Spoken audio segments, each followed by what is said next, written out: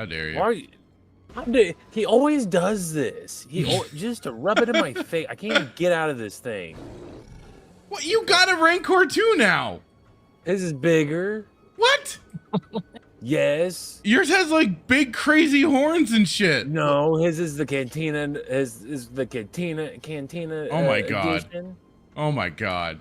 Listen, he has spikes. Listen, I'm not grateful. I'm very grateful for the adopted. He's got spikes. Look at him. Well, now he won't stop. He plays this game. Like I try to catch up to him, and then he just runs away. Stop running. No, my brother is just the Tard Wrangler of the two of us. He has to lead us around and be like, "Come on, come." Do you see his spikes? They're orange. Yes, they are. Quite nifty. And yours has big gnarly horns. What are you crying about? No, his are orange. No, I get that he has the like spikes around his back and stuff that are orange and everything, but you got big gnarly horns on the freaking head of the Rancor you got. Pretty cool. No, his are orange. Did you want what? You wanted orange? An orange spiked Rancor? Would that have made you feel a little better? No.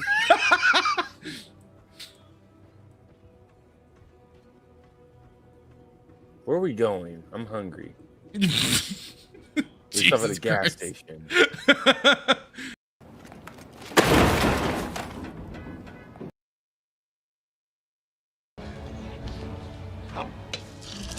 This is bullshit. I want Bush. Pan down.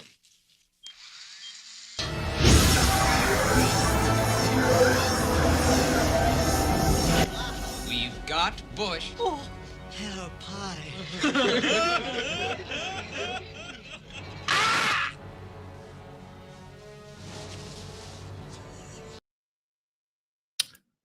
Hello and good evening, everyone. Welcome to another episode of Saturday Night Sith. I am your host, The Fractured Filter, and with me here is, as always, Jay Hitman. How are you tonight, sir? We are on episode 97. Can you believe it? 97. We're getting there. 97. Getting up there. What a night. What a night we have in store, man. I'm so excited for this episode of Stargate. I don't know about you. I'm always looking forward to Stargate now. Oh, absolutely, man. But this episode specifically, I don't know. 3 was kind of like, as I was thinking, I was like, 3's kind of like lackluster. Well, it wasn't bad, but it's like, man, but this episode, man, so good. So good. Looking forward to it. And of course, we've got now with us tonight the Chiefster. Chiefster, how are you tonight, sir? Oh, I'm grand. Fantastic. Time. Come out of the Phantom Menace over here. He arrives precisely when he means to. Yes. Early. So episode 100 is coming soon, right? You gonna do anything special for that? Just more Stargate. That's good though. Now I feel pressured. Pressured. Perfect. We'll have to throw something together. We'll have to figure something out. But I mean, I know somebody has something cooking for us for 100, so we'll see what happens with that. But for the moment, nothing planned just yet. We aren't there. I've got some time. I've got a couple of weeks or so. So don't rush me, okay? I'll think of something, maybe. We'll see. I'm not doing Bad Batch.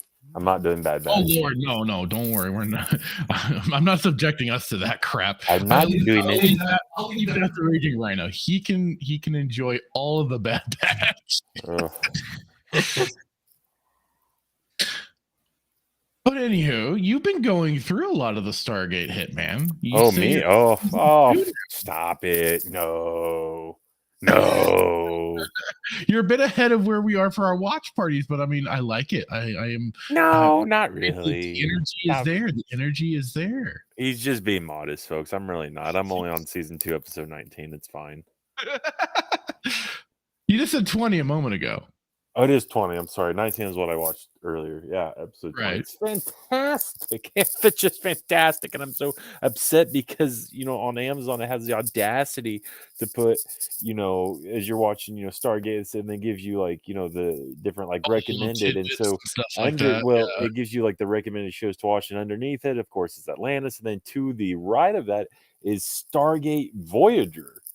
And I'm like, get this trash off my phone and my computer. I will not watch Star Trek Voyager. I was like, wait, Stargate Voyager? I never heard about that one. What? Is it or Voyager? Is it not Voyager? No, I know you said Voyager, yes, but that's not Stargate, that's Star Trek. So no. It said, confused me for a second. I was like, wait a minute, no, that's not right. It says customers always also watch that it has Atlantis and then Star Trek Voyager. I'm like, get this trash show off my recommended list to watch. Or, I don't know if you ever watched Voyager, and I'm probably going to get heat for this from other Star Trek, but it was trash.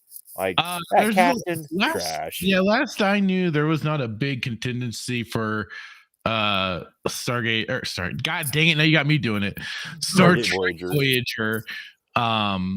So yeah, I don't think you're giving too much of a hot take that it could be potentially hot garbage, but I've also never watched it myself. I didn't get beyond Star Trek Next Generation, so the OG series tops for me. Beyond that, bleh. So, but teach their own. I guess. No, it's all Star Trek. Then Star Trek Enterprise, trash. But this is apparently a newer one. Is there a new Star Trek Enterprise? The Next Generation was the one with Picard. Stewart, right? Yeah. It's just trash, man. Anyways, let's get back to Stargate because nobody cares about Star Trek. Fantastic, absolutely fantastic.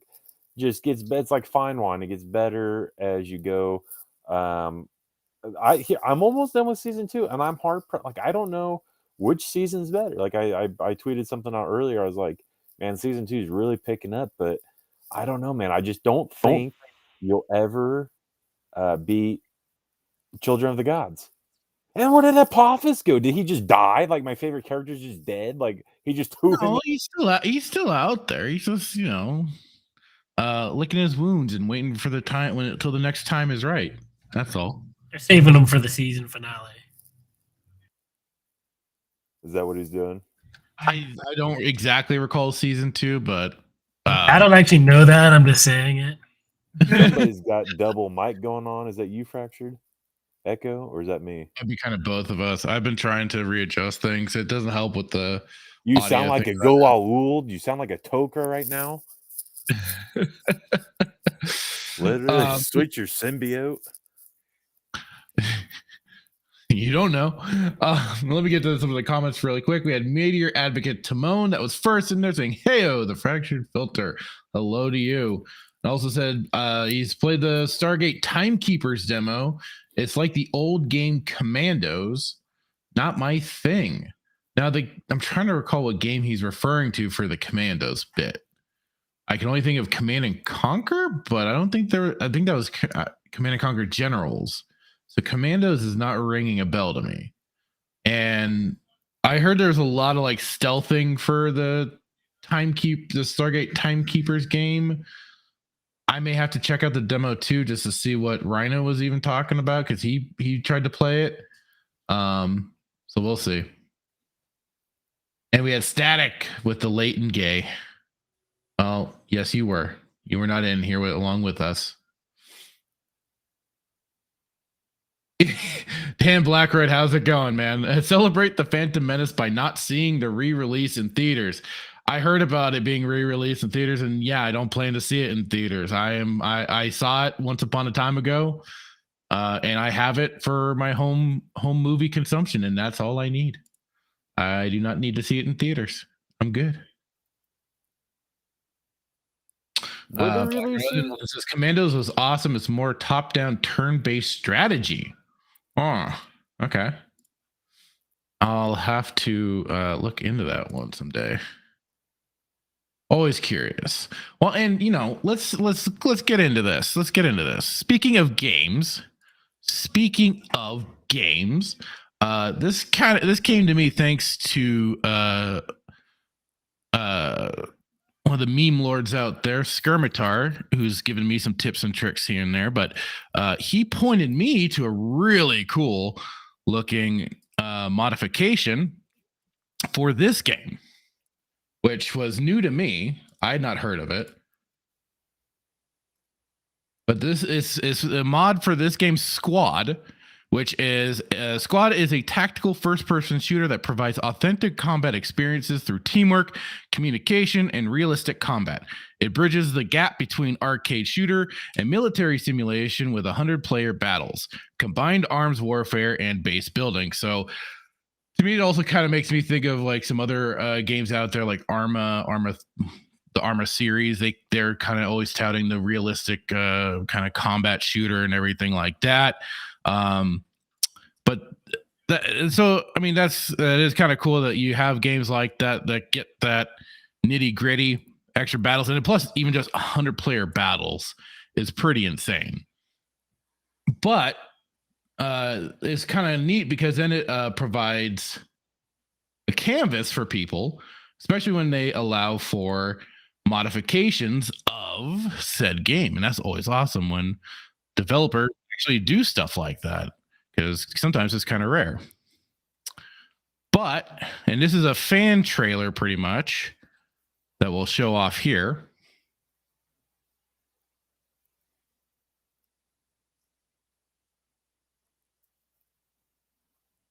There we go.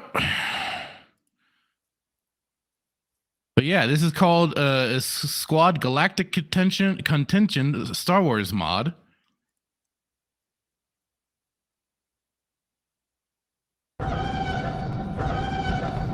Objective is priority 1. Return! And I will say this, definitely like the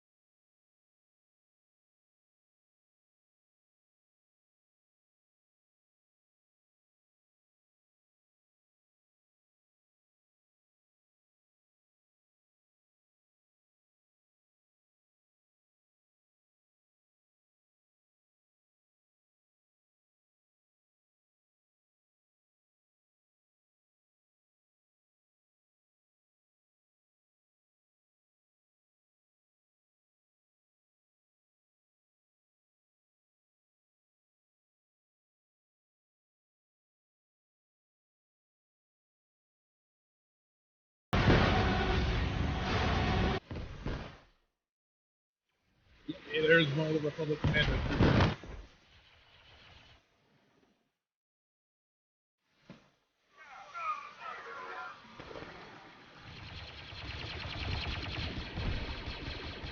And I do have to say, it looks really cool. Now, here you can. The nice thing is too with this is that it is directly through the Steam Workshop. And then what that means is that basically it'll be really easy to install. And they even just show off some more screenshots inside here. And it looks like they do get up to the kind of Gen 3 troopers. One of the things I'm curious about, because I have not quite seen it yet, is that it definitely seems like it's mostly dealing with the Republic Clone Wars era troopers. So I am curious if there will eventually be seeing maps and then whatnot for the Galactic Civil War era of then the Stormtroopers, Empire versus the Rebellion, and everything like that. But yeah, so this is a total conversion mod for Squad set in the Clone Wars. So I guess that kind of answers my question right there. But yeah, they have. So this is kind of the crazy thing. They have 20 maps, over 175 layers, 150 unit types, 15 factions. So they got, I guess what it says here, battalions, sub-factions, variations, races, etc. Over 25 vehicle types, commander assets, GLOPS, which is Galactic Contention Operations, managed via the Discord for Star Wars missions and briefing. Interesting. They do have a list of ability for the server lists and all that jazz. They give you all the need to know for, it looks like, for your squad to join up, how to set that up, and they give you all. So not only is it like going to be, for one, really easy to install it, but on top of it, just the extra, know-how for getting into it. I would love to see more than just the Clone Wars era for this whole mod, because it looks really cool. From watching other people play it, I was checking out a few of their kind of little streams and stuff, or just a kind of big gameplay video, and it does show you being able to carry fellow players when they're downed, so you can attempt to like revive, heal, or whatever. Makes me kind of think of a much more involved version of like what I remember from Battlefield 2142 back in the day. So you'd get somebody, but like I said, in this you get to like drag a person to safety instead of just popping the defib right then and there. But you can at least this time get that person to cover and then be able to heal them. And that's part of the mechanics, I believe, from the squad game itself. That's where a lot of that comes in from. So, I like to start out with a bit of positivity there. Never hurts, because, there's enough shitty games, shitty stuff like that, especially when it comes to, unfortunately, Star Wars. But I mean, yeah, like right now, even Squad's regular price over on Steam, but I did see on Fanatical that it's, I believe, on sale right now. If you're looking to, they had it at like 34. Yeah, on Fanatical they have it at $34.99, so 30% off of its regular price. If you're really looking to go and pick it up, that would be a way to do it. But yeah, I'd have to say it's an impressive, and we can leave us kind of take a look at one more of the other trailers that was made for it. But I think this one's just a little bit longer. Come on, you silly commercial. Let's kind of take a quick look at this. What I need to know is, can you play it as the awesome, totally cool Bad Batch? I'll kick you for that.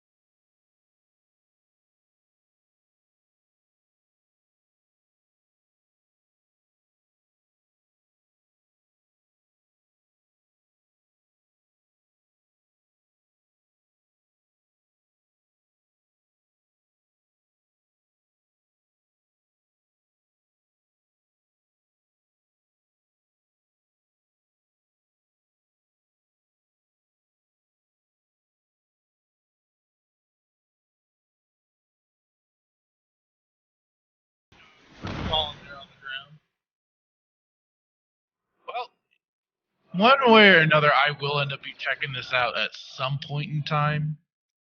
Because it does look like it's really the game is for the game that it's using for the base of it all. Also looks like it could be fun, but I mean, it's just always impressive what modders are able to do and just kind of bring more life or whatever to a game than what even the original developers were looking to do. So I don't know if you guys got any extra thoughts you want to add to that, because when Skirmitar first sent it to me and I took a look at it, I was like, holy shit, that looks pretty fun. But it could be a little more involved with some of the squad type play and everything. So not quite if you're like a lone wolf type player, but otherwise could still look like it could be fun.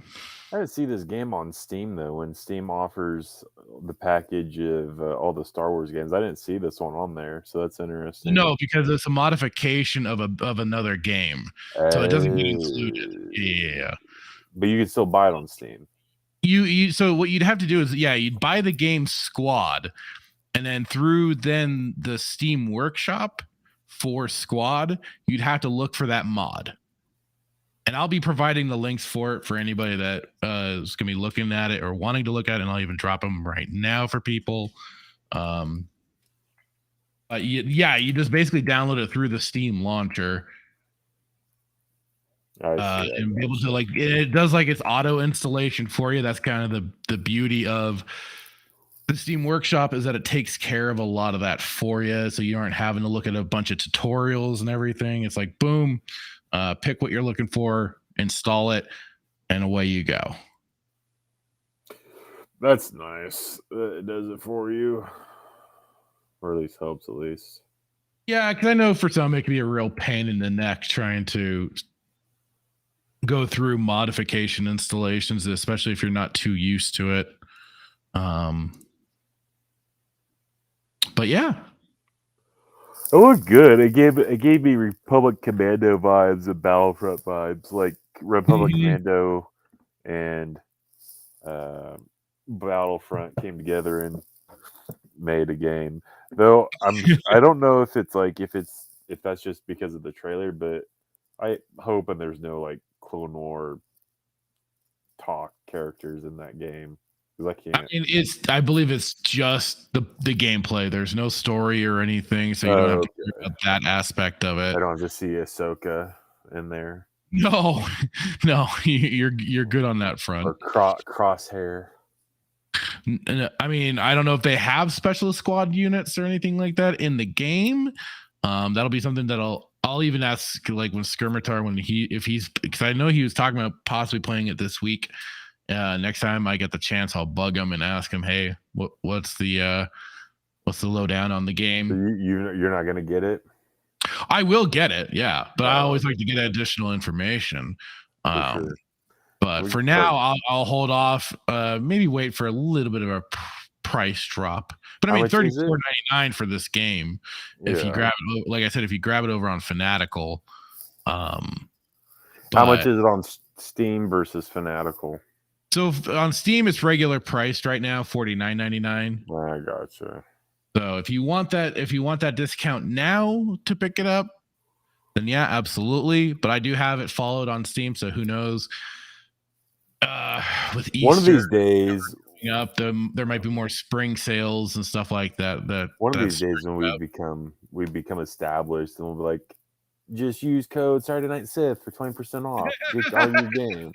Like, come on, man, we're trying to help you out with our 100 people that listen to us. No, but no, look good. We'll see. I don't know. There's I'm an idiot because I was like, why is the Coruscant guard on Felucia? But I'm just assuming you could probably just choose that skin. Yeah, you'd choose that particular particular skin, and then just get on into it. Yeah. We'll see how it goes. I might just have to snag it. I might use my Steam account or my Steam balance to pick it up and play it. It looks fun. But if there's no story, it's just multiplayer, then it's like, yeah. I like a good story. But we haven't had a really good story since Jedi Academy and Jedi Outcast. So I mean, if you're Dark Force. like the whole squad battle thing, certainly since Battlefront 2, the 2005, that storyline was great. Kind of getting more into the minds of the clones for the 501st and what they were having. There's one where great. There's one game where, like, I forget what it was, but you thought you were going to be the Empire, and then you played 75% of the game. You were a freaking the Alliance. What game was that? Was that Rogue Squad? Oh, that was the that was the EA Battlefront 2. Yeah, trash. Like, you're gonna play as the Empire this time, and then it's only for like 5 or 6 missions, and then it switches over to your part of the whatever I guess basically just Rebellion 2.0. Yeah. Chiefs, you got any input for the trailers that we saw that we looked at? He's actually buying it. That's what he said. Yeah, when can I play as Ahsoka? You bastard. You bastard. This is what we get for bringing you in here. I'm gonna make you regret this. It's been a request. Not on purpose, just because that's my nature. No, I know. I'm serious in this one. I was like, do they have like hero characters, kind of like Battlefront or whatever? You know? No, I think it's just the regular troopers and stuff like that. No real like Jedi or Sith. Probably a good choice. Characters. Yeah, it's probably for the best. I believe it's just keeping it to just the foot soldiers and everything like that. No like the Uber powers and stuff like that. Or like, even throwing in a Jango Fett or whatnot. It's just sticking to the trooper base. I wonder if they could do that though, because I don't know if they're. I mean, I don't know about copyright, but EA, the whole hero battles, wasn't that exclusively to Battlefront? The hero play, or Battlefront 2, the 2005 one allowed you to bring in special heroes to fight on the. I guess as well. I don't think it would be copyright because every freaking battle. No. I mean, within Battlefront, like this I think falls under fair use with modifications, and they're not making a profit off of it, and that's where they're able to put it out there without a problem. Yeah. So. Yep. I don't like that sniper though. Dude, there's no way that dude hit that droid all the way that far away. Come on. You're not quick scoping. Hang on. All right. Speaking of some sniping, hang on. Let me see if I saved it. If I was smart enough and I saved it. I did not. Fuck. Damn it. It was a good clip too. Let me see if I can find it really quick. If you got anything more to say on the game, please do so while I search for this just really quick. Since you brought it up, you reminded me of it. So now I just gotta see if I can find it again. Oh, yeah, my other thought is you play as the Clankers? Yeah, you can play as either side. Oh, okay. I thought as much, but it was like the clones were being more heavily featured. Focus, yeah. But yeah, really. Speaking of. This was pretty cool. Basically, Gramps still got it after all this time. That's messed up.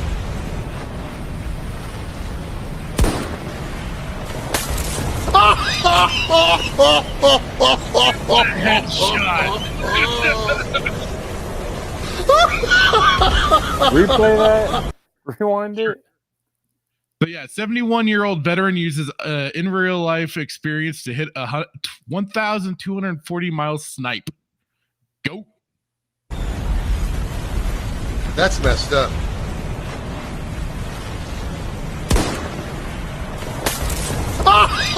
He wasn't anywhere close to that. His hashtag wasn't even close to the dude's head. He shot it into. Yeah, because I believe this is Battlefield 2042, and Battlefield attempts to be a little bit for the light realism.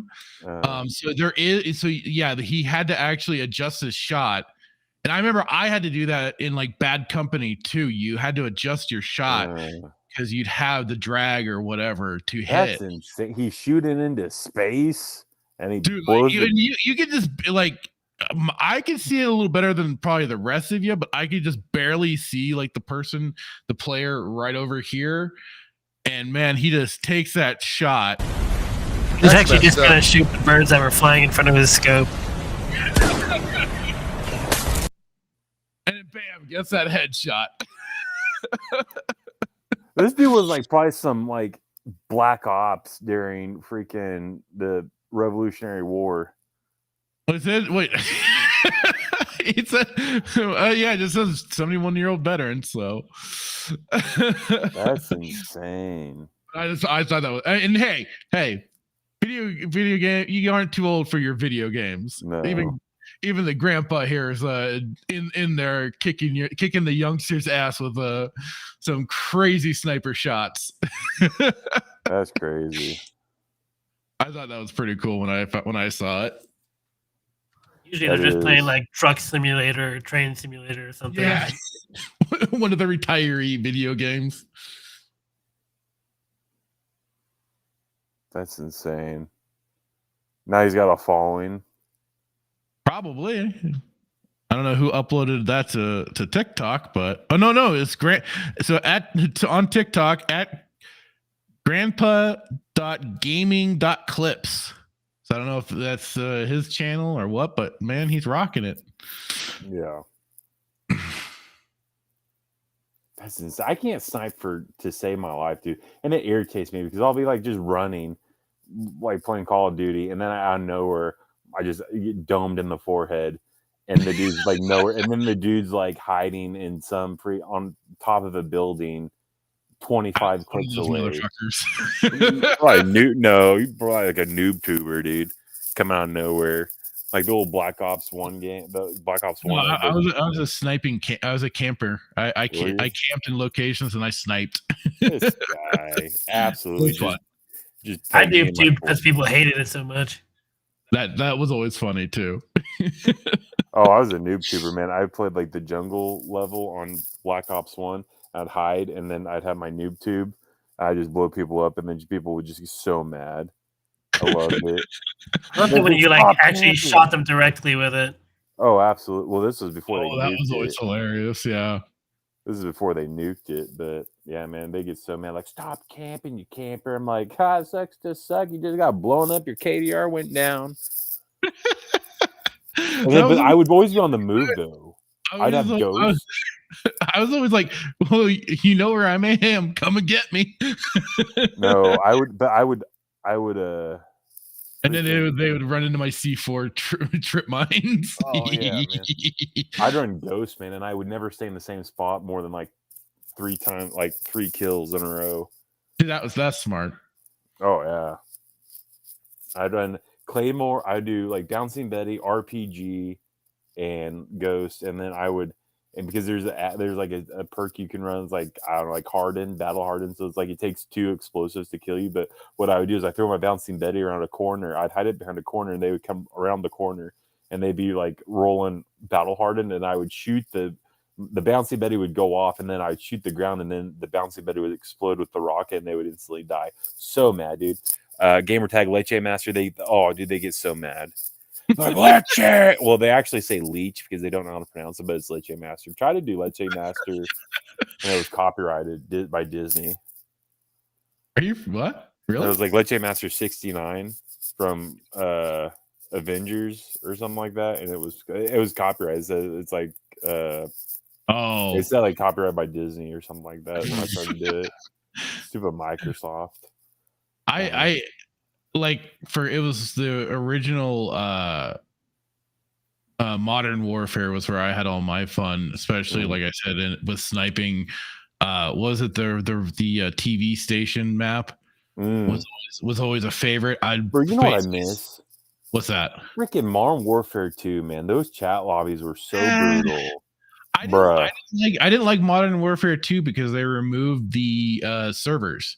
They made it completely the whole joint. No. I know the chat and stuff like that, but I'm just saying, like, I dislike the whole moving away from the servers, and they went to the whole quick lobbies and stuff like that. I'm like, nah, fuck off.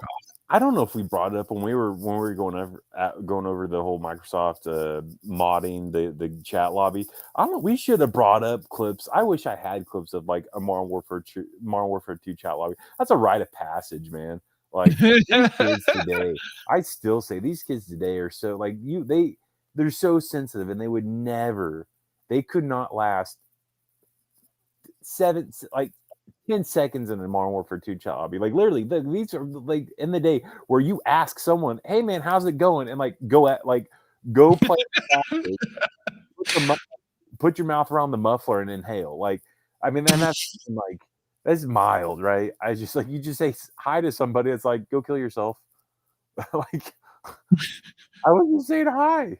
Don't care. Go kill yourself. Like it's just man. I guess us PC gamers were a little more refined. We at least had to wait to build up before. Don't Obi-Wan us. Minecraft themselves.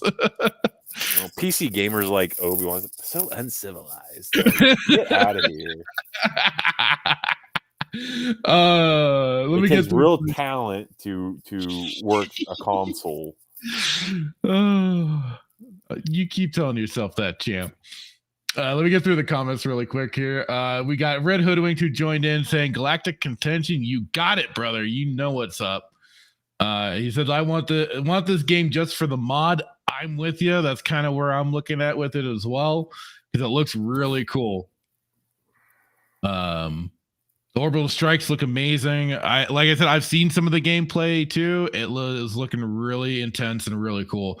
And the ability to, like I say, pull teammates to cover, I think it's just a really, really cool addition for any first-person shooter game, especially when you do have medics that can revive people. It's a freaking blessing, because Lord knows, like I was one of those kamikaze healers or revivers in Battlefield 2142, where I would just run, zap them with the defibrillator, and then bounce as soon as possible while there was still a bunch of combat going on. So me and the guy would just like run for one of the close by like alleyways or something like that on some of the city maps. It was fun as shit. I loved it. But then like if you were on one of the Titans for 2142 was also fun, because if you came up and some of the squad had gotten taken down while you're in the hallways of those ships, boom, heal right there. But hey, if I could only imagine what it would have been like to actually be able to carry people to cover really quick. Be like, all right, good, get out there now, make them pay. Good times. I missed that game. Dan Blackroyd says, playing Empire at War never gets old, and the expansion Forces of Corruption. Empire at War is an amazing game to this day. Although to me, like, the ground combat kind of sucked, but the space battles are where it's at for that game. Fantastic, phenomenal stuff. They did if we married like Force Commanders ground combat with Empire at War's space combat stuff, perfect. Would have been fantastic.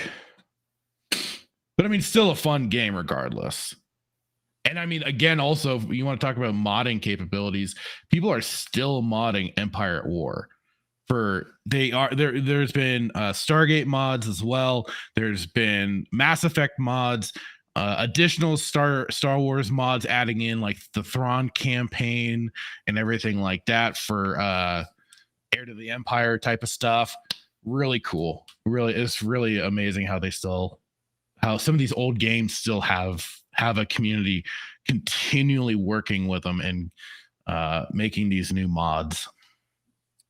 Red Hoodwink then says, no, I haven't seen any of the Bad Batch, so Rhino would give this a pass. Blackroyd says, I miss the days when you just put in a CD or cartridge and the game started. Now, even without mods, every game needs some authenticator or launcher just so it doesn't work without a day one update.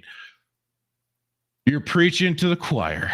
I'm with you 100% on that. I wish to God we could kind of go back to that, just to have that CD, have that physicality to the game again, because it is gone. And like people say, even for the Nintendo Switch, you can buy the physical cartridges for the games and everything, but it still requires you having an account to play it, to get like those day one downloads and everything. So it's a real unfortunate thing, where kind of gaming is heading for some of that stuff. But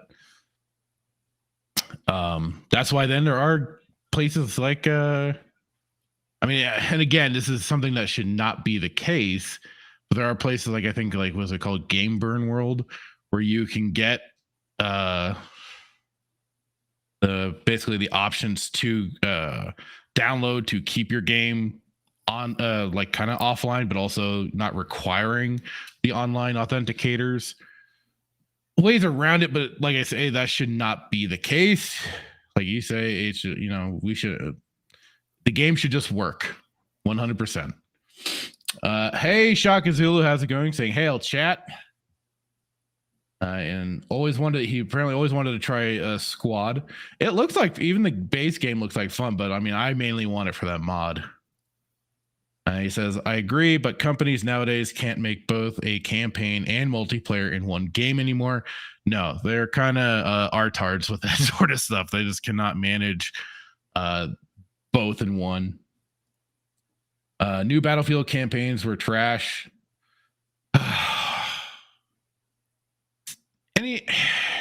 For Battlefield, I wasn't always too concerned with the campaigns because they weren't always quite there. At least to my recollection, especially like with 2142, it was always like boom into multiplayer, and I was playing that side of it. I don't think 2142 had a campaign at all. Yeah, I don't think so either. Red Hoodwink says, I think there is a specific skins for different planets. At least the vids I've seen don't allow all skins like in Battlefront. Okay, gotcha. Yeah, so like Red Hoodwink says, it's just cloning droids. Otherwise, looks... Yeah, if buying isn't owning, piracy isn't stealing. Hey, that is all file sharing, sir. A person did buy that game and decided to put it out online for the rest of us to download and enjoy. Yarr! Yeah, wind affects bullets. Yep, I miss the battlefields too. It had a good run. I lost my files in a boating accident. If some other people happen to find it, well, that's good for them. Exactly. All right, here is another little topic that even Chiefs and I were kind of talking about earlier when we were taking the dog out. Ubisoft. This I think will be just kind of a funny little thing. But Ubisoft CEO calls Skull and Bones a quadruple A game, defends $70 price tag. Oh, they want $70 for this? Are you kidding me? Right, especially when you have Pal World and was it Helldivers or whatever? That's like in the $29 or $39 price. And here I was talking about saying, yeah, I'll play it when they have it for free. $70. Woof. Right? I didn't even know that. Neither did I until this. But CEO and co-founder of Ubisoft, Yves Guillemot, has defended the $70 price tag for Skull and Bones, calling it a quadruple A game. Guillemot reportedly made this statement during a conference call regarding Ubisoft's third quarter 2024 sales, with a development cost exceeding $120 million and nearly 6 years of delays. Fans have high expectations for the piratical MMO. I mean, it is a massively multiplayer online game, so I guess that is factual there. That The $70 price tag for base games has become a point of contention in recent years, with publishers and platform holders trying to convince gamers that it's necessary for rising development costs. If you want to see for yourself whether Skull and Bones is truly a AAA game worth $70 price, there's an open beta running until February 11th, which ends tomorrow. Skull and Bones is set to launch on February 16th, 2024 across Windows, PC, and all the game platforms. Here's the thing with this, though. This game is not worth $70. Not one bit. Not worth $60. Not worth $60. Not worth it at all, in honesty. Like, Sheepster and I decided to check it out because, hey, free open beta. You can't go wrong with that, right? And honestly, because of it coming from Ubisoft, because I remember hearing about this for quite a while and everything, and also because of certain expectations, I guess I set upon it, I don't think unfairly, but this is the thing though. Assassin's Creed Black Flag was probably one of their more popular Assassin's Creed games for a lot of people, especially myself included. I loved it a lot, except when it did get into some of the Assassin's Creedy tailing missions. Now, with this, I was expecting some of that sort of gameplay. For the ship combat, it is very much in that vein of what they set up in Black Flag. However, all you do when you, like, say, get close to the ships to board them and stuff like that, it is just a quick sequence of boarding the ship, and then that's it. You take the loot, the ship that you were fighting blows up, sinks, and you run off with the loot. Nothing else. Anything that you are doing on land, you are limited in mobility. It is just running around, maybe picking up stuff.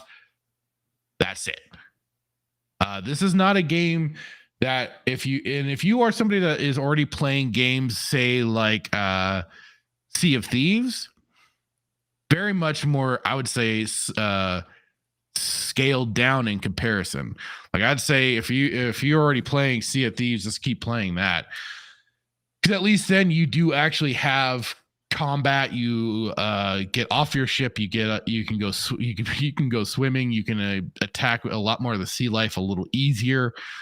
It has a little more interactivity in terms of, like, the people. If you have like a party of people along with you, you are all also taking part on the ship, sailing, raising flags, firing the cannons, and if you're ever in any fights, and if you are in fights, if your ship takes damage, you have to go down and repair the ship, remove water from the ship, anything like that.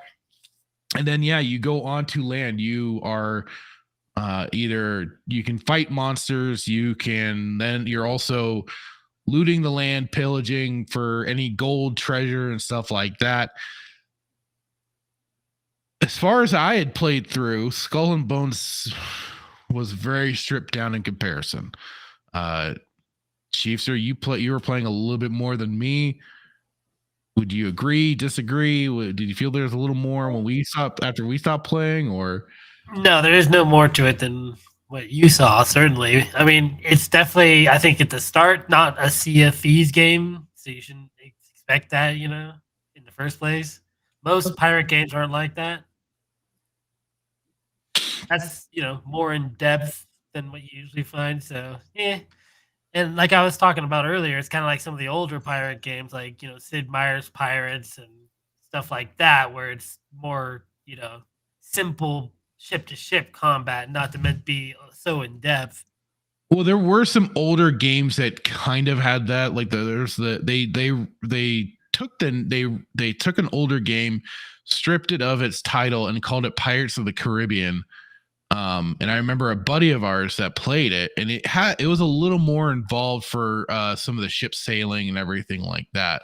Maybe more akin here to Black Flag a bit, but there was also more of the dynamics of being on sea, turning your sails to match to match the wind current and stuff like that, versus just kind of turning the whole ship itself.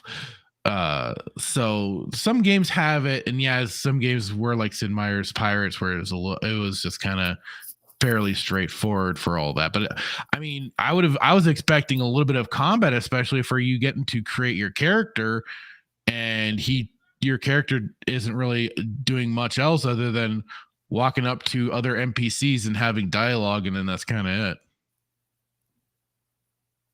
So I don't know. I thought one thing's for sure, it ain't worth no $70.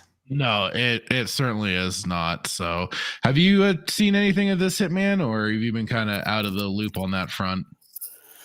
Not here, man, but I don't know. I'm trying to probably move away from console games and just they're so expensive. Like, I remember, man, I don't know what it is, man.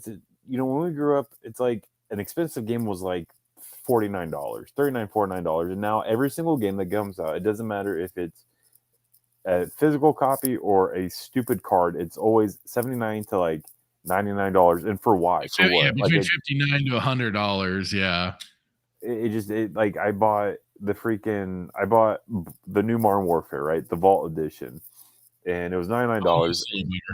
I did because my buddy bought it and we were gonna play together, so I bought it, and it's like, why did I spend $99 on this? And here's the thing, it's like, so where they get you is like, here's the game, we're gonna rush through this game, but you need to spend this money on the game, and then we're gonna get you with all the cryptocurrency, like all the whatever you call it, the whatever DLC or whatever, the DLC transactions, DLC and all that stuff, the microtransactions, yeah.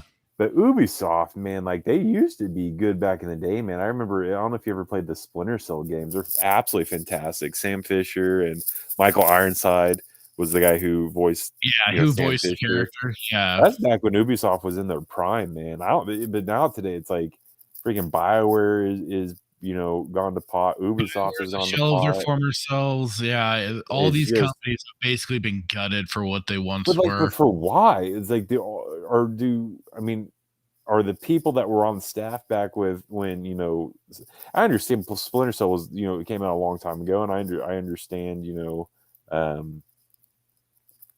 oh gosh, we're talking Ubisoft and then BioWare, but it's like there's got to be some type of remnant from these companies. Like, suddenly the old guard end up leaving over time. Like, BioWare, the changing of the guard now sucks, right? Because the changing of the guard, you should, if somebody has left their mark, and left their shoes there, then you would essentially think that somebody should come and at least attempt to fill those shoes that were left behind, right? But that's not a thing anymore. And that's it. And I used to think it was just with Star Wars, right? And then it transitioned to games, and then it's like transitioned to like everything. It's like this culture. It's like this day and age, like it's what it is. It's quantity over quality. It's let's pump out as much crap as we can and hope it sticks. It's the same thing with like what we talked about with Disney, man. It's like let's throw everything we can at the wall to see what sticks. And this is a perfect example. Now, I've not played this, and I can't remember if this was. Because you guys are playing a pirate game, are you not? At least Sea of Thieves. Yeah, we've played that. I've played that. Sheepster hasn't, but he and I were both playing this one. So it's like, where do you find good games this day? It's real. You have to have reliable people to let you know on certain games. It's like being really picky. You made the point earlier. It's like we are now living in a day and age where we have to rely on modders for good games. And that's a sad thing, right? I mean, but these modders can't it's a sad thing because well, you don't know. It's sad in the perspective that like we have to literally go to the black market to find a game when we should be able to go to like these main companies, Blizzard, Ubisoft, BioWare, all these Treyarch's not really Treyarch Infinity Ward. I don't know if they actually make games. I know they help develop them, but all these different like companies that should be like freaking Bethesda. Bethesda back in the day was like, I know, I'm biased, right? And I'm pretty sure Fallout was done by Bethesda. Was it not? Not originally, but no. Who did the original Fallout? They came along for Fallout 3. Who did New Vegas? Was Bethesda? Did Bethesda? That was Obsidian. Obsidian, right? So it's like all these companies at some point in time were great. Like this isn't, you can try to debate it, but at some point in time, Ubisoft was in its prime. And what I mean by prime, like they were pumping out great games. In my opinion, humble opinion, they're pumping out great games. But now they're just pumping out crap, and it's irritating. So it's like you have to literally rely on, word of mouth to find a good game. Yeah. I mean, so are you going to play this or no? After it closes, I mean, I'm kind of already gotten my fill of it. I don't know about Chiefs or if he's going to keep playing it, but till it runs out. But after the fact, after it's done, no, I'll uninstall it and I won't go near it after that. You won't? I won't. Or like Chiefs said, if it's free, but even then, since it's $70 price tag, they're going to hold on to that as long as they can. But then the other problem is that this is also like games as a service. So this is on a limited lifespan. Yeah. It's basically on death row. Yeah. Chiefs, I tell you, you're kind of in the same boat. No pun intended, but beta ends. I mean, I'm playing it right now, actually, but $70, my goof. But yeah. Talking about mods though, it was kind of like originally mods kind of added a nice little extra topping on what was already a great experience. Yes. But now it's like mods are pretty much expected to basically remake and actually fix these quadruple A game developers companies games, and it's ridiculous. $70. Yeah, I agree with you. But also like kind of Static points out here, the intro is trash. Why did they have to talk about economics at all? They do their whole slam on capitalism. It's like I rolled my eyes hard when that was going through with the intro. It was really fucking bad. And very unnecessary, I'd say too. But yeah, in the bin for this one, I would say. It was nice with the free open beta, but Ubi shit, you can write properly. Go F yourselves in the air. I was gonna say, if anything, start the counter for when they start adding heavy microtransactions and make it free. Yeah. What do you think? Year down the line, 2 years? I would say a year. I'm giving it a year. I was gonna say, I don't think a lot of people are gonna be spending $70 for this game. Yeah, so from the moment it drops for release, count down to a year until it goes heavy microtransaction. All right. Meteor Advocate Timon says the added A is for ass. Last great Ubisoft game was Assassin's Creed Revelations. Never played it. At least I don't think. Red Hoodwink says Modern Warfare 3 tried to defend their $70 price tag too. Does Ubisoft really want to go down that hole? They will. They'll go down kicking and screaming, damn it. Meteor Advocate Timon says a new game here is 350 Brazilian bucks, $70 US. It's really expensive, a fourth of the minimum wage here per month. I see piracy increasing a lot in the coming years. Oh yeah, and I think even Static has kind of talked about that with the ramping up with it, it's just gonna also then increase government overwatch. So it's gonna be kind of an interesting times for sure. And Static says, no, I've played about 20 minutes. I'm out. Like I LimeWire is going to infiltrate the gaming platform. Oh my god! So here What are you gonna do? What else are you gonna do? Like literally, nobody. Like inflation's through the roof, right? You can't go to the grocery store without spending $40 on a packet of strawberries. Like they're charging $90 for game, like between like you said, $59 to $100 on games. Like, what else are you like? Listen, I'm not saying that I do anything illegal because I don't. I don't do anything illegal, right? You're a But good boy. I just $90 for a game, like, I don't know. You know what I think's going to happen? $90 is more in the price tag if you're getting like the special editions and stuff like that. 79, whatever. I wouldn't be surprised if they tried to do usually the price. They just start charging you to like be able to play like a preview of the game or a beta of the game.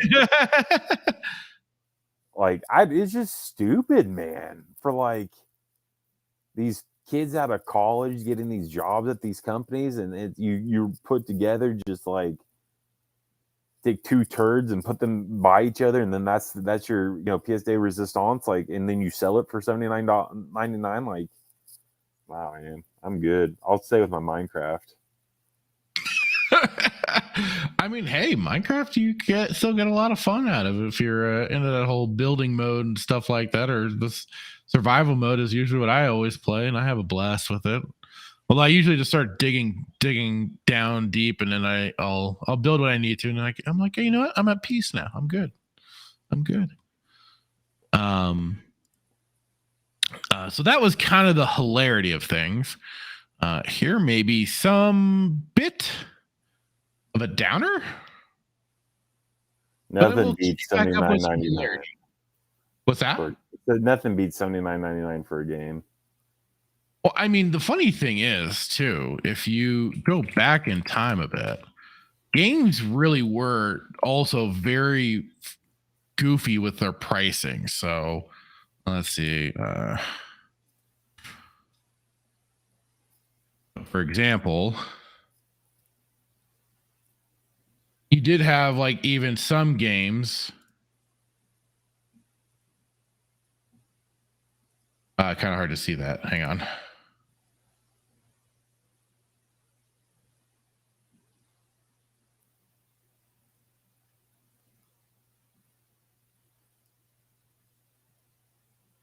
So yeah, I mean, even here you can see Marvel Superheroes on the Super Nintendo, 59, 69 for Street Fighter Alpha 2, Madden 59, Donkey Kong 59, NBA Hang Time 69, but then you have like Miss Pac-Man at 39, Ultimate Mortal Kombat 3 69. It looks like some are on sale for this ad for Toys R Us. Super Game Boy was $39.99. And I mean, the cartridges were always a little. The thing at the time was that cartridges were more, I think, more quote unquote expensive to produce. But then like you see a little more consistency with like a little bit of the Sega Genesis here, where they kind of keep a lot of the prices here. I mean, you see how far back even like the $59.99 price had been for as long as it was. Like you see here, like basically all 59, with the exception of Mortal Kombat 3 Ultimate and NBA Hang Time, which I'm guessing those two for this ad were the new games at the time. I mean, hell, Genesis, the Vector Man bundle here is showing at $100. God dang. Goes to show for the consoles then. Is that a relic of the day? Is that from Tim? Or did you just find it? I Google searched it really quick. I miss those days, man. I miss the days of, 60, the Nintendo 64, and I just, yeah, man, I want to go back. Then, I mean, this is also kind of funny. Then you look at like a PlayStation ad here. I should have known when the Xbox 360 came out, like that was the downfall of the gaming. Like I should have known because everybody was so excited when the Xbox came out and Halo, and granted, I played Nintendo 64 up until I moved and couldn't find. I have it somewhere, but like I should have known that like when they moved away to these new consoles that was going to be the downfall. Somewhere and down I didn't, and I didn't because like I said, like as an Xbox guy, no different than probably PS5. You're like, man, like this is a new era of gaming, and as a gamer, you're excited when new stuff comes out. But it's like I should have known. I regret not keeping all my Game Boy Colors. I had multiple Game Boy Colors. I regret not keeping all my Game Boy Colors. I regret not buying multiple Nintendo 64s and not hoarding them, but actually keeping like a brand new one, keeping like them a like in good condition. Well, keeping like one, like the one that you use, and then keeping one to replace it later. And I just didn't think about that because I thought, oh, they're going to be around, right? They're not going to get rid of them. And what they do, like, got rid of them. And then you can still get them if you want to go shop at that DK. Oh, we were looking at that DK shop, or that guy that marks his stuff up 9,000%, goes to flea markets and buys everything. And the DK, whatever it is, he sells all the Nintendo stuff. Shyster. We've reviewed him. I've shown you. He does videos. Yeah, that guy's a shyster, man. I don't trust him. I heard stories that he doesn't even clean his stuff and he sells it to you. So yeah, I remember you telling me about that. Well, and Dan Blackroyd, kind of to your point, here is even some of the other prices of things getting more into that marker. Like you see the NBA Jam there at 89, NFL Quarterback Club 94, WWF Raw 94, Stargate the video game 84.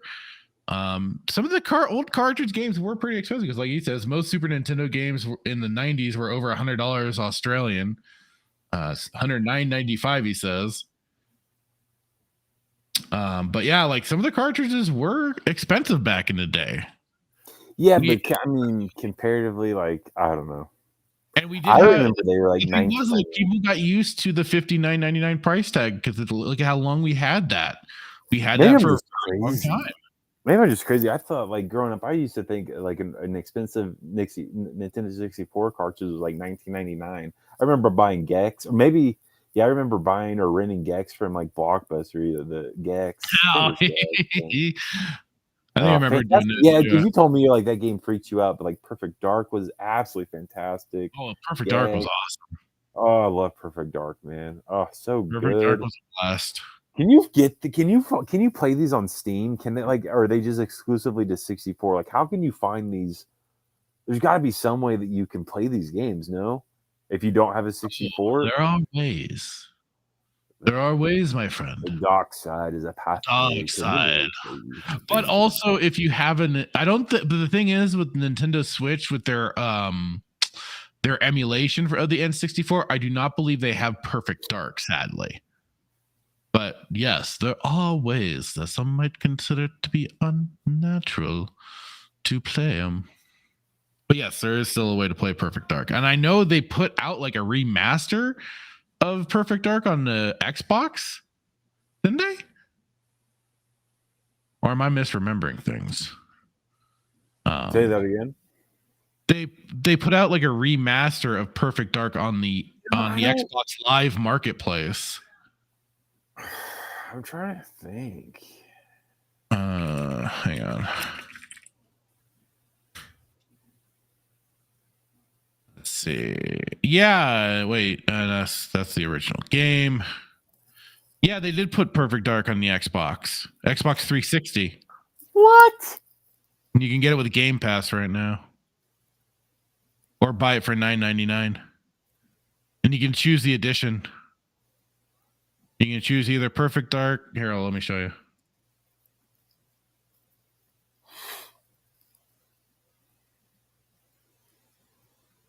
So yeah, Perfect Dark here. Get Game Pass. Get Game Pass included with Game Pass.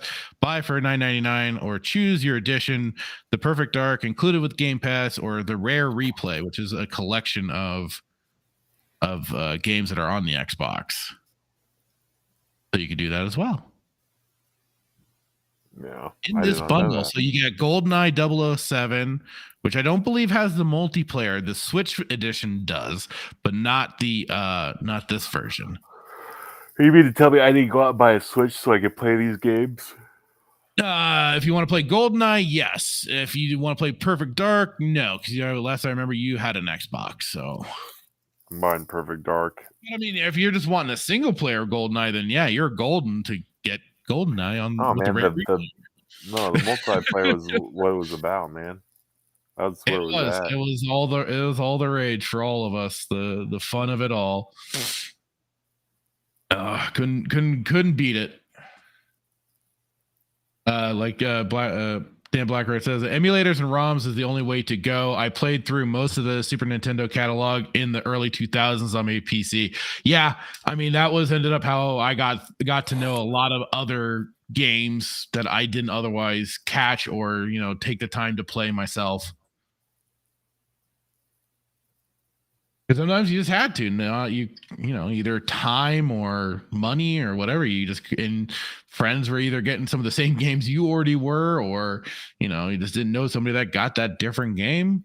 And other times, Blockbuster somewhere didn't have the game you wanted to rent, so you were kind of up the creek without a paddle.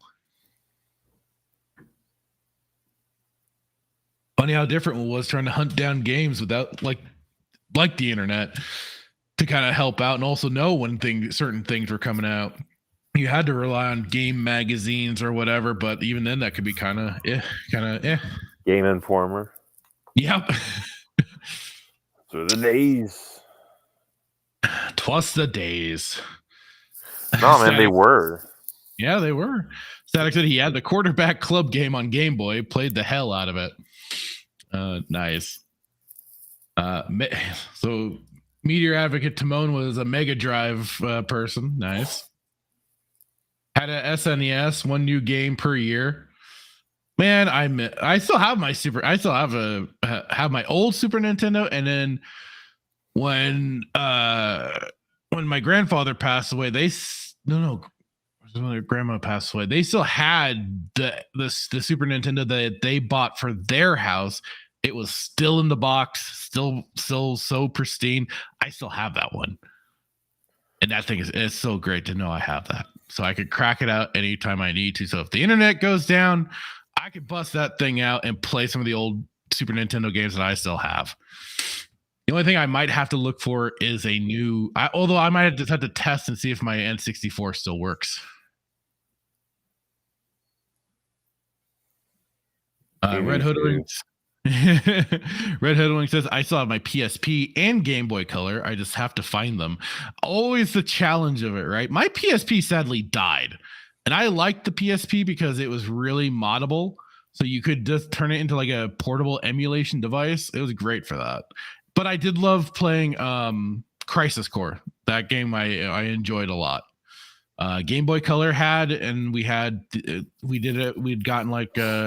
had already had, of course, some of the Pokemon games, Super Mario Land, and then, of course, when the Pokemon Yellow came out, had it for that. But then after, I think the Game Boy Color was kind of like the last Game Boy we actually had until the 3DS. Is it 3DS or the Advanced? It might have been the Advanced. I forget. But I didn't. That was like the last time I got a handheld. Otherwise, it was always either console for a good time or we were switching over to PC gaming mostly. Black Red says, I got the SNES Classic Mini hacked and loaded with everything I needed now. That was the one thing I was, while I was on it, I was partly considering the SNES Classic or even the NES Classic, was the hackability for turning into a little emulation machine. I just couldn't. It was for one difficult to get because of the quantities for it were always so iffy, and then like I was just kind of on the price, and then like I said, and like you said too, it's like got the PC to run everything. So I was just like, all right, that'd potentially be just like another console I won't play. I know it's silly to say after I just said how I love the fact that I still have the SNES original in the box and everything still, but I see that as a little bit different. I mean, that is the original OG device to have and to still be able to play in case like I said, things crash. He says should have got the Mega Drive version too, but missed it. That one was a little more available too, as I recall, at least for our neck of the woods. I don't know about Australia, but for our neck of the woods it kind of was. Hey, Spartacus, how's it going? Saying I love playing the Star Wars Battlefront games on the PSP and Ace Combat. Never played Ace Combat. And I also didn't play Battlefront on the PSP. I always played Battlefront on the PC, 1 and 2. Black Red says he still got his PSP Go. That thing is awesome. Love playing the old Final Fantasy games on that. Nice. Like I said, sadly, my PSP died. I got the Vita. I still have the Vita. The Vita is an interesting device. I haven't looked into modding it if it's even possible for that thing. So here is another bit of news. We were certainly talking a lot about, like Batman and everything like that, especially thanks to Suicide Squad and Sweet Baby Inc. and all that crap. So here's the thing, guys, and this was kind of what I think we kind of warned on before, that if the last thing of Conroy will actually be of anything. But according to the Fandom Wire here, saying, I'll warn you guys, new Batman animated series to be a reboot, erase everything built by Kevin Conroy. For the upcoming Batman animation series to scrap Kevin Conroy's legacy. So it sounds like, yeah, it's possible. All we have left is Suicide Squad Batman. So a new Batman animated series is in the works. It'll start fresh with a new story and might ignore previous series, including the work of Kevin Conroy, known for voicing Batman. So fans can now expect differences from what they've used to in the Batman animated world. And I mean, they were saying how there's supposed to be more projects out there. And I mean, they've done other Batman series without Conroy voicing. I don't know all of them, but I know they've had, like, was it Brave and Bold was one, and he didn't do the voice, but part of this could be a bit of, we'll see. The upcoming Batman cartoon series, Batman Caped Crusader, aims to be better than the ones made by Bruce Timm and Paul Dini before. I mean, hey, you got to have that bar to climb over, I guess. Go for the heights, right?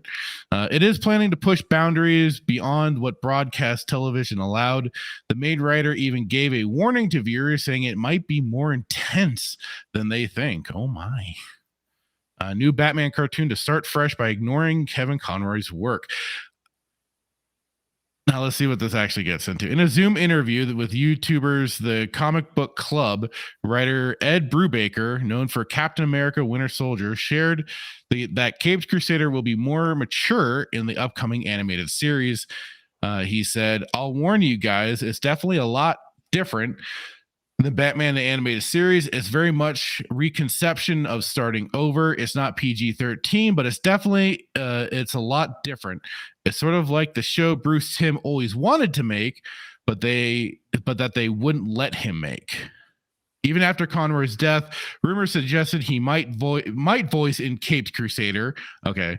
This speculation was fueled by an IGN report stating that Conroy's final recordings as Batman would be in 3-part of the Justice League Crisis Infinite Earths Tomorrowverse DCAU feature. I guess we'll have to wait and see on that. And again, even like I pointed out, if it's actually gonna be any good. Warner Bros. And Conroy's representatives haven't confirmed that report, so that's up in the air. Even Bruce Timm denied any connection between the late actor and the throwback noir serial. The 63-year-old wrote in an AnimeSuperhero.com forum post, quote, I have no idea if the crisis part of IGN's supposed scoop is true or not, but Kevin Conroy did not record a voice for Caped Crusader. We were hoping to have him do a voice for the new show, and he was eager to do it, but sadly, he passed away before we could make it happen. He warned everyone to be skeptical of unverified news in the sci-fi / comic / entertainment world. Absolutely. Always be skeptical. Always be questioning. What's more about the Batman Caped Crusader animated series? Ed Brubaker hinted at the series being more violent and noir. He said in the same chat with the Comic Book Club, there's a lot more, there's a lot more, people actually getting punched on camera. Though the writer didn't give away too much information, he hopes people will enjoy the different approach of the series. The information given by Brubaker matches with what Matt Reeves and Jar Jar Abrams said earlier about Caped Crusader in an interview with the Hollywood Reporter. They said, quote, "We are beyond excited to be working together to bring this character back, to tell engrossing new stories in Gotham City. The series will be thrilling, cinematic, and evocative of Batman's noir roots while diving deeper into the psychology of these iconic characters. We cannot wait to share this new world." Amazon Prime rescued Batman Caped Crusader from cancellation and gave it 2 seasons. Greg Rucka and Hallie Finn, along with Brubaker, wrote episodes for the show. Looks like Tim, Reeves, and Abrams are bringing in many people they believe will make the series special. The release date for the Batman cartoon series Batman Caped Crusader has not been announced yet. So, yeah, I guess it's this. They kind of knock on the report of Conroy being involved in other projects, and even especially this project, I guess. So it's getting kind of unfortunate for a lot that, yeah, it may be that the Suicide Squad version of Batman, which is the Arkham Batman, which also kind of loosely wove around the animated series to a degree, but is going to be kind of Conroy's farewell to everyone. But yeah, thoughts, gentlemen? Not my Batman. Hashtag not my Batman. Hashtag just leave him alone. Let him just rest in peace. No, absolutely not. I do not stand for this. This is just dumb. And I'm gonna let you guys go first, because as I'm not gonna say the Batman expert, but definitely like the Batman fan, I want to so go ahead. I'm gonna save my roundtable. I mean, the only thing I can, like I already kind of said, is that they've had other people voice Batman before. This isn't unheard of to have a new voice actor step in. I mean, hell, they did it for Batman Arkham Origins, who the voice actor is kind of doing his own impersonation of Conroy's Batman. Not bad, a little off here or there, but otherwise, guy's not doing a bad job. But I mean, they've had other people fill the voice role, but let's face it, Conroy's the man. He's the voice. He will always have that iconic much to the chagrin of some of us, and Mark Hamill's own mental illnesses at times, but he is the voice of the Joker too. We had two people that played very iconic roles, I should say more, and they had the great voices to fill them in. So, I mean, it's kind of neat that they could be getting to the more of that noir style of Batman, especially if they aren't like doing him so kind of crazy as he has been in later in recent years, of definitely being like, just give him the right plan, and next thing you know, you are ultimately destroyed. If they kind of get to even like that sort of roots, cool. Otherwise, I mean, I'm still gonna be somebody that'll still just rewatch the animated series, and I'll be a happy camper. So, what about you, Chiefster? I don't really care. Okay, Hitman, hit us. What do you got? I can't believe you don't care. This is disrespectful to Conroy's legacy.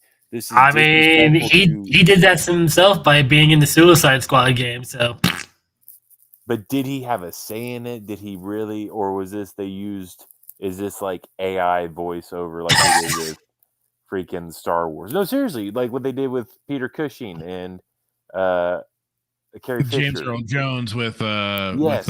with the Kenobi Like, show. Yeah, I will be disappointed and saddened if Conroy agreed to this, but I'm also hard pressed to make the argument that I don't think I have no basis of it. This is just my own subjective feeling, but I don't think he would. I like to think not, right? Unless they own the rights to his voice, like, Warner Brothers owns, like, like Star Wars with well, that's getting into the what if they would use AI to fill in his voice and stuff like that. Sure. But no, I don't want to play the what if. We don't know anything about that. And for him being when he was alive, I can tell you that I don't think he would do this. I don't think he would agree to this. It's not the Batman he played for years. This is and to allow them to kill. Like, no, not Batman. This is not Batman. And this is how you want to end Batman? Like, this is just a character assassination at its finest. I think Warner Brothers is in bed with Disney because they seem to be having very similar ideas as far as character just assassination. They no. They're certainly following the same trend, yes, of character assassination, but that seems just to be why the rules for all things current eerie. They all got to assassinate our old got heroes. A bunch of progressive. They got a bunch of progressive yahoos up in there running the company. Let's just kill off Batman, and let's just kill him. We're gonna kill off Batman, and this is the in the manner of which we're gonna kill him off in. And by the way, Kevin Conroy, he agreed to it. Like, no. I mean, he may not necessarily have agreed with how they did it. It's just he still took the job to voice doing it. So that's all I'm saying. Or maybe, just maybe, it was similar to what like happened with George Lucas, and he didn't know that that's what they were going to do. Maybe he signed up for a project and he did the voice, and then they came and bamboozled him, like Bob Iger did to George Lucas. Hey, we're gonna buy the company from you. That's what Chiefster was kind of getting at. There was he kind of came on, did the voice roles, but he just did not know how it was going to be represented. But that's so shystery. That's so shystery. So shystery. So like, just, and people are actually playing this game. One, the graphics are trash. Two, well, the I have some follow up with Arkham with the Suicide Squad, but we'll get to that after this. So don't worry. We got some news for Suicide Squad. Don't worry. Are you going to sit here and tell me that somebody's actually playing this game? Sadly, there have been people playing Suicide Squad. Are they 12-year-olds? They are people that are claiming they are playing it so you don't have to. I'm sending a message to Rhino asking him if he's played this game. No, he hasn't played this game.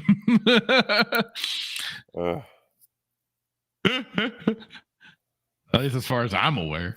Oh man, it's just really sickening that, like, they've done multiple stories within comics when just in general, man. The writer will do different stories and whatnot, but to see Batman killed off in this manner in this game is just, it's like, yeah, it's like, what? Like, this is it. This is how you're gonna kill off this character. Basically, like, for just about every member of the Justice League, they are disrespected in their deaths in some form or another. All except for Wonder Woman, who they all almost share a cry over and respectfully mourn the passing of Wonder Woman. I wonder if it's because she's a woman. Oh, just maybe. Meanwhile, the Flash gets peed on in his death. Batman gets who's that girl? The Canadian Anika Shikara, the girl that was the feminist that had to do, like, she had a You remember Anita? There was a couple shows Anita ago. Sarkeesian? Yeah, did she have a say in this? Was she a spokesperson for this game? Did they No. call No, her no, and count?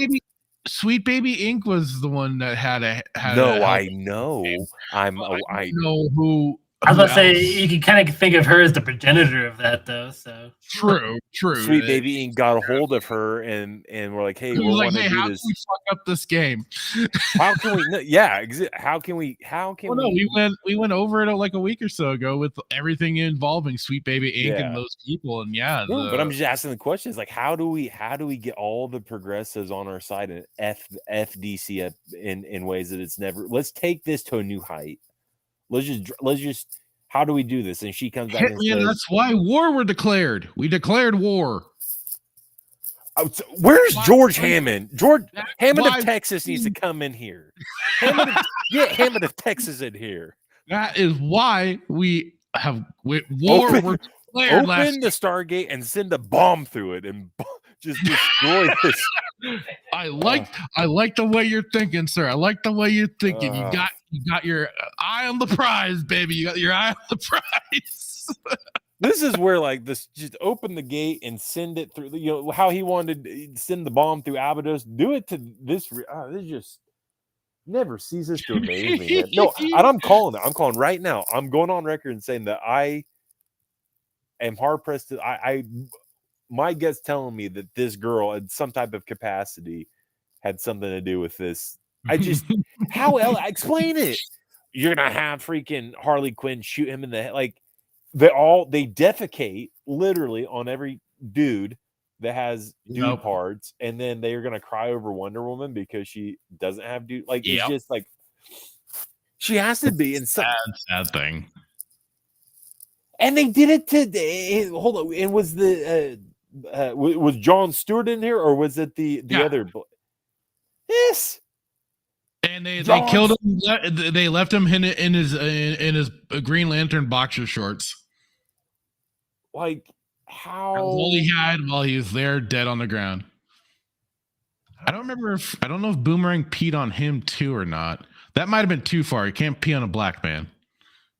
But that's the thing, though. They like you. We're how many? Pick up the Green Lantern ring and put it on. How many years are we removed from the BLM movement, and you're gonna pee on a black guy? Like so it's okay to shoot a white guy in the head. That would have been ballsy. That would have been some balls right there. Like seriously, like you're gonna shoot a white guy in the head, and that's fine. But you're gonna piss on a black guy. Piss on the Flash, another white guy. A white guy. You're gonna piss on but you just peed on Superman. I think Superman was the last one they peed on. But they did nothing to Jon Stewart, of course. Other than like I said, he was left in his skivvies, and they did kind of mock him and shoot him dead and everything too. The most respectful of the three. Let's just leave him in his skivvies, but we're gonna shoot this dude in the head. And then, like I said, King Shark somehow puts on the Green Lantern ring. Somehow, so it's like this is their most respectful was Wonder Woman. This is like they're all three dudes. So we really need to, out of respect for all the females out there, we need to destroy the males. But we can't do this to the black guy because he's black. But we can shoot the white guy in the head and piss on the white guy. But we're just gonna leave the black guy in his skivvies because that's the most respectful. But the ultimate respect, but we're gonna basically bend the knee to Wonder Woman because she's a woman and hail women. Like am I wrong in this thing? Am I crazy? Am I the only guy that's seen this? Like. You're not crazy, Hitman. You're going literally crazy world. They're all dudes. You pee on the white guy. You shoot the white guy in the head, but you're just gonna leave the like. What? I'm going through the Stargate. Bye. Have a nice night. Dial up PX5667. I'm gone. Bye. It's funny because they even have like the joke set up with the Boomerang guy because he's like supposed to be the transgressive one of the group. So they could have easily set up the joke where he tries to pee on her, but then they're like, dude, no, what are you doing? This is the one we give respect to.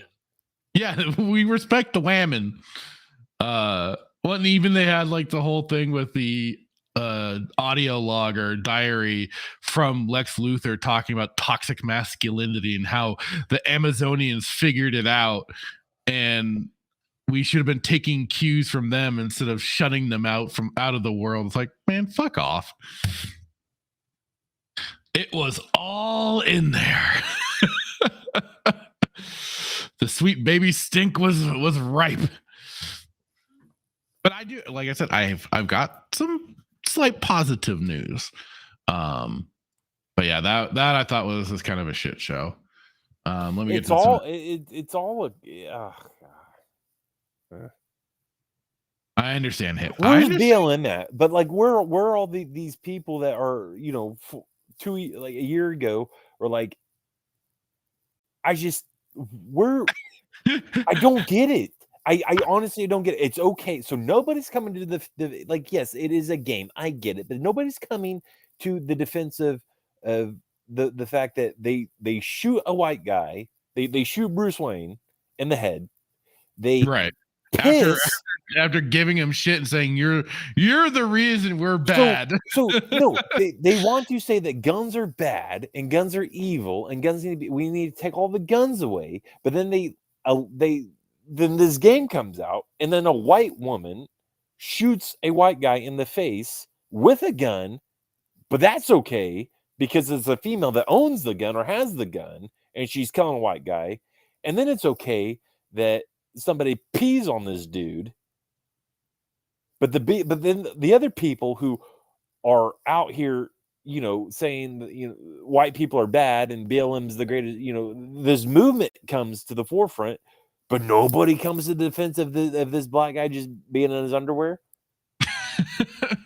Like, it's a game. I get it. I'm getting worked up for nothing, but like it's still principle in it. Like, well, it's like Spartacus here says it's because the black guy was an intergalactic cop, so it's okay to, you know, piss all over he him. wasn't a cop. He wasn't always a cop. I think Jon Stewart in the comics was a military guy. Well, I think just saying the Green Lanterns, I guess, because they're people of integrity and he's a cop. It's okay to piss on a cop, even though. So basically, him being a cop negates the fact that he's black, or it's a wash. It's a mulligan. Essentially, he becomes white. But listen, if he had not been a cop and he was like, dare I say, maybe somebody who was against the law, then whoa. You just peed on a criminal. This can't be.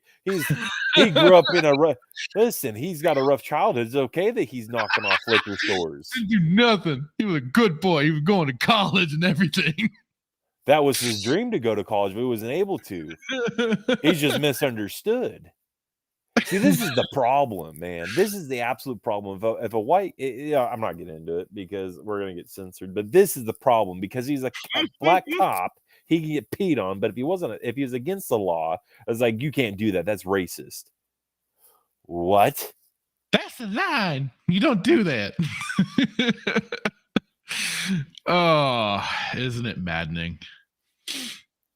Well, they're fine with who left him in his skivvies, first of all. The Suicide Squad. They just left him there. After you beat him with the boss battle and everything, the whole group just leaves him there. And like I said, then King Shark picks up the ring and magically puts it on. Even though my understanding is that the ring is meant to disappear when the lantern dies. Do that. It's against comic book lore. But you know what? You know what they did? They called up Filoni. It was like, hey, how'd you get around the Darksaber thing? How did you do that? Because the Darksaber had to be won in battle. How did you bypass that? And then you know what Filoni said? He's like, Ahsoka told me you didn't have to win it in battle.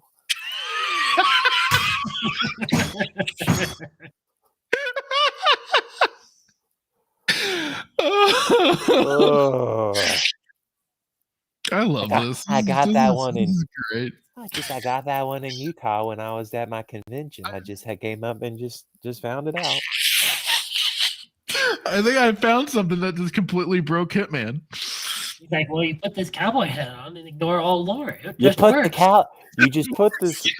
this cowboy hat on and my Nike tennis shoes, and then just I just can't even.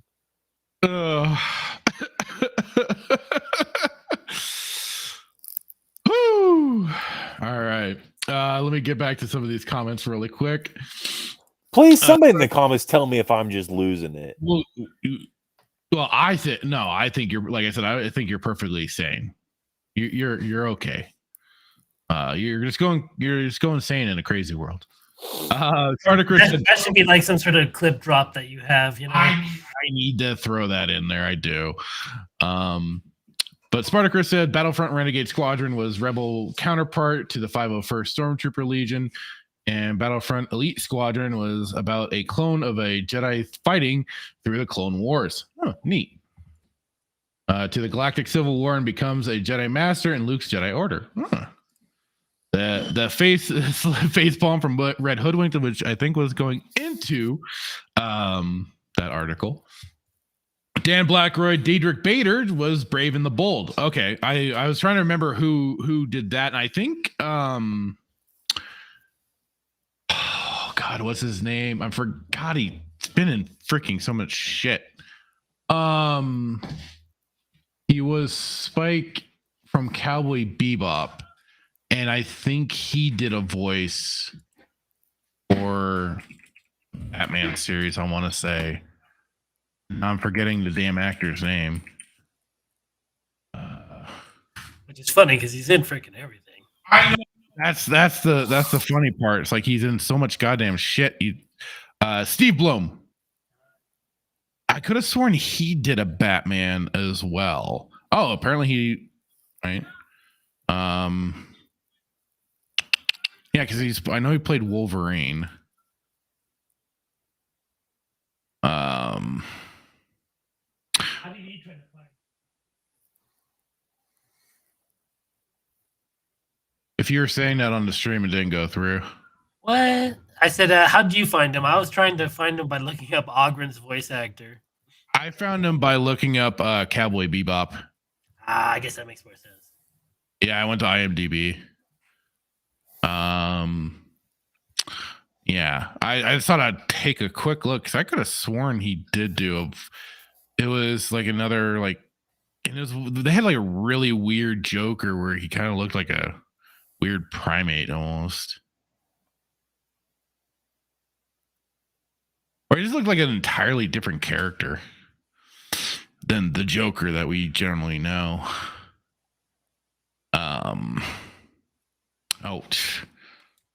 Maybe if I just did Control F and search for Batman.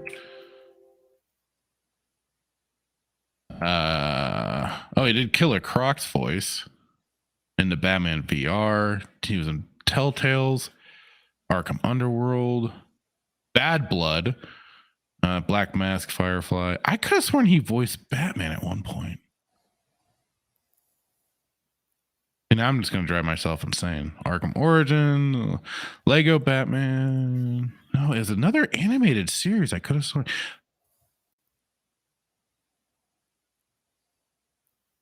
Looks like I might be wrong. Damn. Oh, no. Wait. What was that? Oh, Lego Batman, the video game. He did voice Batman. I could have sworn it was an animated series. My bad.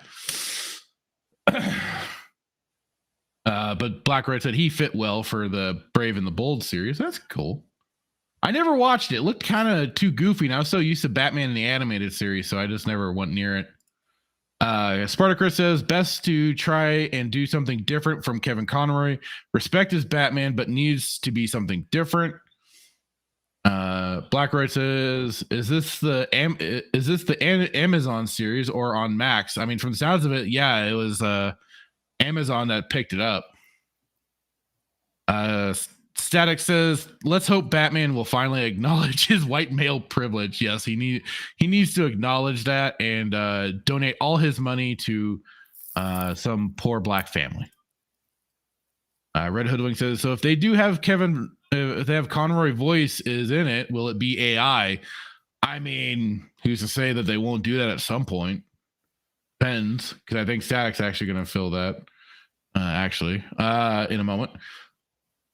Saying we brought that up with James Earl Jones and whatnot.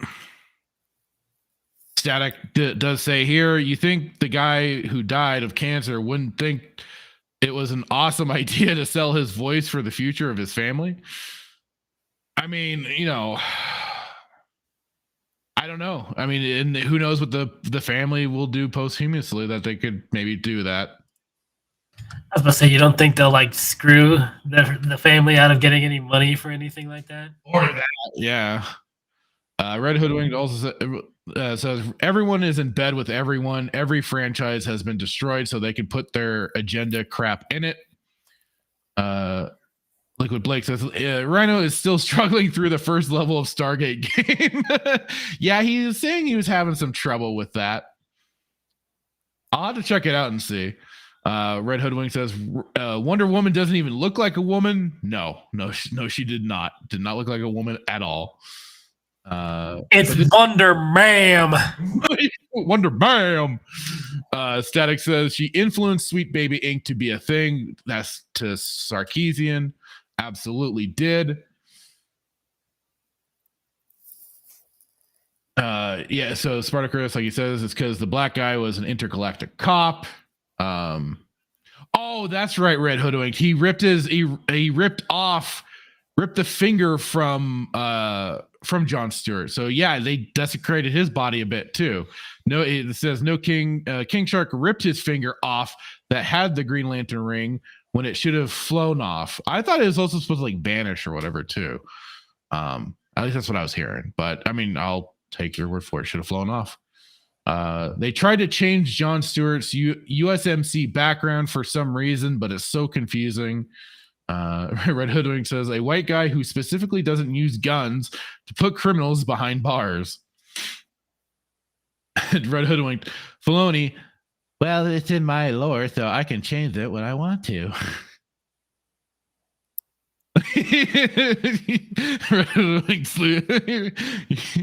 You got him going, Hitman. You got him going. Let's go.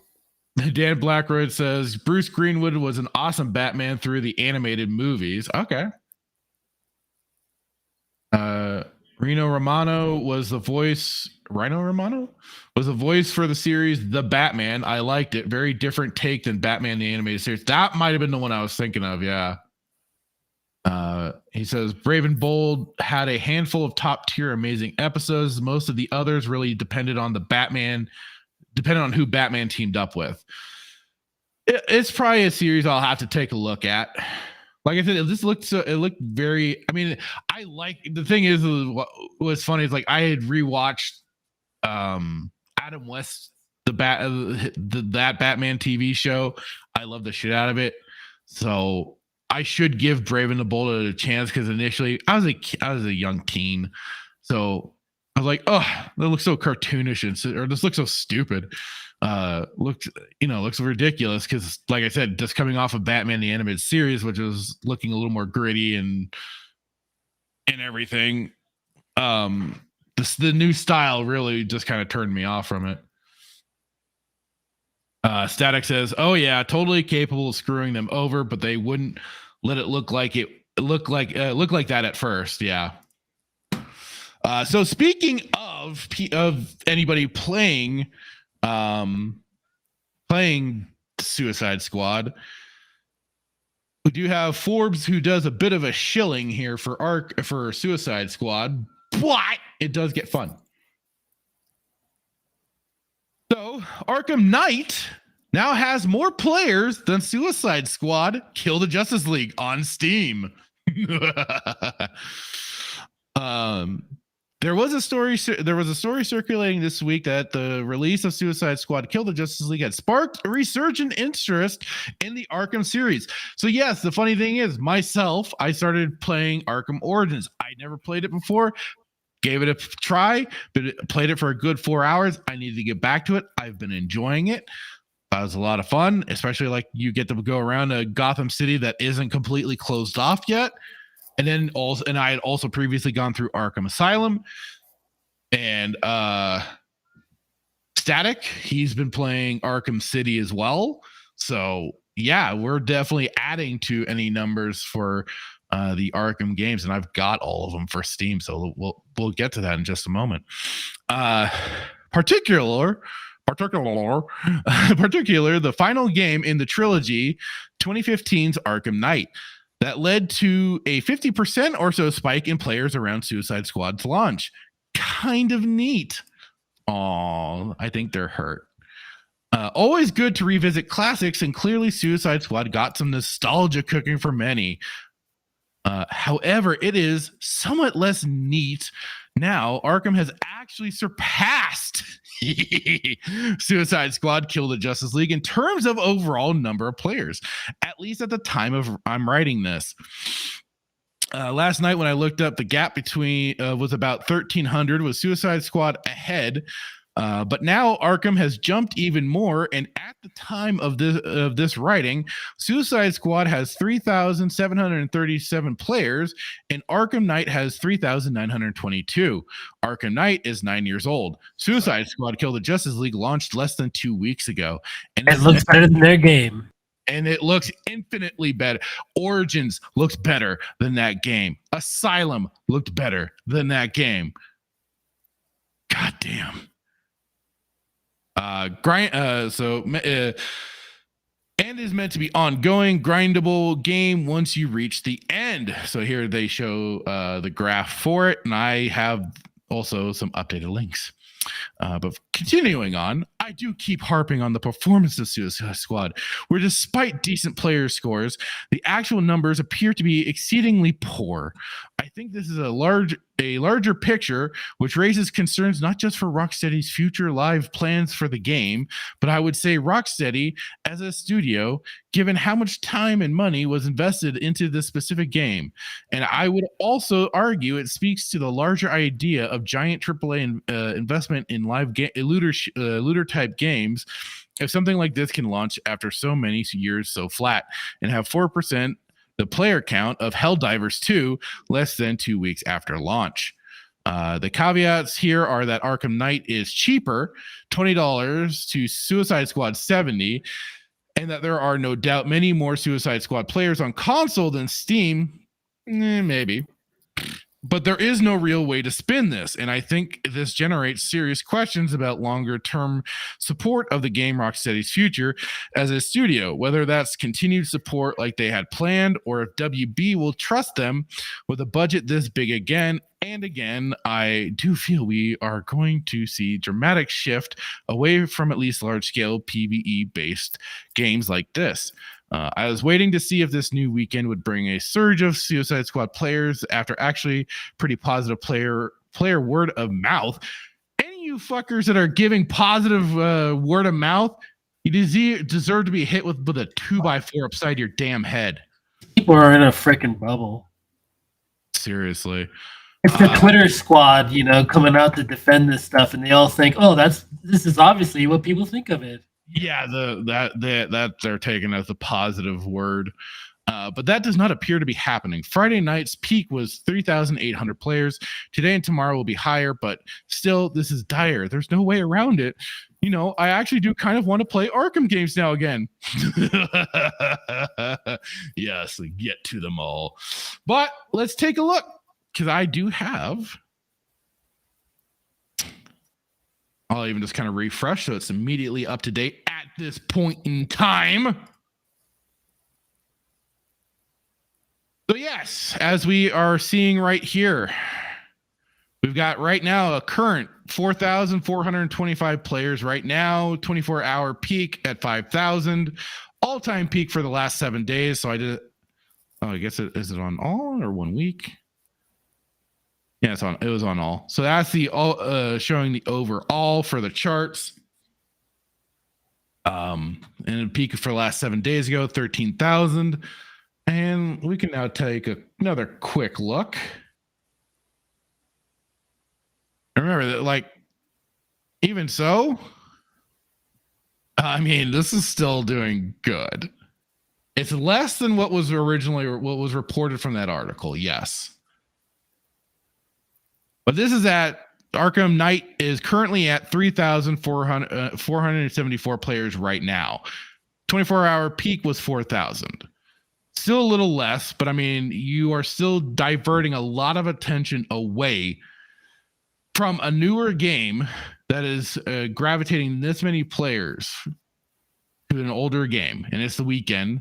So yes, there would be some more people maybe jumping into Suicide Squad or their friends and stuff may be available, but I mean, this is still doing pretty darn good. I still think it's pretty funny that Suicide Squad is just getting there. And even let me even bring up some of the older Arkham games, see how they're doing. I was about to say, and that's considering this is a new release game with like probably half of its budget going into marketing. Right.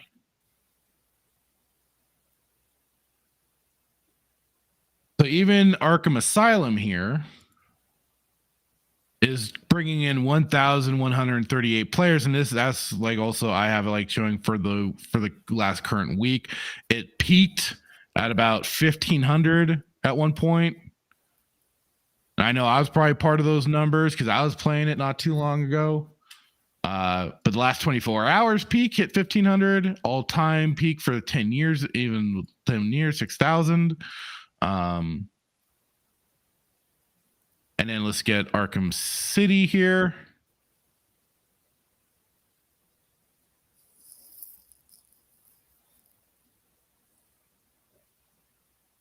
And here's even something, so 1,478 for Arkham City, 24-hour peak at 1,900. I mean, and then just the last, just to kind of end it off really quick, Arkham Origins. 1,064 peak, 1,387 in the last 24 hours. Now think about that though. Those 1,000, another 1,000. So let's say like this, just going off of the thousands, 2,000, 3. So 6,000 players are divided up between these old Arkham games that aren't playing Suicide Squad, which potentially could have been had your game not been complete dog water. And, thank you.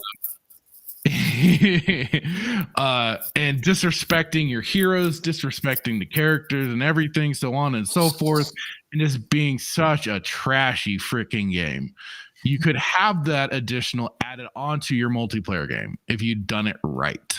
But instead, they're all divided up between 4 separate games, playing a single player game instead of your multiplayer game. I mean, like I say, yeah, it's not like an individual game, but even like it is, Arkham Knight is bringing in 3,000. Come on, like gamers have friends to play these games. Oh, clearly they want to play as the solitary Batman instead of trying to team up with 3 other people. 3 other mutants to play that fucking game with. I mean, funny enough, disrespecting heroes works if you obviously do it universally and you have the squad pretty much universally shitting on all the heroes equally. Right. Which obviously is not what they're going for, but that could work to a degree if it wasn't just safe edgy. That's like the funny thing. It used to be edgy where it was like they would shit all over everything and they'd be going like most, offensive possible and denigrating the heroes as worse as possible. But nowadays, obviously, in the modern era, they show themselves because, we can only disrespect certain people. We can't go so far as to, disrespect certain people too far. So it's the safe edgy. Right. Well, and I mean, God, I can't add more to this. Oh. I mean to say by that, it's like a Suicide Squad type idea could work for a game where, obviously they're going for Max Edge and they just want to like, what is it, like Deadpool kills Marvel or whatever? Yeah. Well, and just go full tilt into it and disrespect everything, try to be parody or whatever, just lampooning and satirizing the whole thing. But obviously they have their sacred cows that they can't attack. Well, and it's also like at that point though, why not make like a game revolving around The Boys or something like that, where you are trashing superheroes and everything. that would have made a little more sense. Because then everyone wants to play as Homelander and fry all the people in his way. True. But it's kind of like I'm trying to think of one game that it happened recently where it's like instead of leaning into certain things, they just played it entirely safe. And that's kind of like what you say, like what a bit of what they did here. They played it kind of safe. They still disrespected the heroes, but like they did, like you say, they could have gone full edgelord, right? This could have been like their hatred or something like that, where they just leaned into completely trashing the heroes. I mean, why not? You have your Suicide Squad, so go full tilt, and especially if you are. Was it like they're setting up multiverse with this fucking game anyway, so they have their ways of bringing the heroes back, so why not just go full tilt? And then just full disrespect, and not try to add this, actually, Batman picked on us, so we're right to shoot him in the face, or any of this stupid bullcrap. Just be like, we're criminals, we're villains, we're evil, we just want to worm our way out of these Fed people control over us and kill all the heroes we can, sort of thing. Yeah. No, it's silly. It's dumb. It's failing though, and that makes me laugh. That makes me happy. And they're eating crow. And it's funny because it kind of speaks to their modern capability of being subversive, because back in the days, they tried to be as edgy and subversive as possible, but now all they can do is be safe edgy. They can't do edgy too extreme, otherwise, the people on our own side are going to be thinking, I don't know, it just makes me feel a little gross. Well, and you and I have kind of talked about that too. I mean, in terms of the way they hide it versus the way they do now, they just never taught their idiot soldiers how to actually properly do this shit. To do the overly edgy, now they're just full into defensive mode, I guess. Yeah, full reversion to the mean. Their agent provocateurs have turned completely retarded. Exactly.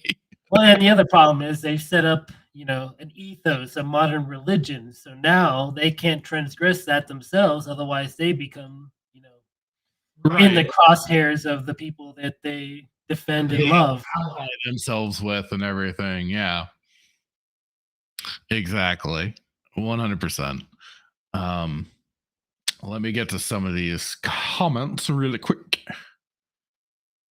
They all probably play better than Suicide Squad 2. Oh, I'm sure they 100%. I mean, it's a focused gameplay, so they knew how to set up those games. So, oh yeah, like they did not know what the hell they really wanted to do with the characters in those games. I mean, watching Suicide Squad, like the first thing I thought when seeing it was like, it's like Saints Row 4. I don't know if that's good or bad, but take it for what you will. Yeah. Static here says, I heard Steam was supposedly deleting negative reviews. I mean, Steam's done some shifty shit in the past, so that wouldn't surprise me if they did. Did some certain group not list them as, people that they have done business with? Oof. A certain Sweet Child Inc., right? The old sweet baby. But like, hey, you're doing a little too much there, guys. You're allowing these people a little too much freedom of speech. It's called don't let these troll reviews in. The troll reviews are ruining it all. Not just people being fed up with their bullshit. They're just troll reviews. They don't, I mean, they allow, positive reviews are like a sentence long, but don't allow the, negative reviews that just say this sucks. Yeah. It all sucks. It's all bad.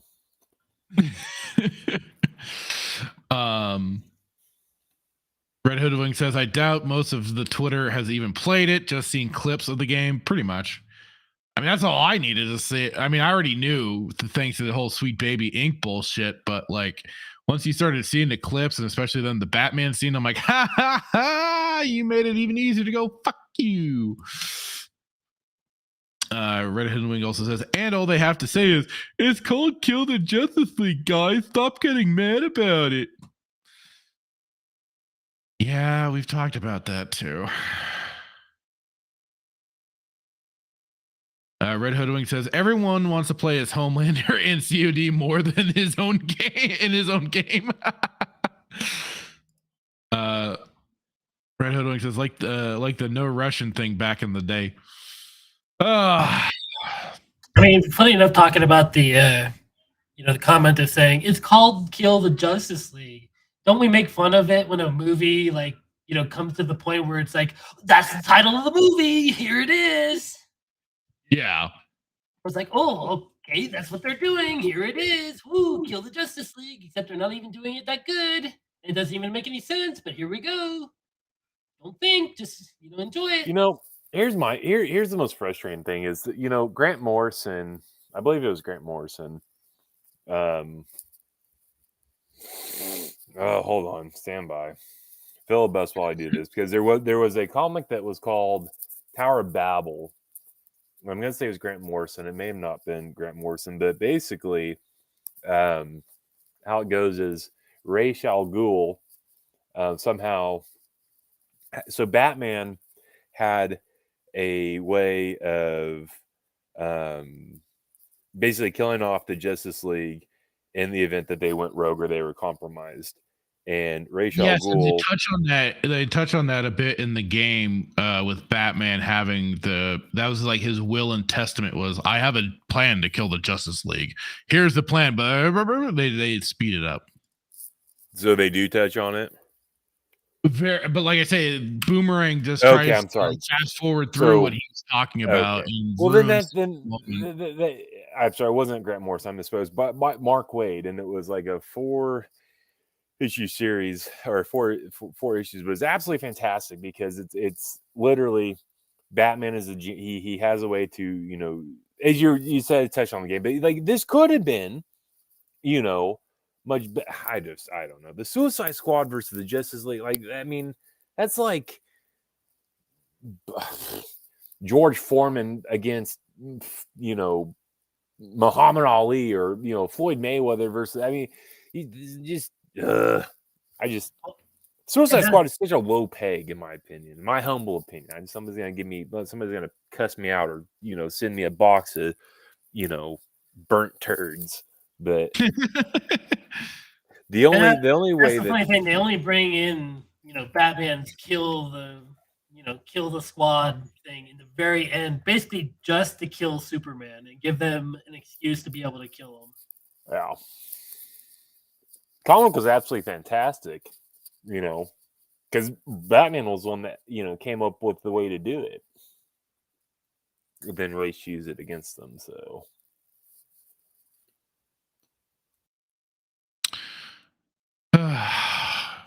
But that's the problem with these games, because like you come up with ideas like, oh hey, how do we kill the Justice League, right?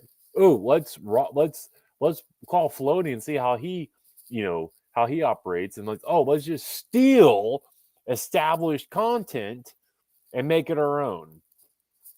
Now I've not played the game, so I don't know if they literally take Tower of Babel, like they kill Superman with a kryptonite bullet, they poison Wonder Woman, they make they basically remove all the water, they dehydrate Aquaman. I don't know if Aquaman's in this one, but they dehydrate. They basically fear toxin Aquaman to stay away from water. Right? They do something. I forget what they did with Green Lantern. It wasn't John Stewart in the comic. I think it was Kyle Rayner.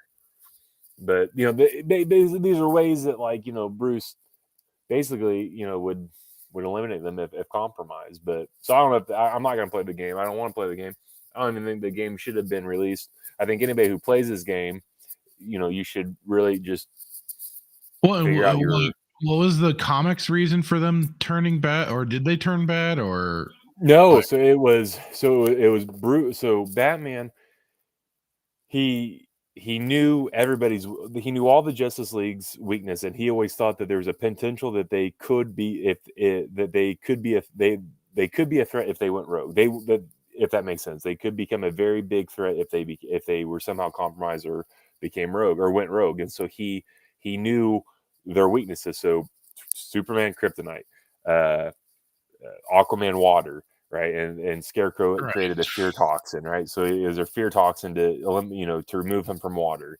Kyle Rayner was like, there was some, and Ray like twisted around, but like there's a whole bunch of them. It was Amazon was the Wonder Woman was like a poison that she got hit with, and then the Flash was like kept him running to the point where he was going to. I'd have. It's been a couple years since I've read they're fantastic comments. I'll have to get. I think I might have them. If not, I'll send them your way. But that was the concept of it. Like he knew how to take them out.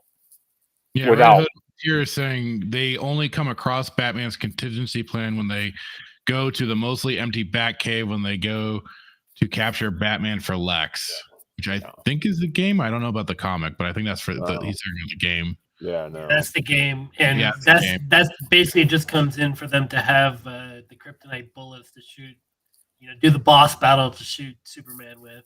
Yeah. And basically, like the whole thing with this game is that it's Brainiac taking over the Justice League, but the only one that was not affected and taken over was Wonder Woman, and originally the Flash as well, until he got captured by Batman and was taken away to be Brainiac brainwashed. Yeah, see, his minion, but he already had Hal, or not Hal. He had John Stewart and Clark taken over. And then there you go, kill the Justice League. Trash. What the trash? Dude, that's saying you can have Brainiac as a villain is even pretty he's not even present for most of it, and he's just kind of lame. Brainiac was if I'm understanding it, Brainiac was a Superman. Like that was I think he was a Superman villain, or maybe he could have been maybe a Flash villain, but no, I think he was mainly a Superman. I mean, yeah, you're right. You might be the only right. thing that I know for Brainiac, at least like I think from like the Superman cartoon and stuff, like originally part of Krypton, and then had broken away as a AI device. This is the problem, man. They have blueprints, they have content that was created before them, but they refuse to do that. And they create it's like they rob Peter to pay Paul. They take bits and pieces and try to say that it's their own, and then 10 out of 10 times they create just crap. Yeah. Now I think we could be having, if they had stolen it completely and butchered it, then they're just stealing stuff. But they did it. They do it with Star Wars, like Andor. They could have done Kyle Katarn, and they could have done Jan Ors. Didn't do it. Wanted to create new characters. Kenobi. They could have done it. Like we're beating a dead horse, but it's like you have the blueprints, you have the content, you have the product. Like there's no reason why Warner Brothers, in some capacity, is responsible. I mean, they had to have the same this game, right? Because they own the rights. They could, like I said, we don't have good games being released. You can make a good game. I'm not saying that the concept of killing the Justice League is a bad idea. I just got done on a rant, just telling you on a rant that it was a fantastic comic, right? Yeah, but that's what I was just saying too. If they do the concept right, it's not they bad. Do it right. Yes, everybody at some point in time wants to see the good guys. I think it works too if you aren't including any current video game canon. Like, right. I think the mistake was including the Arkham or politics. Dare I say politics? Well, and that too, but like they were including the Arkhamverse Batman and everything into it, which it just threw a monkey wrench into everything. And like it was, then they disrespected Conroy's Batman. That really threw a lot of people into being very upset with the game. So I think if maybe they tried to do it, yes, from a clean slate perspective, not relying on a established IP of another game or setup and stuff like that, like you guys are saying, it could have worked. Yeah, the end of Arkham was night, right? Yeah. But yeah, that was the end of Arkham. This should have been completely separate. Not that it would have made it any better, because they're flawed just in their execution of it. But Yeah. Well, even if it's a good execution, it shouldn't have been tied into the Arkham series. yeah. I don't know. I have my issues with the Arkham games. Arkham Asylum, fantastic. I think Arkham City was decently done. The third one I didn't play, right? Third one's a mixed bag. Like it story wise, it's interesting. Gameplay wise, still Arkham. It was great that you got the Batmobile / tank, whatever the hell you want to call it. My problem with it was the over inclusion of it in even like the Riddler puzzles and stuff. It made it difficult to, at least for me, to complete a lot of it. So it was annoying for me personally, but it's still leagues above what we've gotten. So yeah, no, I mean, and like it is, I still need to play all the way through Arkham Origins, but like I said, I'm kind of digging it. Although I feel like we're getting I know it's leading up to Joker being introduced and it's feeling a little forced. But because like I'm almost thinking like this should have just been a focus on different villains, because like Static was saying, the Deathstroke fight was like intense and very awesome and well done. But like after that, supposedly it just kind of not pitters out, but like the boss fights just aren't as involved in everything for the other ones. So we'll see what I do get to and what I feel for him. So we'll see. Sadly, most of Arkham's boss fights are kind of meh. Yeah, they're pretty kind of standard. Like I don't think one stood out at all from Arkham Asylum. Well, I mean, other than like the Killer Croc moment. I mean, it's kind of special, but it gets irritating too long. It does. It drags on a bit too much. Arkham City had the freeze fight, which was good. Yes, because that was including your combining your stealth with then the way you had to jump in and still trying to attack him, and what was it, like remove those gems from his suit and stuff. And howdy there, forking around. How you doing, dude? Red Hoodwink says, wasn't Brainiac's whole arc was going after the Kryptonians and not creating a new Kalu? I don't know. I'm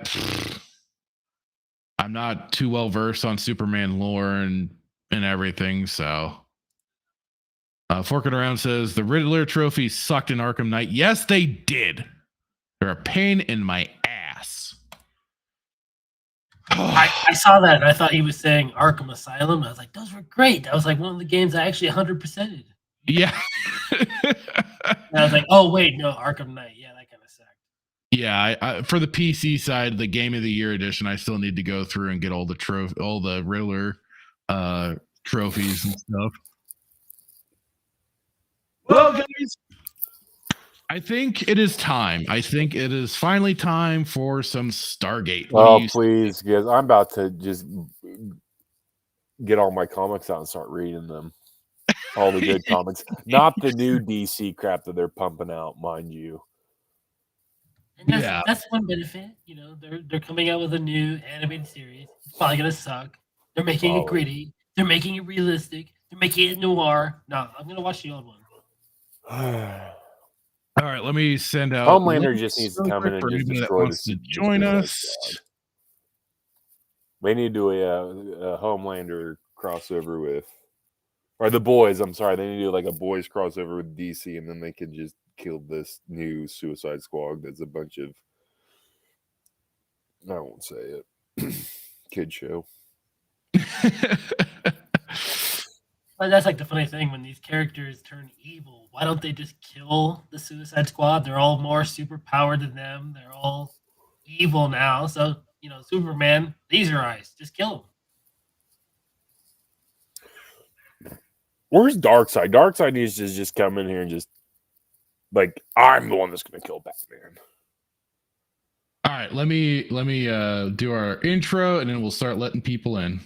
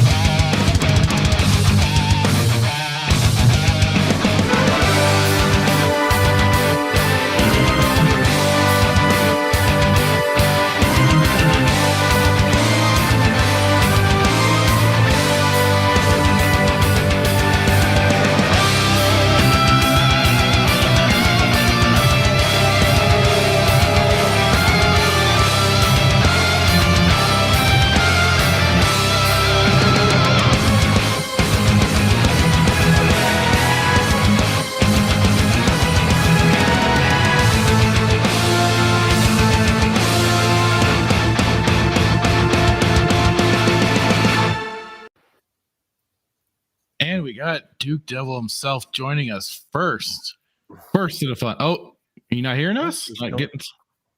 We can hear you. I just heard you. Can you guys hear me? Yeah. Yes. I'm getting weird noises here. I'm gonna have to log back out. All right. No problem. I love the intro. It looks like Big Head Mode from GoldenEye. I was going to say, Fractured, you don't sound like a gould anymore. Your mic must be working. I think I things for some reason got switched on the Discord. Hey, Static, on the Discord side. So it was kind of weird. But yeah, I switched. I made sure and close those. How's it going, Static? Oh, it's going. Spent the whole day playing Final Fantasy VII Remastered or remake. Ah. And I bet you it's probably better than Arkham or Suicide Squad killed Justice League. I don't. That really wouldn't be hard. There's a lot of games better than that. Just even from looking at the gameplay itself.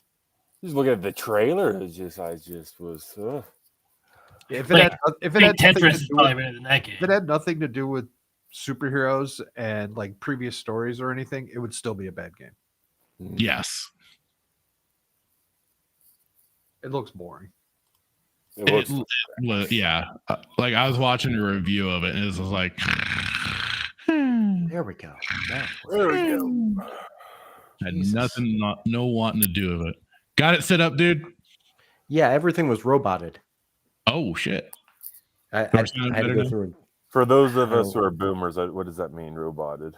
Well, You sounded like you were talking like Stephen Hawking. Oh, that's just that Orlando internet for you. All right. so who's excited before we start? Who's excited for this episode? Everybody excited? Well, one, Stargate. Obviously, we're excited, but everybody excited for this episode? This was a good episode. It's a very good episode. I was before you. I don't know if you were on set. Like, I somewhat agree with you now about last episode. It's kind of a lackluster in comparison, but Wait, last time was Emancipation, right? yeah, a little lackluster. So that I like equate that to like Code of Honor on first season of Star Trek Next Generation. It's just like Code of Honor was extremely racist, and this one was extremely sexist. So. Well, it was definitely pushing of the whole girl power and the whole like it is, yeah, emancipating. It's just like, at the end, the evil men. at the end, it's like, "Oh, Jedi be free," and like the curtain drops. And Yeah, I didn't see it last week. I still remember. There's like, Oh yeah, you got it. Like, You 100%. But Hitman, like you pointed out, though, it was the kind of over the topish acting from Better than what we got from Gina Carano and Buckethead. But yeah, Tagawa was definitely he was definitely the standout as the villain, evil Mongol type that he was portraying. He's not evil. He's just misunderstood. I've told you this. Like, kind of the funny thing, I was thinking about that after the fact. He was an early misunderstood villain. Yes, misunderstood. Not that he's evil. He was misunderstood.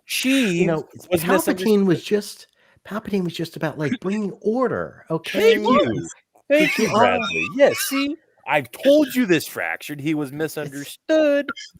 In my opinion, the Jedi are evil. Exactly. I mean, he was just controlling the society that they had built and knew how to control it. It's not he was given guidelines for it. And let's be honest, I don't think that Sheev has, and I don't mean Sheev, I don't think Sheev ever really stole children from their parents or killed them, mind you. But no, he let Anakin do that. Yes. By children, do you mean armed combatants? They were armed. They had thank you, Chief. Child soldiers conscripted into the Jedi army. Exactly. I had to blame for that.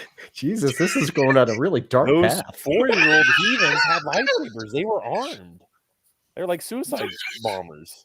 What kind of sane sentient being gives children lightsabers? Come on. 4-year-olds lightsabers, mind you. I'm beginning to think, because I trained them properly, of course. I'm beginning to think she was really misunderstood. I'm gonna have to reevaluate a lot of things. When was the last 4-year-old Sith that you knew? Don't worry, I'll wait. I mean, Xana, maybe, right? Xana kind of. He wasn't 4; she was 14, the same age as Padme when she robbed the cradle to date Anakin. Well, no, wait. Now, Anakin at the time was 10, and Padme was 14, 18. 15. Oh, I thought she was 18. She was 13. Anakin was 9. Okay, so it's a 4-year difference. Well, that time, that's like your babysitter. I mean, I could see the Anakin having a crush on the babysitter, but the babysitter should not be having. There was more than a crush. Well, later on, but I mean, later on, yes. So it's like, so now she's a senior in college and he's a freshman. That's okay. Let's you know what? Let's get the Stargate. This is diverged into such a different path. Don't get me started about Ahsoka and Anakin. Fractured. Oh God! All right, Stargate. Let's go. So pumped. Everybody hearing it? Yep. All right, cool.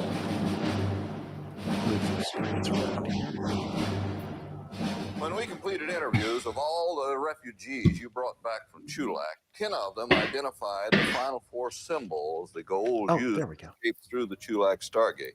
When we disregard the last one as point of origin, that leaves 3 to work with. Captain Carter's computer model has thus far extrapolated only one. I'll occasionally share the screen for people to know where we're at and see. These 3 glyphs. Let me guess. That's where we're going. Very good, Colonel. Thank you, sir. I pride myself on my deductive reasoning skills. In 1 hour, you will go through the gate to the planet represented by these symbols. It has been designated P3X797. Couldn't we call this planet something that's a little easier to remember? It's based on a binary code the computer uses for extrapolation. Which makes it much easier to remember. We sent an MALP probe through 30 minutes ago. Atmosphere is breathable, detectable radiation, temperature approximately 40 degrees Fahrenheit. We see the video playback, sir? There is no playback. Why no playback?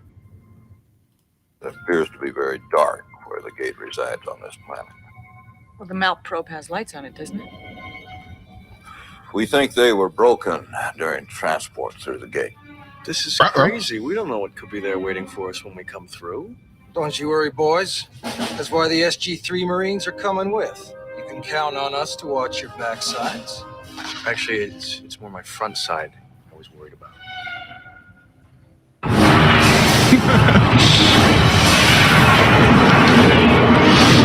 Chevron 4, coded. Why isn't the MALP equipped with night vision cameras? I guess they hadn't thought of that quite yet. But you think have them on their heads? Thermal night vision goggles. Hey, here's a question. Nope. Why doesn't the mouth have a set of these? There you go. Yeah, good question, Jack. SG-1 and SG-3, you have a goal. Repeat, you have a goal. Okay, we'll take point. We'll go through first. You watch our lovely backsides, remember? Have it your way, flyboy. You out of your mind? If Scar or Shinray are on the other side, those jarheads will open fire as soon as they see the light of their eyes, if you know what I mean. You want that? Give us 10 count, then come on down.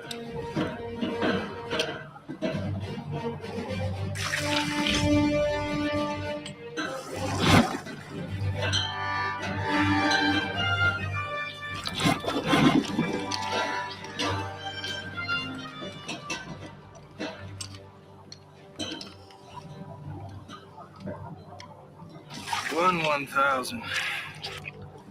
Two 1,000.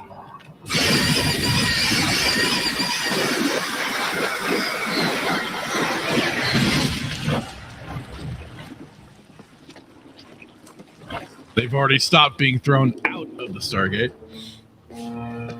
They fixed it.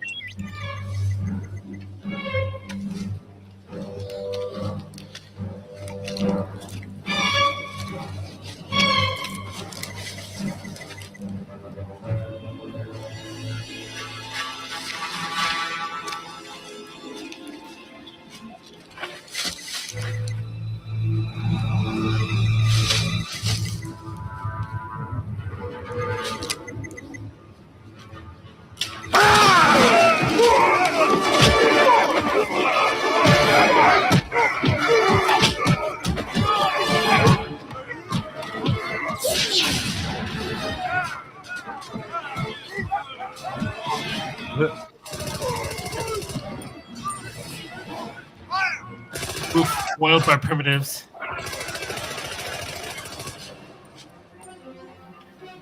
I'm real glad it was you who took point.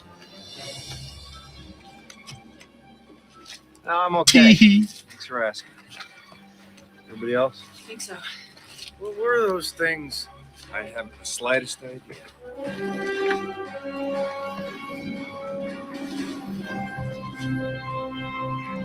They returned to Monkey. Yes, they returned to Monkey.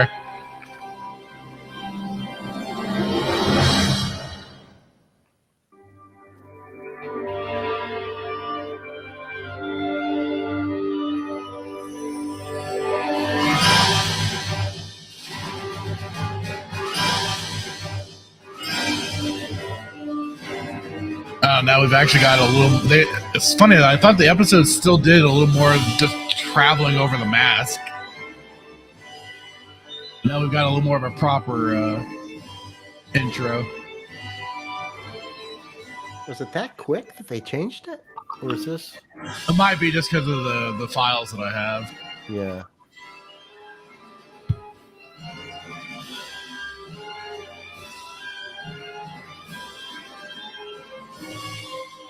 You mean the version of the DVD you bought?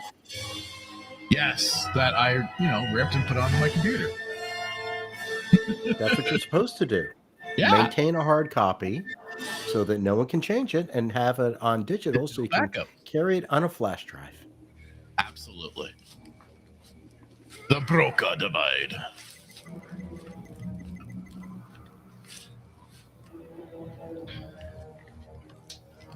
Johnson.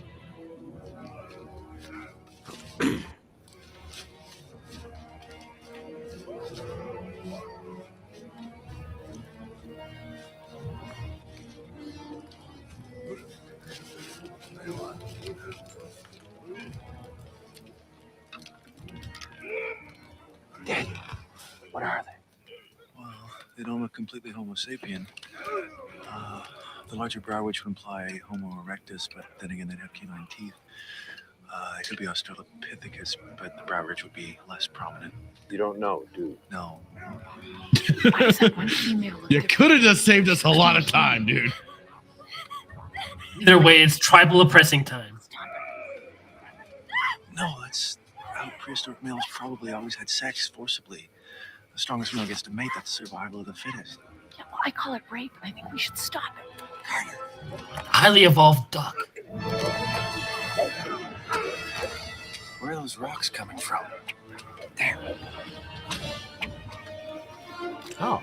Babies. They have their own clan meetings. Yeah. I was kind of the clan has come to save the day. It was like Ryan Kinnell would love this episode, right?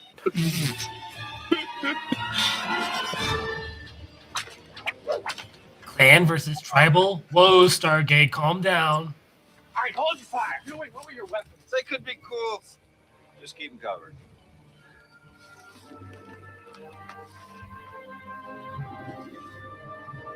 There's no entry scar. They're not goulds. Lower your weapons, kids. Any idea what they are? My lord, It's like some sort of Bohemian Grove thing. We are pleased the gods have deemed us worthy of a return visit. Gods. Only the gods come through the Stargate. I think they're talking about us. We should probably start getting used to this kind of treatment. Oh, for crying out loud. We're not gods. Get up. Please. Come on, please. Perhaps they wish us to treat them as mortals. A test? Please, let us take you to the land of light.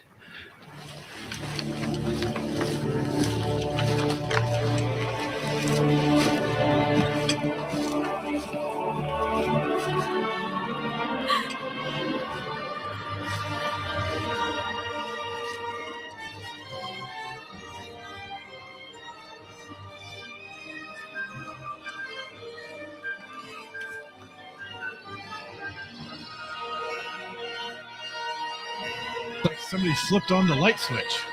It's I love the line, the shadow line.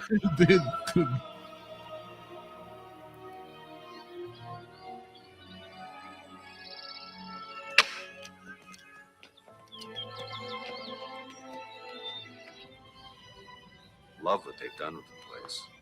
I was going to do my living room like this, but it didn't go with my other stuff. Looks Minoan. Welcome.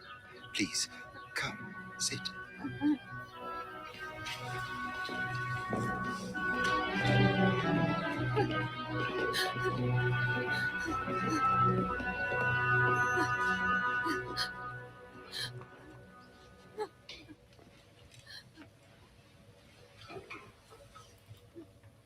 Is she all right? I do hope. Clearly not. Is my daughter. What's her name? She is called Malosha. I can only hope we rescued her in time from the hands of the touched. We must now wait to see if she has been cursed by them. The creatures that took her, what were they exactly? They are the touched. They were unfortunate enough to be cursed by the Hilksha. Hilksha. There's a word like that on Abydos. Is that gods of the earth? Gods of the underworld. Evil gods. The Hilksha needed only to touch the unfortunate among us, and they would become possessed. Pure evil, like wild animals. So these touched people used to live here with you? They were us, until they changed. They became too dangerous, and we were forced to banish them to the land of the dark. And where are these evil gods now? Oh, they do not show themselves. We know only of their presence because of their actions. When was the last time the good gods came around? Well, if you are not them, then it has been at least a generation. A generation. Okay, will you excuse us for a moment? Just, oh, please, no. Wait.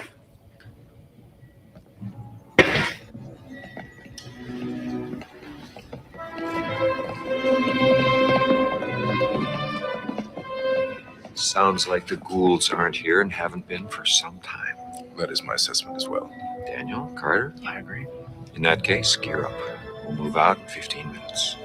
Wait a minute, move out? Yeah. Back to the Stargate, back to Earth. Yeah, this is just filler. We don't need to be here. Well, we should stay a while longer and study the society, learn how they've evolved the Minoan culture. I mean, you see those statues over there? Those are bulls. The bull is all throughout Minoan culture on Earth, but we never really knew why. Hey, I'm a big fan of all this stuff. But art appreciation is not what this mission is about. Get your gear together.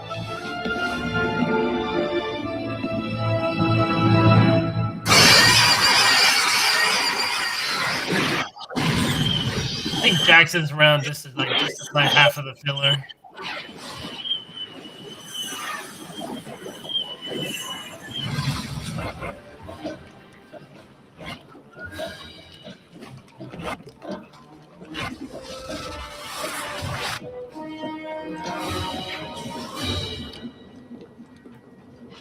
Find anything?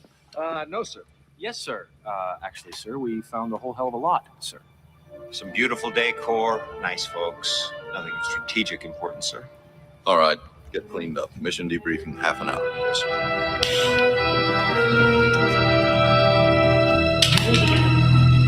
I'm sorry, sir. I know I'm a guest at this party, but I have to protest. Let me guess, Doctor, this is the science versus military discussion again?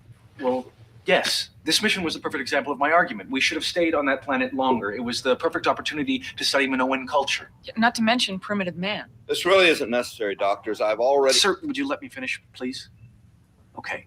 The people on the dark side are pre-Stone Age, but the people on the light side are clearly from the Bronze Age, so what better opportunity to study the Broca Divide? What? Excuse me. Broca Divide. Pierre-Paul Broca was a 19th century anthropologist. He founded modern craniometry to study craniums and brains and to compare the divide in intelligence between early species of mankind. Fascinating.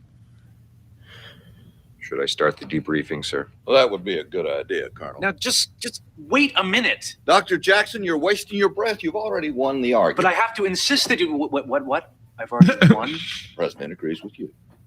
He's asked that we evaluate the scientific and cultural value of each mission from now on. Oh, for crying out loud. He has. That's great. Man's hopped up on the sugar. I wonder how that thing in your gut. Nope, never mind. He's just angry. He's just a racist. Johnson, let him go. Not until this ghoul apologizes. Lieutenant Johnson, take your seat now.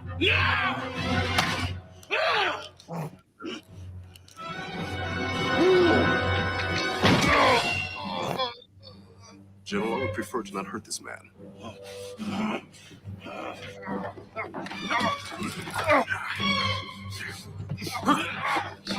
That shows off more of the strength differences. Yeah. Take him to the infirmary. Tell them to keep him in restraint. He's rabid. Look, he's like I foaming know, at the mouth. he's frothing at the mouth. Just take old Yeller out back and shoot him, right? That's Oh, no. It's all about with the Johnson. I love it. Jack didn't even get up from his seat.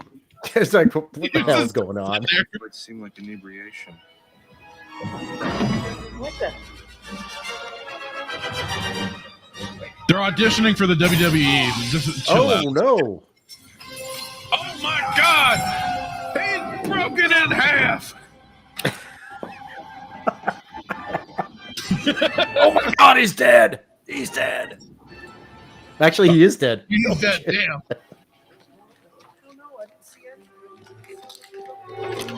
Mick Foley took that fall, no problem. Man down. Meteor Advocate Timon points out the first to become an ape was a black guy. Oh. And then he attacked another black guy. Damn, the statistics are just piling up. It's like freaking Chicago. He's I just know. frustrated Oh, hello. He's just frustrated with the new diversity quotas.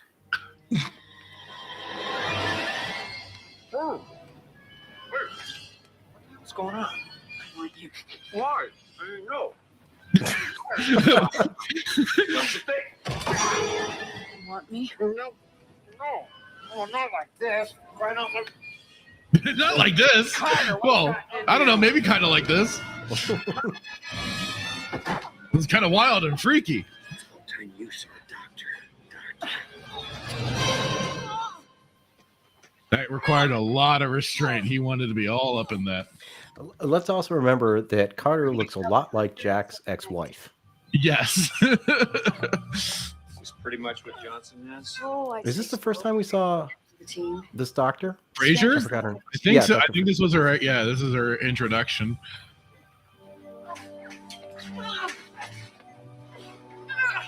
We converted DEFCON 1 living compartments from when this place was a missile silo into isolation chambers. You never know what you're going to bring back through the Stargate.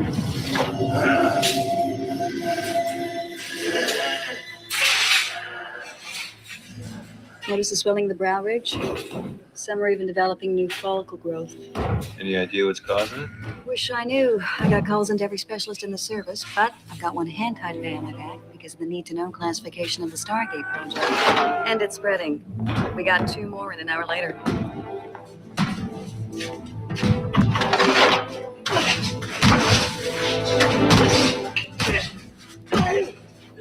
I've never seen a behavioral disorder like this.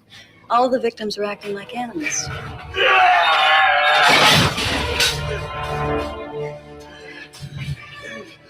You think Carter Don't put stuff in the room. Yeah, can't remove things from the room, All the victims are man. behaving like primitives. Or just tie them all down. Primates Yeah, just tend keep to them choose all their secured. sexual partners according to who would give them the strongest offspring.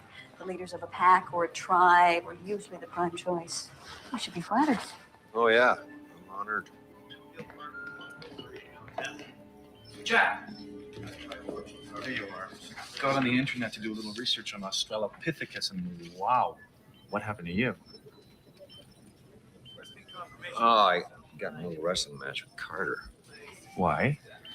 I guess she's got whatever Johnson's got. I had to drag her off to the infirmary. What, did she start a fight with you like Johnson did with Tilg? No, she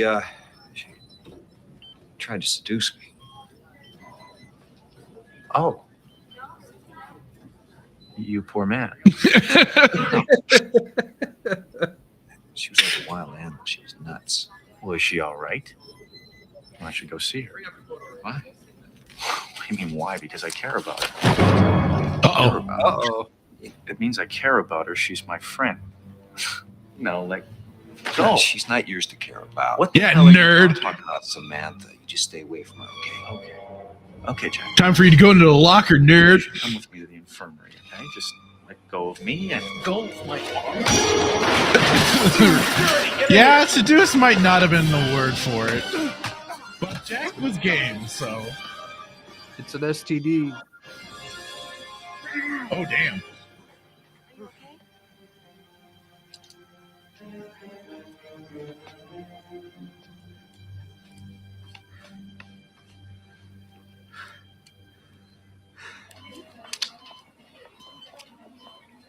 We've managed to isolate an organism in the victim's bloodstreams. Organism, like a parasite or something. More like a parasitical virus. And from what I can tell, it seems to feed on amines and cholines, chemical transmitters in the body that includes neurotransmitters. As they're depleted, all but the most primitive parts of the brain seem to just shut down. That's why they act like animals. Actually, the organism seems to release a hormone that stimulates the primitive regions of the brain that are normally dormant. I have never seen anything like this on Earth. Exactly, on Earth. That would explain the touched. Beg your pardon? That's what the primitives were called on P3X797, the touched. But I think, given recent events, I think it's safe to say that they aren't born primitive. They must have this very contagious disease, and we came in contact with them. Isn't that special? So, the question is, why haven't you and Mr. Teal come down with the symptoms? Mr. Tilk's symbiote probably protects him. That would be likely. Well, what about you, Dr. Jackson? That beats me. You're the doctor. Maybe I have a natural immunity. Perhaps you will develop symptoms later. Thank you for the moral support. I'm checking both of your blood for the presence of the organism, and I would bet that you both have it. This appears to be highly contagious. Are you saying we could have brought a new plague to this planet? Yes, sir, that's exactly what I'm saying. Well, that's it. I'm ordering this mountain sealed off. No one comes in or goes out until we get a handle on this thing. Like Chiefster said, back to monkey.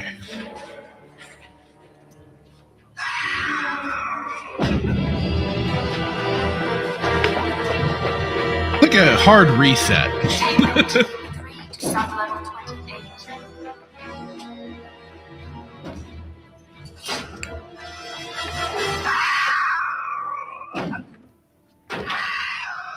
He's going to damage himself. I've been pumping him with sedatives to control him, but they wear off fast. Help me give him some more. Let's go!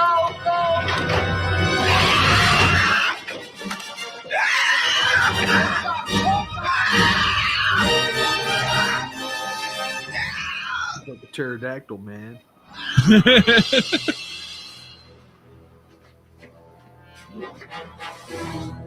Why they needed to do that quick is this rasping his voice. They had to cut it.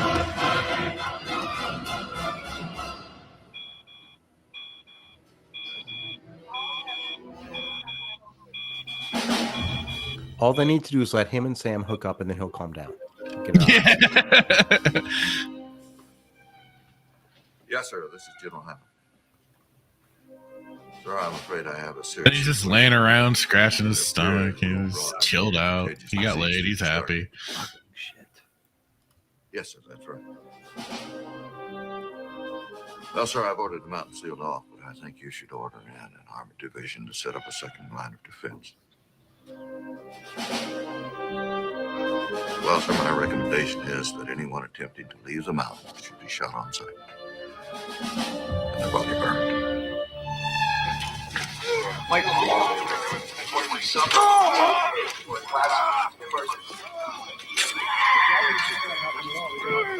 Good news, General. Could use some of that about now. What is it? These gentlemen don't appear to have the organism in their system. Now, if we can just isolate why they've been able to resist it. Perhaps we should ask the Untouched how they avoid contracting the disease. Maybe they know something we don't. I could use a blood sample from one of the uninfected. Maybe they have something in their systems to protect them, something we can synthesize.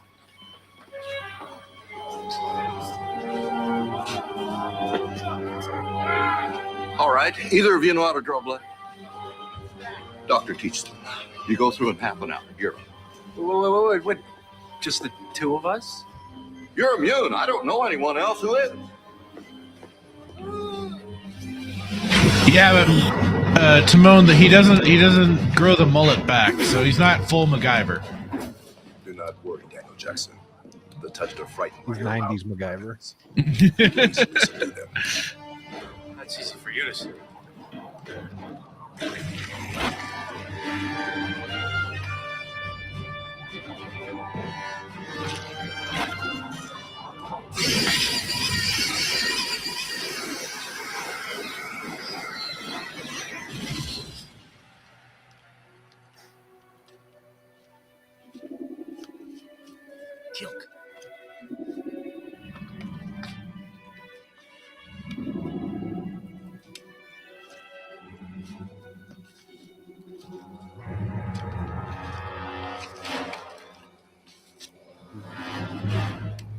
It's Malosha.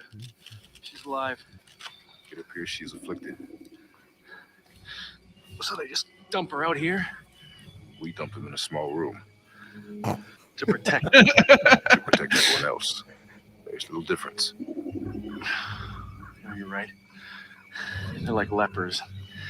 The dark side's a leper colony. What is a leper?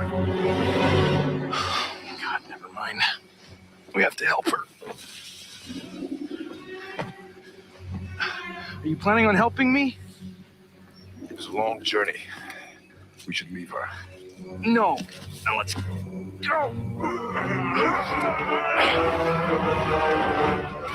Ruh-roh.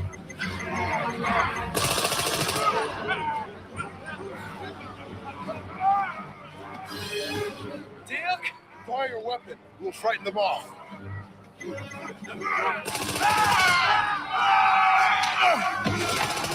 Nope, too late.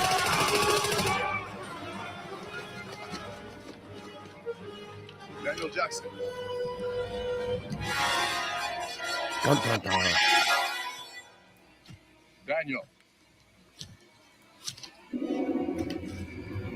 Daniel Jackson.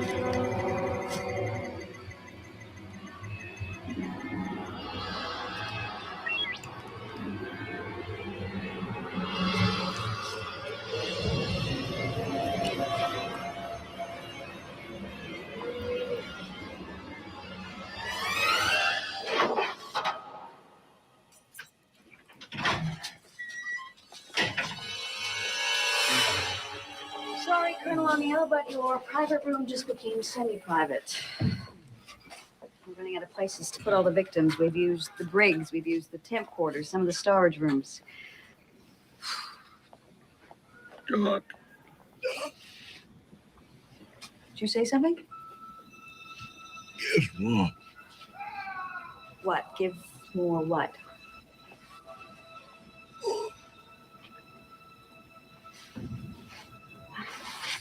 An injection? You mean Give me more of the good stuff, Doc.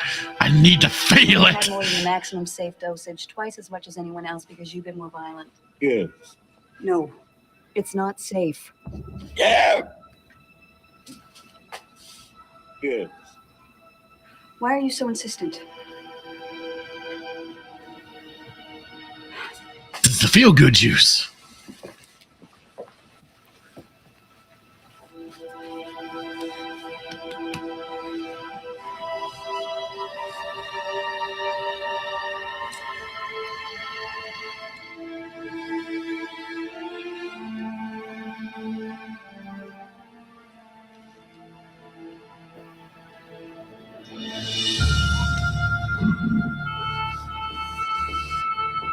Must have been in a lot of pain.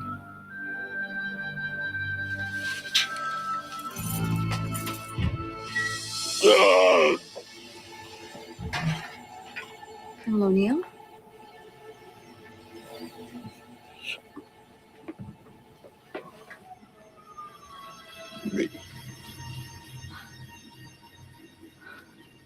So you are still in there somewhere.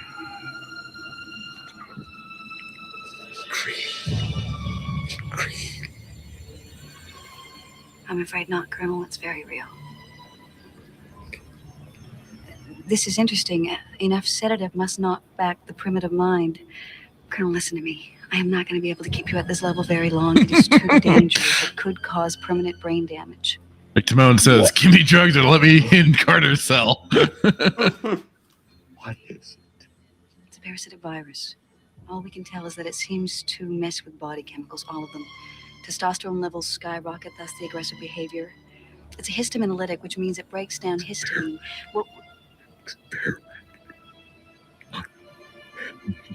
experiment on you? No, sir, I can't do that.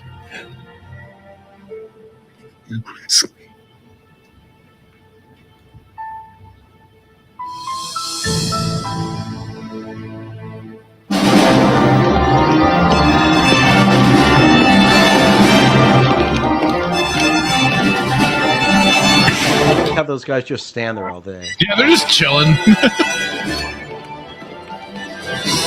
Welcome back, my lord. Where are your friends? My friends are ill because of this place. They have joined the Touched. They were cursed by the Heelsha. It is not a curse. It is a disease. I don't understand because I'm a primitive person. What do you mean? You must help me retrieve him. Why? So he can give you the curse, so he can give all of us the curse? No, he is better off where he is. He does not have the disease. He is immune. He is not cursed. Look, we're going to lock down this city. He had your Everyone needs to wear a mask. Oh, man. No. Boo. The dark side, I have seen her. Help me retrieve her and my friend. She is among the touched. Yep. She can no longer. She should have worn her mask and gotten the jab. This is literally 2020. If I believed otherwise, do you not think I would help my own daughter? Yeah, but he trusts the science. Among the Touched. My own father is there. But we accept that we cannot help them. Therefore, they are dead to us. Who told you this? How can you be so without Our medicine man. His name is Fauci. If you will not help me find my friend, then I must have a sample of your blood. Our blood. Blood is our life force. I assure you it will cause you no harm.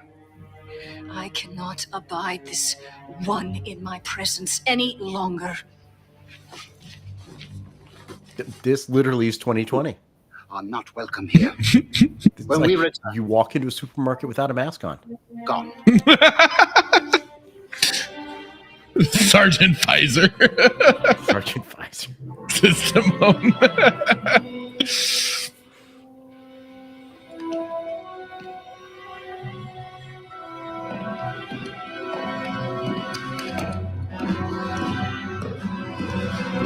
Look like they got a lot of blood.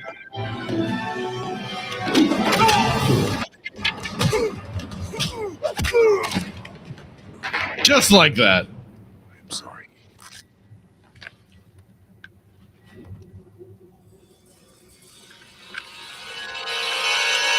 Teal'c was all walking up to them Terminator-like, too. Like, he was getting ready.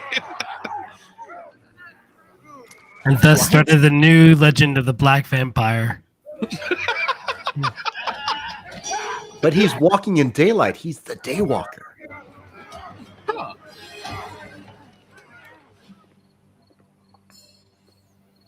Or Daniel's getting the shit kicked out of him now.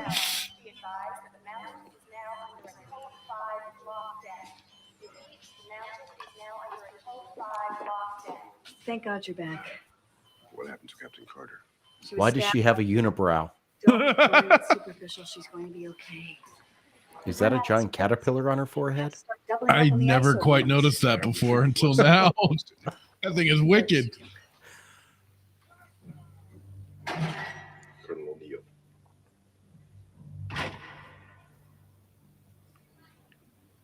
Dude, I'm so high.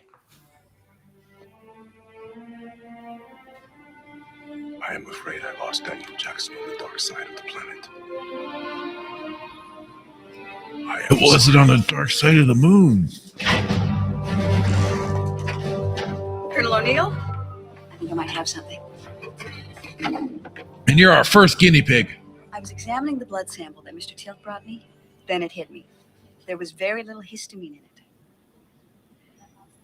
If the people on that planet are human, as you say, they have to have histamine in their blood. How does this help us? Well, as I said before, this microbe is a histaminolytic. It feeds on histamine. The untouched have no histamine in their bodies, so the organism couldn't survive in them. I do not understand. Yeah, neither do I. Explain this. If they have none of the substance of which you speak, why then do some of them change? Because only some of them have this low histamine level, which means there is probably a naturally occurring antihistamine in their diets. The ones who don't eat it eventually contract the organism, which is what gave me an idea. I checked the files. Both Dr. Jackson and I have acute rhinitis caused by severe allergies. Explain. I take strong antihistamines every day. So did Dr. Jackson. Did Teal'c kind of translate Jack's look? Like, Jack looked at him and he's like, I need an answer, so can you ask her for me? We have to try mega doses of chlorpheniramine maleate on someone and see if it works. I thought you might say that. Now, the dose required to completely clear the body of histamine for a long enough time could be harmful. For sure. Good news, everybody. It's a suppository. Damn it, Timon.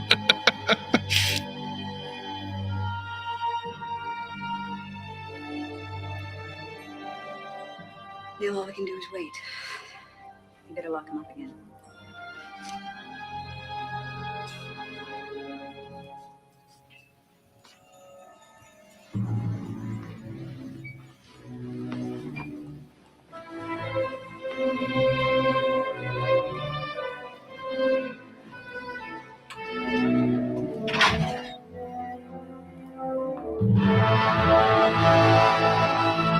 Sleepy time. Aw, Teal'c tucked him in. A true bro. Colonel O'Neill? Lucy, I'm home. I am not Lucy. I know that. It was a reference to an old TV. Never mind. Open the door. I will summon the doctor. No, come on. I'm fine. Back to being myself. Just open up. I cannot be certain you're back to being yourself. You refer to me as Lucy. That's a fair point. How dare you misgender me?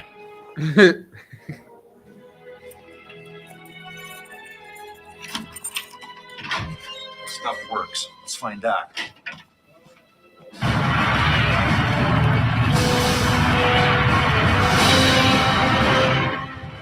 Run 3 encoded.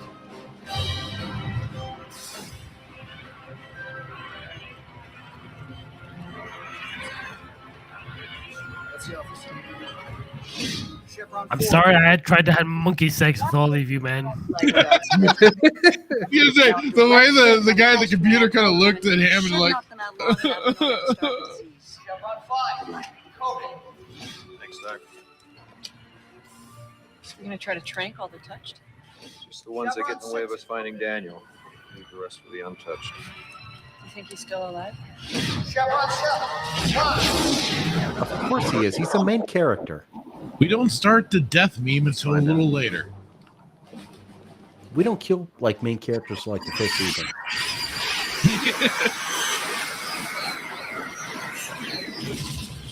It's really not dead. It's just ascension. Guess the antihistamine wore off. Yeah. I had steak Holy tonight. crap, he's totally Chad now. With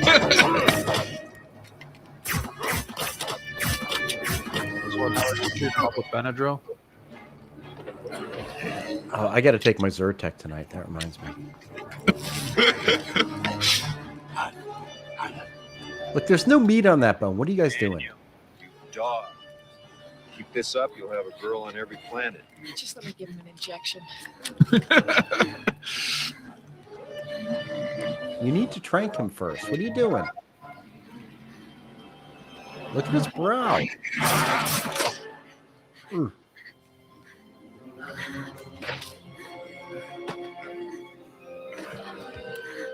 Jeez, that was so bad looking. So who wants to put money on Daniel possibly leaving a bun in that oven and they just left?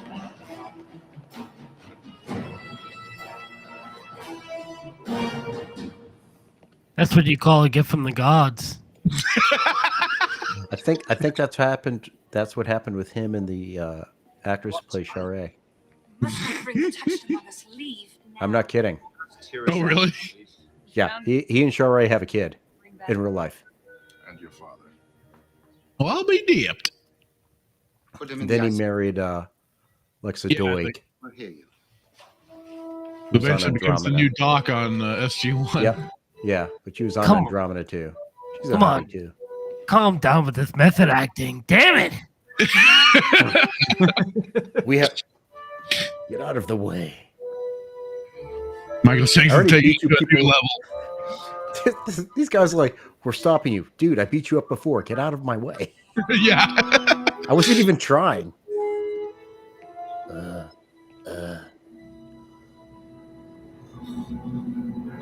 That's his O face. Oh no! You are not gods. Then how did you destroy the curse? As we've been saying, Tupelo, it's not a curse, it's a disease. A sickness. Jack. It was started by a pangolin in a wet market. Damn. Where are we? The light side of P3X797. I thought we were going to give it a better name. Your eyebrows do recede back into your forehead. It's normal. Explain. We know how to lift the curse. Well, if you are not gods. Come out there with us. We'll show you. We did a little dance. Made it rain. They're healed. Ah, fuck it. We're gods. Take our cure. Yeah. I still don't get how there's like this divide between light and dark. That means the planet is not rotating properly, right? Or there's a fixed satellite directly above that area. Oh, you're probably right. It's either some experiment by the ancients that never gets resolved, or the gould fucking around too.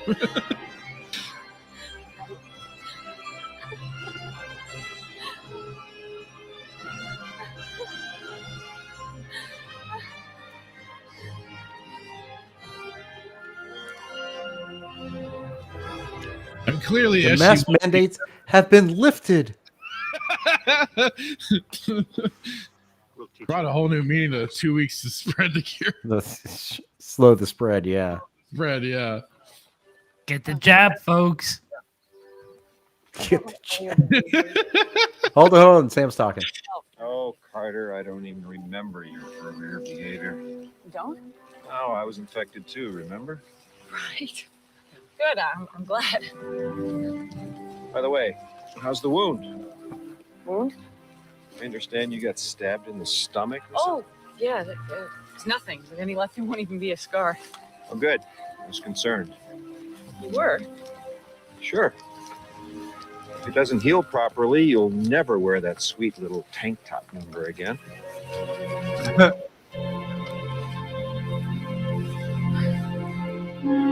Lying ass. What a dick. I think I was sexually harassed.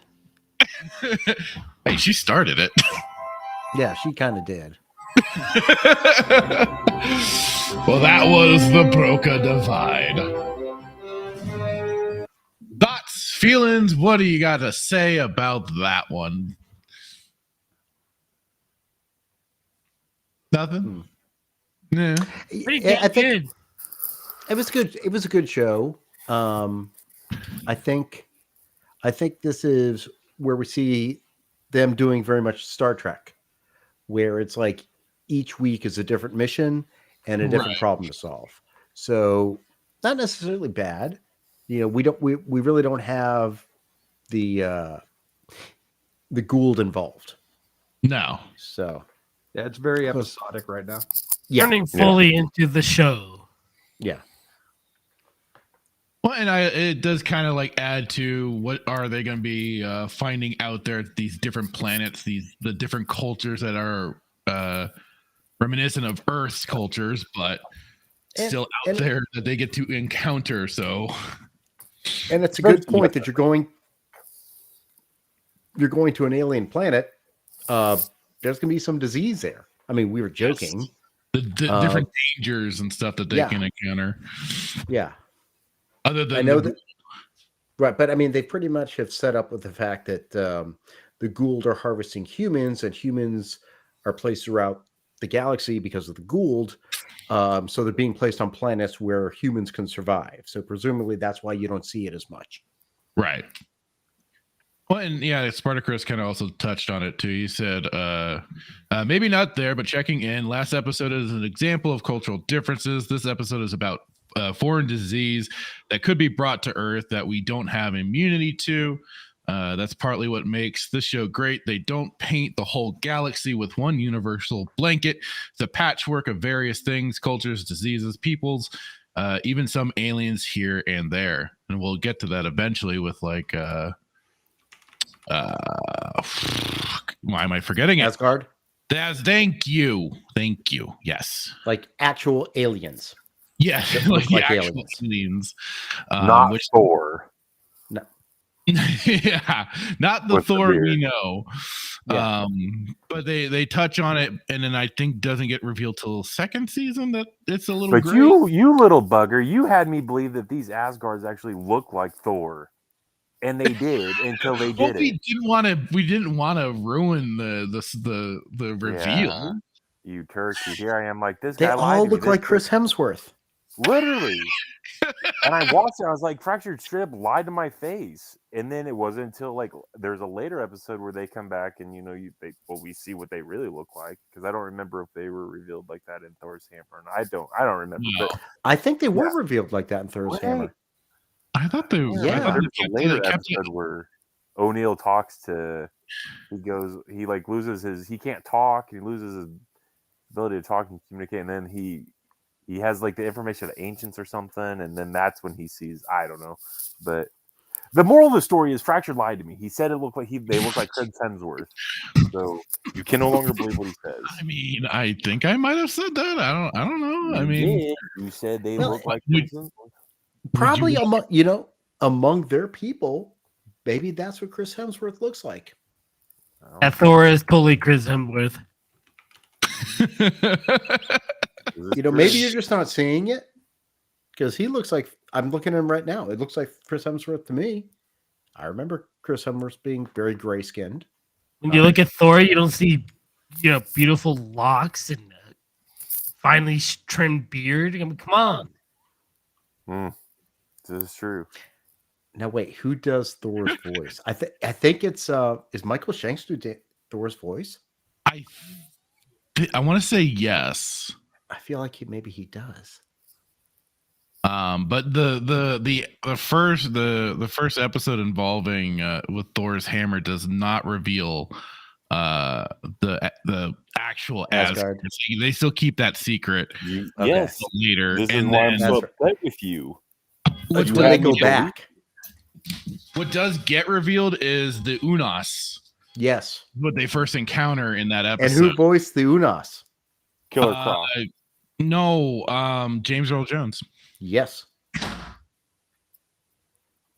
He looked like Killer Croc. They look like Killer Croc, but it was voiced by James Earl Jones. Yeah.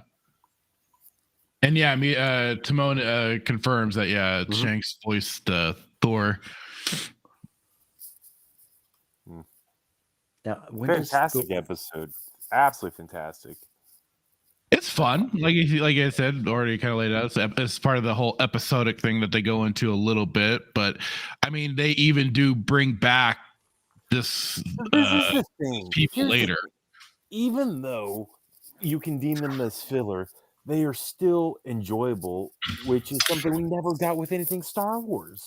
Like their filler is just, yeah. So even though they're filler, it's still enjoyable. Now, the next one, I believe, is our Heart of Darkness episode. Is that it? The first commandment. Yes, the SG team leader that goes a little cult leader. I'm just looking at the list right now. Yeah. Cold Lazarus is after that, and that's when we see Jack's ex-wife. That's when Jack's ex-wife is brought in, and the crystal child. Yep. The Nox. So that's when Nox is after that. Yeah. That's when Quark comes on. Yep. Just without all the prosthetic and makeup on. Yeah. He just looks like a dirty hippie. Yeah. It's just like they have birds in their hair.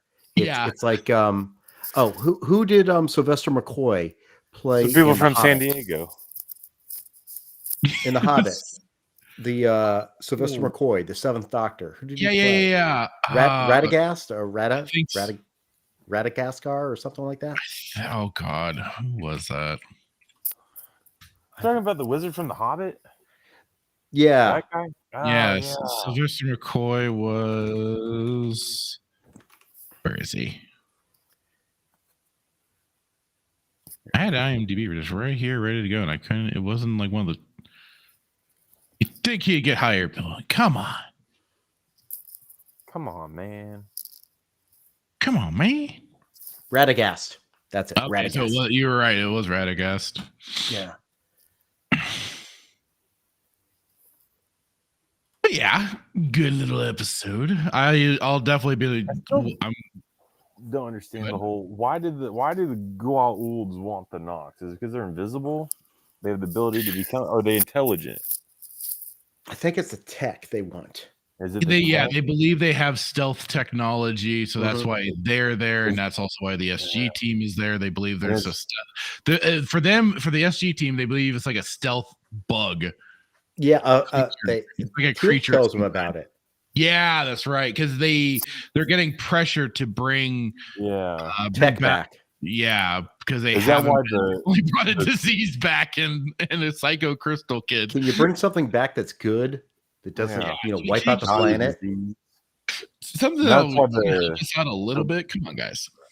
Because they're so intelligent, and I'm assuming that's why the Tolan. Now, I don't. Does the Tolan come back up in later seasons, or were they just in season? Was it season 2? The Tolan. They were the uber advanced people, right? Oh, that's the one that they had the little armbands, right? Yes. And the guy and the guy took Schrodinger, the cat. Yeah. Yes, wasn't he in Star Trek? I thought he was in Star Trek. I don't think he was. I know which. What is the Tolan? That's where they bring back.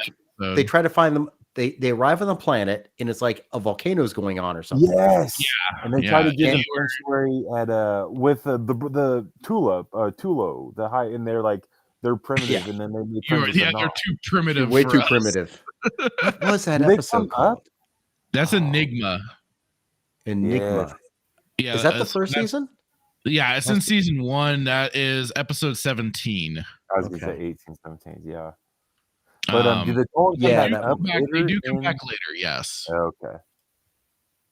Yeah, because the guy falls for Sam. Remember? Yeah, the guy with the cat. He took the cat. What is Schrodinger's cat? What did he play in? He looks Tobin familiar. Bell. Tobin Bell plays the leader, and he was in Saw. Yeah, he's a Saw guy. Yeah, but Narum was the guy. The actor's name is Garwin Sanford. What was funny too is that he plays the husband of Elizabeth Weir in Stargate Atlantis. What? Yeah, I don't remember that. He does. It's hilarious. Because I remember like first time watching Atlantis, I'm like, hey, wait a minute. I'm like, okay, they're reusing actors. Gotcha. Yeah, Simon Wallace. Yeah, he was not in Star Trek. What else? He looked familiar. I'm trying to think of what movies he played in. I mean, he's got a good little list here. He was also in MacGyver. My God. So was Teal'c, and so was Don Davis. Yep. Wait, Tobin Bell was in MacGyver? No. Oh, the guy from one of Sam's boyfriends. Yeah, the guy who falls for Sam. That's funny how many people did make their way from MacGyver over to SG-1. Well, that's Highlander. A big break. SG-1's fantastic. Why wouldn't you? That's where you get your big break from. This guy has he's just like a working actor. He goes back to the 80s. Mm-hmm. Wow. He's doing work, man. He's grinding. Yeah. Damn. I think the 2 episodes that I could probably do without, and I don't know, Cold Lazarus. I mean, it's all right. It's not a good episode. And then this next one's really weird. I don't know. Cold Lazarus, although Cold Lazarus, I know we're getting ahead of ourselves, but Cold Lazarus is good for what it informs us more about O'Neill. Yeah. It really helps. It helps flesh out Jack O'Neill a good bit. And just kind of also elaborate a little bit more for the relationship between him and his ex-wife, why they split and all that sort of stuff. Which, you could kind of take or leave. We don't always need to know some of the all the nitty-gritty detail, but it does kind of help. And then also like you said, how familiar she looks. Jack definitely has the type. Yeah. Except when he goes old on that planet, when he goes for the yes, that's true. That's true. The accelerated aging planet. Yeah, that's one coming up. One of the episodes I'm kind of looking forward to is Bloodlines.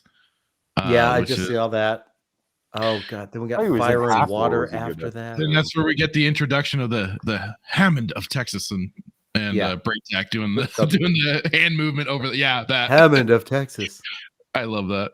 It's like Breakjack is bald too, dude. I know. But that's like how Jack described him. So he just took all that motion as like that's how he introduces himself too. Yeah, the thing is, I'm just looking at season 1. I'm like recalling all this stuff. Mm-hmm. It's like Singularity. That's where we get introduced to Cassandra. Hathor was Hathor. Yes. Fire and Water. That's going to be a rough watch. That's the. Is that the fish one? That's the beginning. Oh my God! They killed Daniel. You bastards! Korai is a good episode.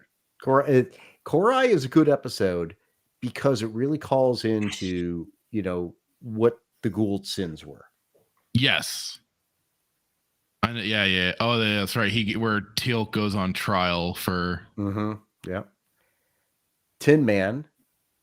Wait, hold on. So Fire and Water, is that when he with the fish guy? Yes. That one. Okay. Fate Amaroka. Yeah, Amaroka. What? Sounds like a coffee creamer. I want my Amaroka. Yeah, that phrase over and over again It reminded me of there's an episode of Star Trek DS9 where they get transported into like a game and they have to repeat this rhyme over and over again while playing hopscotch. I tell you this guy, politics, I can't stand that guy. The old fart. And then Ronnie and Cox. Yeah. Ronnie Cox. He plays, oh God, what is this character's name? Senator Kinsey. Yeah. Kinsey, yeah. Then the other colonel the guy that was who's the colonel? Sam, what's his name? Oh, is that Mayborn? Yeah. No, that's not Mayborn. Oh, it's not Mayborn. Was that Samuels? Samuels, yes, it's Samuels. Yeah. This guy. We don't see Mayborn, I think until season 2. Yeah. I liked Mayborn. That was a fun character. He became a fun character. Like at first, he was again like kind of like Rodney McKay, where you just wanted to throttle the son of a gun, but then like after time, like he kind of grows on you. And he was like Jack's nemesis. He was like the Q for Jack. Yeah, and then they became bros. Yeah. But Ronnie Cox was a great actor. I enjoyed a lot of his stuff. It's funny too because before I had ever watched SG-1, I always remembered him in Beverly Hills Cop 1 and 2, and he was RoboCop. Right. But I mainly watched Beverly Hills Cop, so I always knew it was like the nice police captain. And then I watched SG-1, and I'm like, holy shit, it's him. And I'm like, holy shit, he's a bastard. Yeah. Now I'm hating him. Damn it. I mean, remember he was head of OCP, for God's sakes. Did they not leave us on a cliffhanger with the season finale, man? When I watched, I was like, no. And I immediately watched season 2. I was like, this is not how it ends. I immediately started on season 2. See, it's so good. And that's when we start getting introduced to all the vessels and everything, the hot tops. Yes. And then more weaponry of the gould. Yeah, they are the. I mean, they expand things in season 1. Dudes. What was that? I Stargate malfunction leaves O'Neill and Carter strand. Oh, that's the second gate in Antarctica. That's the Antarctica gate. Yes, I thought there's only one Stargate on one planet. Or is that not a thing? Sometimes there is. For some reason, there were 2 here. And don't forget, the Antarctica thing comes back up. Later when on, the ancients come up. Yes, and that's Mayborn, and then they had it shipped, and then everybody's losing their mind. Season 2? Oh, that's right. I forgot they stole it. Wait, didn't the Russians get it at some point? No, it was because no. They had their own gate, I think. How did nobody knows? Because it becomes a civilian. It's like a civilian operation, no longer military. Because Jack O'Neill's like, we have the top, we have the top, we have like the top secret clearance, or the highest clearance. And he's like, and then Mayborn's like for military, and he's like, are you telling me this is a civilian operation? And Mayborn's like, please leave before you make these men become unfriendly or disrespectful or something like that. Yeah, so the NID. It was plastic. It was the plastic. NID. Yes. It's the NID. Yeah. The Russians I swear the Russians had a gate. They did. I'm trying to remember how many Stargates are on Earth. Wait a minute. There's only one that shows up. Well, this other one only shows up in season 2, so maybe season 3. I don't know what other season it would show up. But all right, 2 Stargates. Ra brought 1, and then the Ancients brought 1. Oh, those cheeky buggers! And the Ancients are the ones that's the knowledge that O'Neill got when he looked into inserted into his brain. Yeah, that's Atlantis. That's the second one. The Atlantis. Yeah, the ancient people of Atlantis. That's where they get all the ZPMs and everything. So those are the Atlantis those are the ancients the knowledge that Jack had. Yes. Yes, that he gets. Yeah. That's why it's Atlantis. They call them Atlanteans. Yeah. His brain got fried looking at it. But Tilk looked in it too, and Tilk wasn't affected, which was did the gould. Well, he looked into it, but it didn't do the whole like grab his dome and download all. Well, don't forget you have to have the gene.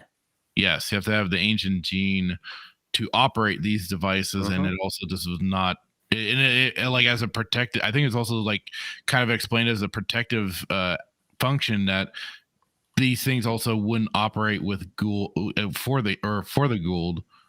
I forget if that was it. I don't. Maybe that wasn't even a thing yet. I was going to say, I think it was like a defensive mechanism where they detected the gould influence.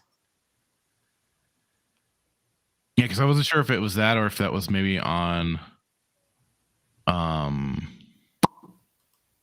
like with different people's technology, like maybe the Asgard or something. They had, the Asgard had that set up where it would not function with and they all. It was like also even like a security device where as soon as the gould came through the Stargate, they got a warning and they had to leave immediately, or else they were exterminated. Okay, now I'm going back and seeing how the Russians got a gate. Okay. I'm trying to remember myself. That the Russians gate is the one that SG-1 is using. At some point, I think it involves. According to this, involves the replicators. And then they had to get the second Stargate to use. Yeah, they had to get the second gate. So there's like a weird like switcheroo, and then somehow the Russians got a hold of the original. The original gate somehow crashed in the ocean. I don't remember which episode was. What's the Beliskner? It's Thor's ship. What episode was this? Jesus. Because I know the Russian episode you're talking where they they had to go there and bail them out because everything went haywire and their base is basically sinking. And that's with Marina Sirtis is on that. Yeah. Deanna Troi. Yep. She's playing a rescue. Wasn't there one where Jack joined a civilian team undercover or something? What was it, Jack or that was him infiltrating the NID, I believe. Okay. Yeah, like they staged him being fired or something. Yeah, they went through the whole he was basically getting fed up with the way things were going. He wanted to get more advanced technology and weapons and stuff like that. Yeah. And he got discharged from the SG team, and that was then his in to infiltrate the NID. Yeah. And then Thor comes along and picks up all their crap. Yeah.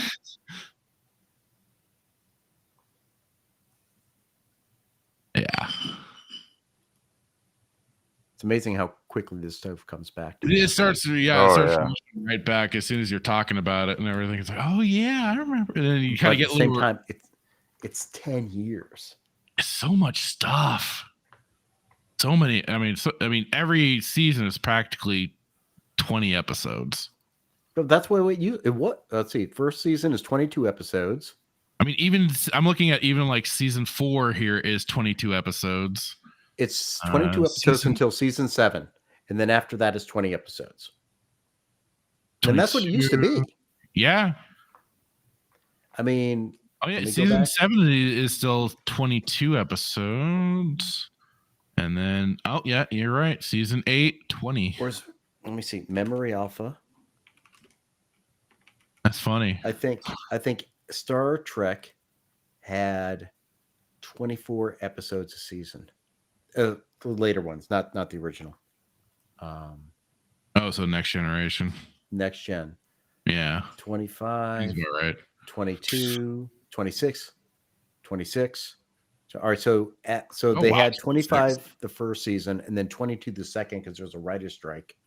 But after that, 26 episodes every season. I think also DS9 had 26, except for the first season. Same thing with Voyager because they started off with shortened seasons. They started in January.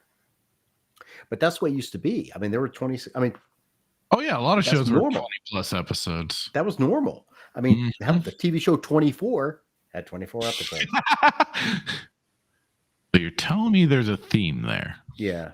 But that's what. But think about that. Think how much they just freaking nose through, and that's why Richard Dean Anderson had like a special thing in his contract to, is either for just himself or for actually the crew and stuff, was like they had to take like 2 weeks off or something like that in between all the recordings they were doing for the show. Yeah. And it was kind of, because I was watching an interview I think it was Brad Wright. He's like, that was a really good idea and it worked out pretty well because we all got vacation time. I remember I was watching the Smallville rewatch show that Rosenbaum and Tom Welling do. They do their own rewatch. And Rosenbaum was talking about how like they were scared that Tom Welling was going to die because he was working 16, 18 hours. He had to be there all the time. And he was driving back and forth to wherever he was staying at the end of the day. Right. And he's exhausted. And he's like, I'm falling asleep driving home. And they're like, we got to get you, like, they fought to get him a contract, or he got a contract written so that he would be driven back and forth to work. I think is what it was, because they were just to the grindstone. I mean, think about it. He's the main character. He's in every scene basically. Yeesh. I mean, hey, some of these people they'll work for these roles, at least some of them will. Yeah, but now I mean, we got like the hardworking Ahsoka show, which is 8 episodes. Only those long, arduous 8 episodes, or that long, arduous Obi-Wan. Don't remind me. The only I'm rewatching it in the sense I'm watching a guy critique it. Oh, okay.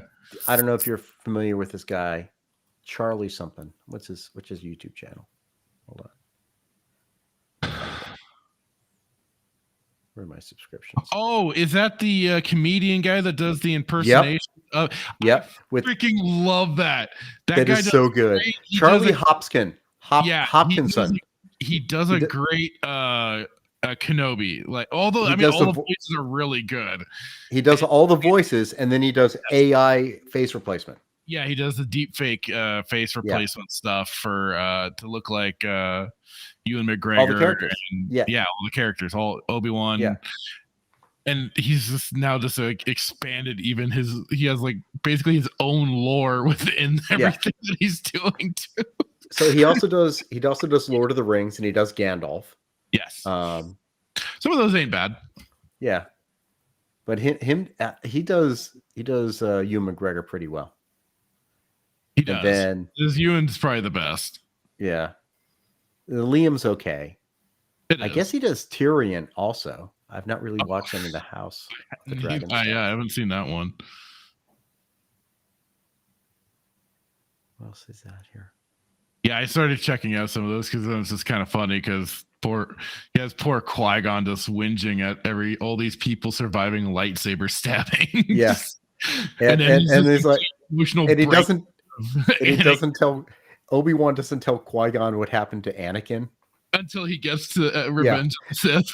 Yeah, and then like it happens, and like Qui-Gon is like focused on like Doritos or something. He's like, "Did you not see what just happened?" He goes back, and he's like, "Oh no." Is that a breakdown? Dan Blackroyd says, I saw that interview. Richard Dean Anderson also had in his contract his name to be the biggest on the title posters, but if they used a size larger than the Stargate text, his name wouldn't fit on it. One of those agents clauses that mean nothing. Yeah, that's what they were saying too. And he's like, and they asked him, "Can we shrink your name just a little bit so it can all fit?" And he's like, "Yeah, sure, whatever." I thought that was pretty good. The Static, you got any words? You've been kind of quiet. No, I've just been listening to you guys because I haven't watched this in forever and I don't remember shit. So just listening to you guys go over all this stuff is fun. Well, I have not watched it in forever either. I just have stupid memory. I watched it today. Yeah, you're on season 2. What you said, episode 20. Episode 20. Yeah, and that's 1969. Good year. Oh, great year. I remember this is that the one. time travel episode. Yeah. Yeah. First time travel episode. Yeah, and they surprisingly didn't break time travel like Disney and Star Wars. Or What? I'm sorry, Marvel and No. I think you're wrong, sir. I don't think there's anything wrong with what Disney's doing at all. Nothing at all. It makes no sense. We're the crazy ones.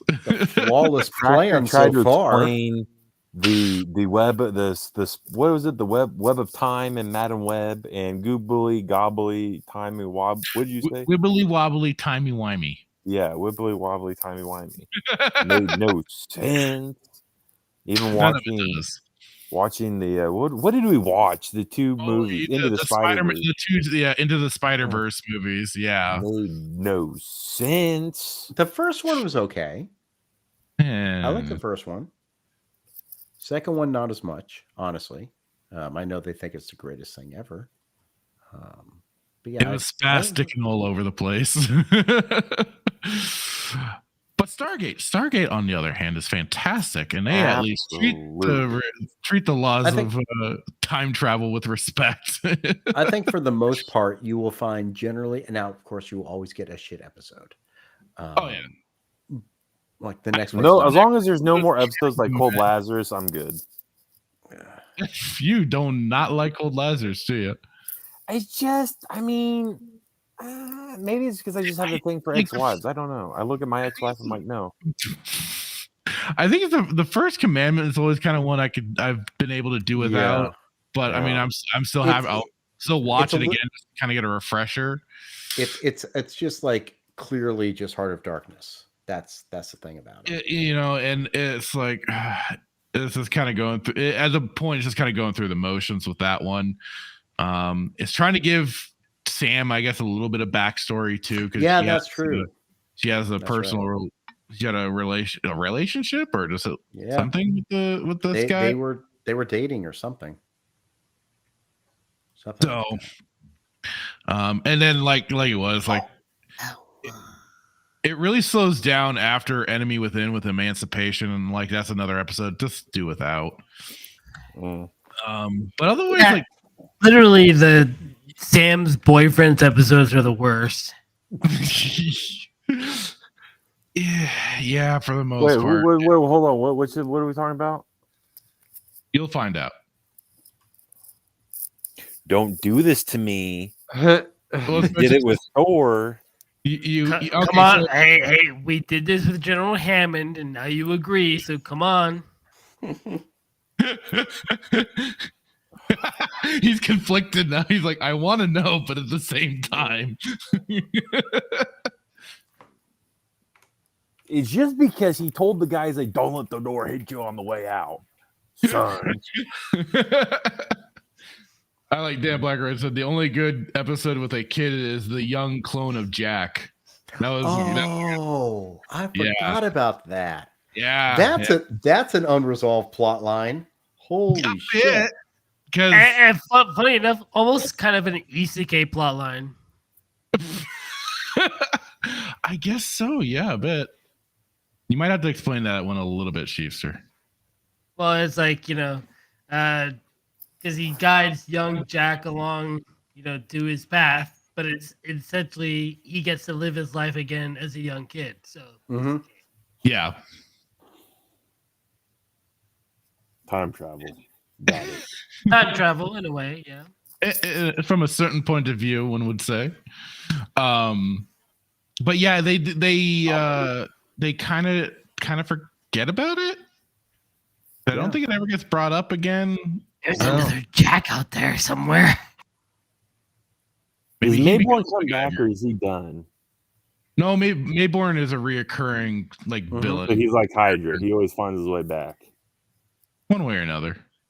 I think I acknowledge has more to queue on Next Generation. That would work.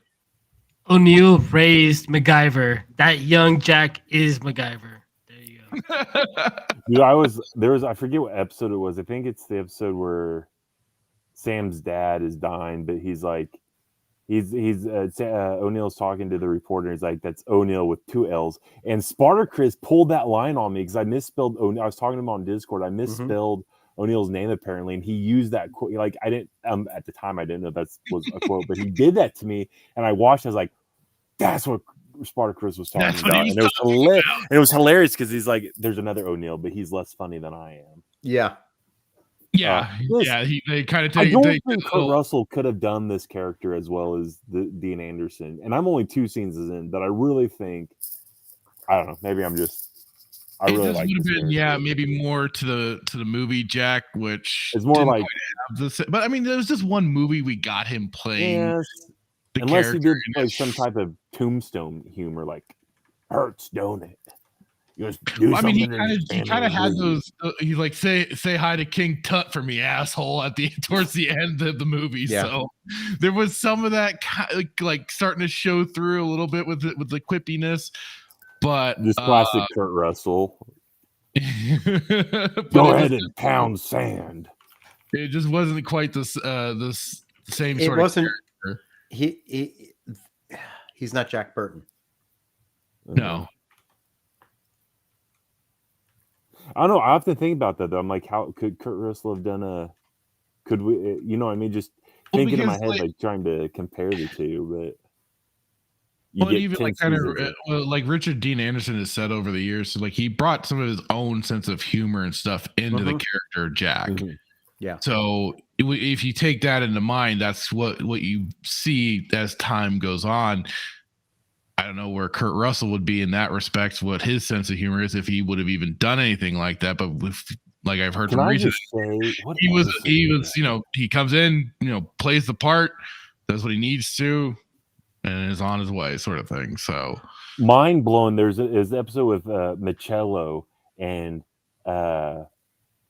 O'Neill and Teal'c switch, and just hearing like Teal'c's character actually talk normal, like non-Teal'c, blew my mind. I was like, what is this guy episode? Yes. So I was like, Teal'c can speak normal. It was just crazy because you always like, it's like isn't that kind of like the gruff monotone that he's got going on? It's like that's like you go to a Stargate con, it's like Chris Judge talking normal. Yes. He's like, who is Lucy? And then it's just funny. Yeah, that episode's good. So blew my mind. So I need to finish and start season 3 tonight. Good Lord, man. Would use Fracture, Jack. what episode are you on? Are you rewatching them, Fracture? Or are you just watching them like just weekly? I'm watching with this. I haven't gone solo with them. I probably should, but I mean, I'm still kind of just talking about them after the fact too is fun. For sure. Just it's addicting though. Like I just remember it.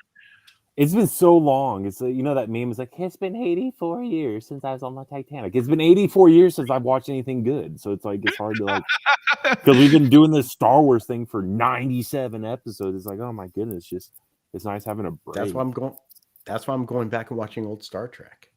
Yep. Yeah. I mean, I think not this weekend. Next weekend, I think I'm going to be on Star Trek Engage. Oh, okay. Dude, Bradley needs to explain the difference because I've heard Tuscan and I think Tim explain New Trek. We've talked a little bit about it, Fractured. New Trek versus Star Trek. What is the difference? New Trek is just like Disney's version of... No, New Trek is basically Star Trek ran from 1966 to 2005. 66 to 69 was Star Trek, which people call the original series, but it's just Star Trek. In 87, Next Generation came on. From 87 to 2005, there was a Star Trek television show in syndication every year until 2005, from 87 to 2005. So Next Gen ran for 7 years, ended in 94. At that point, DS9 was going. Then while DS9 was going, Voyager came on. Voyager came on in 1995. That was my senior year of college. And then Enterprise came on in 2001. And then Enterprise ended in 2005 after 4 seasons. Every other reboot after Star Trek, Next Gen, DS9, Voyager, they all had 7 seasons. But Enterprise was on UPN. UPN was having problems. It wasn't getting the ratings that it should have gotten. So it ended after 4 seasons. And then that was it. That was the first time in basically 20 years that there was not a Star Trek related show on television. And then in 2009, J.J. Abrams came in. Yep. Good old Jar Jar. And who admits, like, I don't know anything about Star Wars. So, of course, Star Trek. So, of course, you want him to direct it. So, what he basically he doesn't know anything about Star Wars either. Yeah. That's evident. He's made that clear as well. But what he decided to do was, like, make Star Trek a little more Star Wars. Because Star Trek has always been a very niche property. Yes. It doesn't have a general attraction. Like, Star Wars appeals to everybody. It did. Everyone loves Star Wars. Everyone goes see Star Wars movies. Not everyone went to see a Star Trek movie. So that's what they were trying to do in 2009 with Star Trek, which was Chris Pine as Kirk, Zach Quinto as Spock. So they rebooted Star Trek in the sense of they created an alternate timeline called the Kelvin universe, based on the fact that things changed when the USS Kelvin encountered a ship from the Star Trek Prime universe. Yep. So that was the Star Trek Prime universe when the Romulan planet They got combined blown up. universes? Yeah, they created a new universe. Yeah, and that's how Spock was transferred into the new Kelvinverse. So that's where Leonard Nimoy showed up in the new Star Trek movie in 2009. So it's actually explained in the movie. They said, when this incident happened, the timelines diverged and a new reality was created. So the original Star Trek timeline still exists out there, but now they created another one where they could have their own adventures without being beholden to canon. To use a Filoni term, it was their own personal sandbox. Yes, basically what they did. But they kept drawing on all old Star Trek stuff, which is why Star Trek Into Darkness then had allegedly Khan. But no, guys, we aren't having Khan. We swear it's not. Khan. This is John Harrison. This is John Harrison, and he's found by Peter Weller. RoboCop finds him and uses him, floating in space. Apparently, Tarantino said the Kelvin timeline is horseshit. Yeah. So basically, the whole idea of Khan, of course, is Khan is in the episode Space Seed in the first season of Star Trek, played by Ricardo Montalban. The Space Seed is the episode involves him finding the Botany Bay. And mind you, Star Trek is not our real timeline, even though the new Trek is universe. But that's what they miss now. So now they've introduced our timeline into Star Trek, which is why in Star Trek Strange New Worlds, you see the January 6th riots. And they talk about this being the right. start. I forgot they did that. And they then advance the eugenics wars. So now the eugenics wars in the original Star Trek timeline was in the 1990s. So now they've advanced it. So now it's now. They've changed everything. So we actually have 3 Star Trek timelines. We have the original stuff, the only thing that should matter, with the Kelvinverse, and then we have whatever Kurtzman is doing on television on Paramount, because they pretty much admitted that it's a separate timeline. They're using none of the Kelvinverse should never have been a thing. None of this should have ever been a thing. Yeah, none of this should have ever. If anything, they should have just, with it ending with Enterprise, just left it at that. Yeah, so they really, you have the movies, which is the Kelvinverse. And then you have the new Trek, the Kurtzman Trek on Paramount, which is Discovery, which changed history, and then Strange New Worlds, and then Picard actually picked up from that. So there's some confusion about really where Picard belongs. Picard season 3, I think, goes because again we had a different showrunner on Picard season 3, Terry Matalas, who worked on the original Star Trek shows. He was on Voyager and Enterprise. He went back basically to the old timeline and forgot all the shit that was done, which is why you only had a couple characters from the first and second season of Picard showing up. They had Raffi, which is a terrible character to begin with. They also made it too modernized, and I know Fractured heard me talk about this so many times, where they bring in modern language into a show that should not have modern language. Well, Even that's in Star Wars. They've Yes. done the same thing with Star Wars, and Yeah. that's been my Yeah. problem too, because they had their own language and stuff and own words that they had established through the EU and everything. I mean, Look at Battlestar Galactica. Frack. What a fracking idiot. Filter carb. I mean, the originals BSG had all sorts of fake curses. Star Wars had criffing, which was basically their version of fuck. You know. Thank What did they Ferrick, do with whatever the hell Star that means. Wars? What did they do? Fracture? What did they do? Was it Kenobi or what show did they bring? He said something like crap or what did he say? Oh, I forget now. But it I was forget like literally modern English and like, you know, these cops trying to. What was that? Maybe. Wasn't the big thing in Andor was they dropped the F-bomb? Yes. Yeah. They also did that in Picard. Oh, yeah. Now the thing about Picard is it's established in Star Trek, The Voyage Home, that they don't use those type of curses normally because Kirk almost gets run over by a taxi, and the taxi driver yells at Kirk, "Get out of the road, you dumbass!" And Kirk goes back, "Double dumbass on you." And later on, Spock goes, "I've noticed more colorful metaphors in this century, Captain." And Kirk's like, "Oh, you mean the profanity?" Well, that's just how people talk back then. And then you go forward to Picard, and Picard goes to talk to an admiral who, of course, is a woman, because Starfleet is entirely run by women now. And he wants to get a ship to go solve the mystery of this Data's daughter. And she goes, "What sheer fucking hubris." I'm like, oh God, I've seen that clip. Yeah. And I'm like, oh my God, I can't believe they just dropped an F-bomb on Star Trek. I remember that. It's a Star Trek for a modern audience. And same thing with Discovery. The way the characters interact, it doesn't. Star Trek always felt like futuristic. There's always something different about the way the characters, the actors carried themselves. So we are in a different timeline. We can't be the same way we are now. Now, unlike Discovery, it's like, dude. I mean, and then of course, they're like, trills are an allegory apparently for trans people. Right.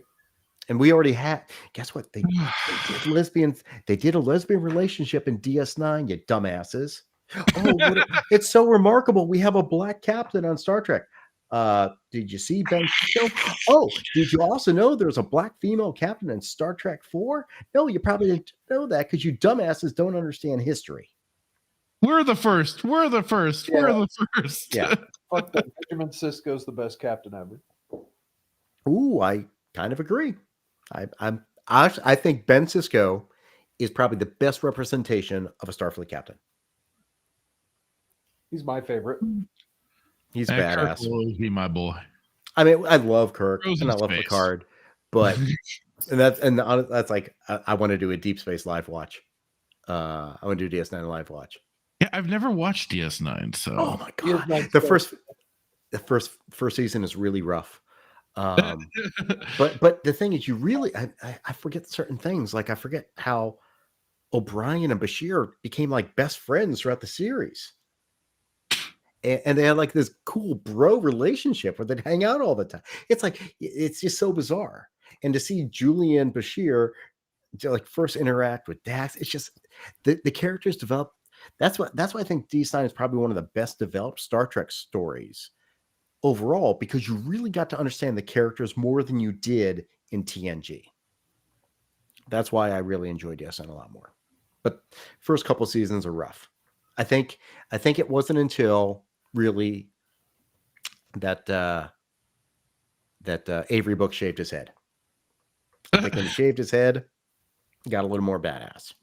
I forgot he even had hair. Yeah. He looks like a totally different person. He didn't have his goatee or anything. He basically went back to a man called Hawk. That's what he did. He reverted to a man called Hawk. Yeah, because I know a buddy of mine showed me a few of the episodes, but they were later seasons. So And I found him kind of interesting, but I just never quite gravitated to it like I did with Stargate. Like when he showed me, that was like season 5, and it was like putting on a couple episodes. Like, okay, gotta go back to the beginning now. And I fell for that for Stargate for sure. Just Star Trek took me a little longer. Yeah.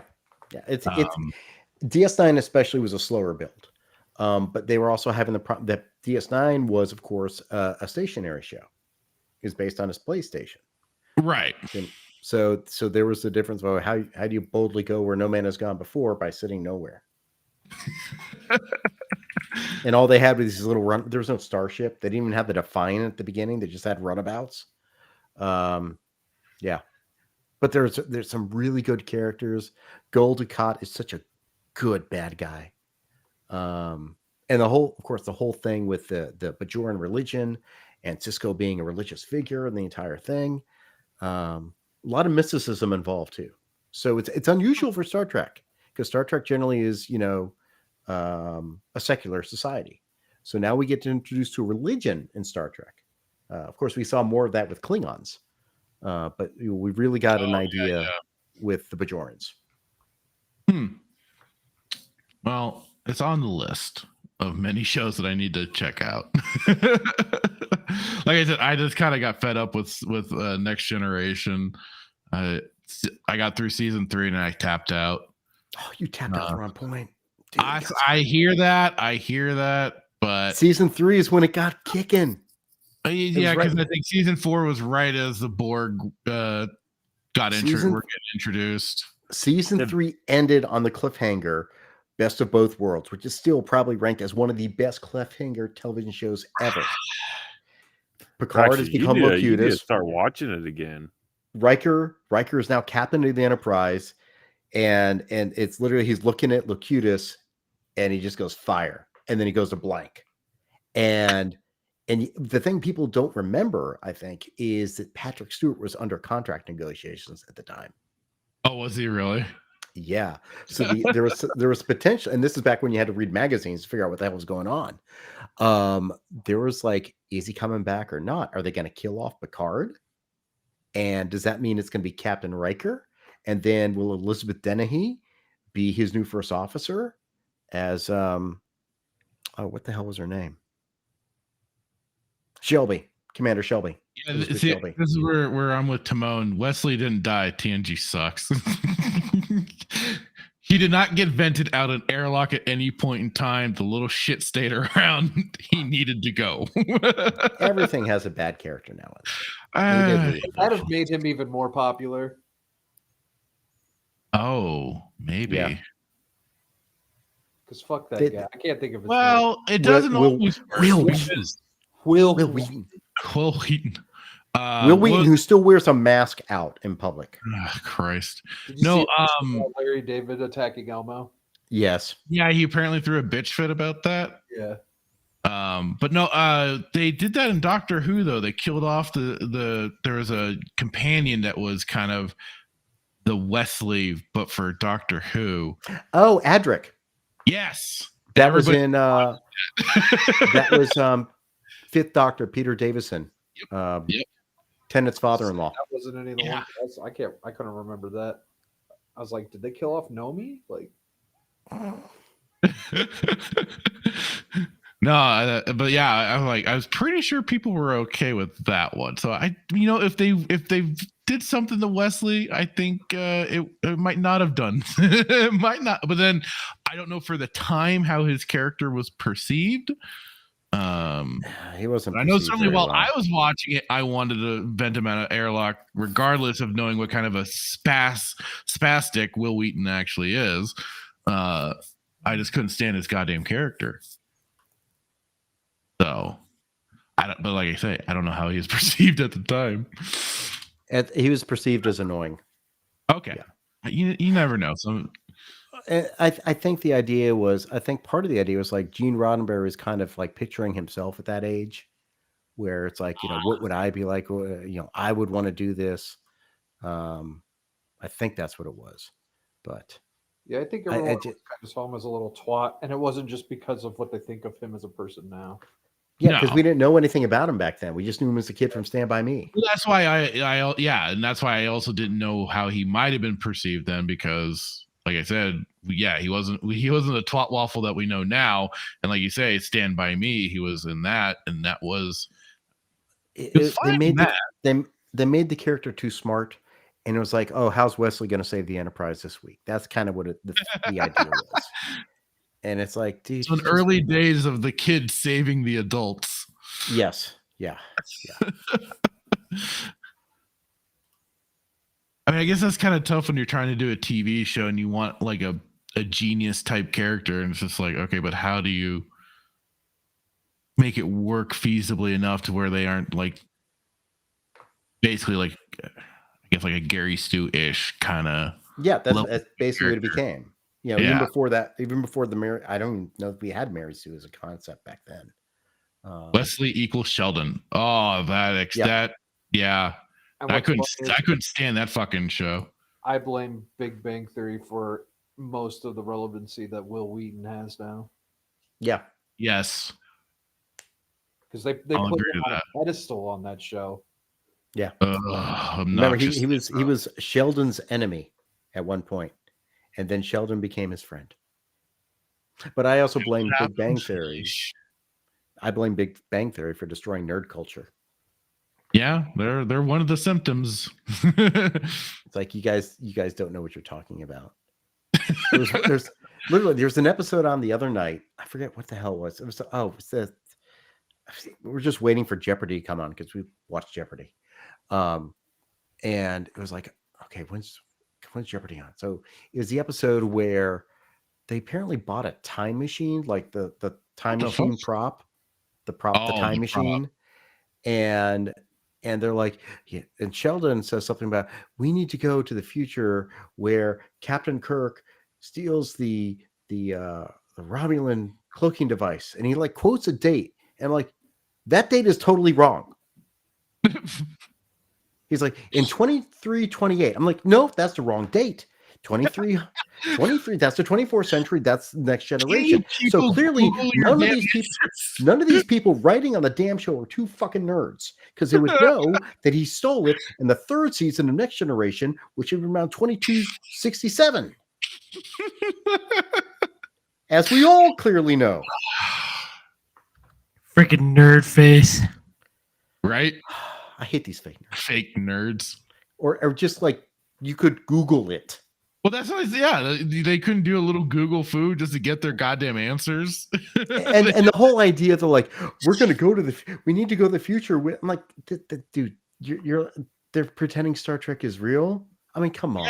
I know Sheldon's supposed to be like some weird kind of autist level person, but like, even he has to have a separation between fiction and reality, right? Yeah, but that was what they weren't doing in the show. It's like they all lived like it's the worst representation of nerds. Having just spent last weekend with a whole bunch of fucking nerds. I mean, there were 100,000 nerds at MegaCon. Okay, I don't think any of the people around the Reproverse thought ISOM is a real thing. ISOM is not real. I know. Now there was a real Wally. There was a real Wally there. It was a remote control Wally was wandering around. That was neat. Oh, that's cool. But it's like, yeah, okay. There's a Kit. There's a DeLorean. They had all these tricked out cars, from people. I heard, there was the cast reunion for Back to the Future, which was like, I wish I could have been at least there for that. I honestly, I'm like, and you can get photos with Michael J. Fox. I'm like, yeah, I feel uncomfortable. Oh, they didn't just take the DeLorean from Universal Studios, did they? I don't think so. I think it was might have been a replica. Yeah, I think it was a fan that made it. Yeah, a lot of fans have made them, and then there's like even like this special, like you can do rental time machine DeLorean, where you can like rent the car, drive it around, or whatever. So it might have been that too. Yeah. But I mean, they had all the props, and they had a bunch of Doctor Who props, and they had a TARDIS. They had all the different Dalek versions. They had different, like you could see the sonic screwdrivers and everything. They had K9, and then I was hanging with Nomi, and she was dressed as Cruella, and then she went over to like take a photo next to K9, and the guy who's like, this is the funny part. So the guy who's like keeping an eye on the Doctor Who exhibit is wearing an SG-1 uniform. He has an SG-1 patch, and he's like yelling at Nomi. He's like, "I know what you are. You get away from K9 right now. You are not taking our dog." That was funny. But yeah, Timon says Big Bang Theory equals fake nerds plus fake friends. Yeah, I was thinking about that, and I never really considered the fake friends thing. Like, so like Sheldon being the autist, that automatically makes any relationship with him just weird. But then like there's that other creepy guy. They're all a bunch of kind of little spastic weirdos in some way. Yeah. I don't know. I watched it. I just was like, I don't get it. I don't find the humor in it. Kaylee Cuoco's hot.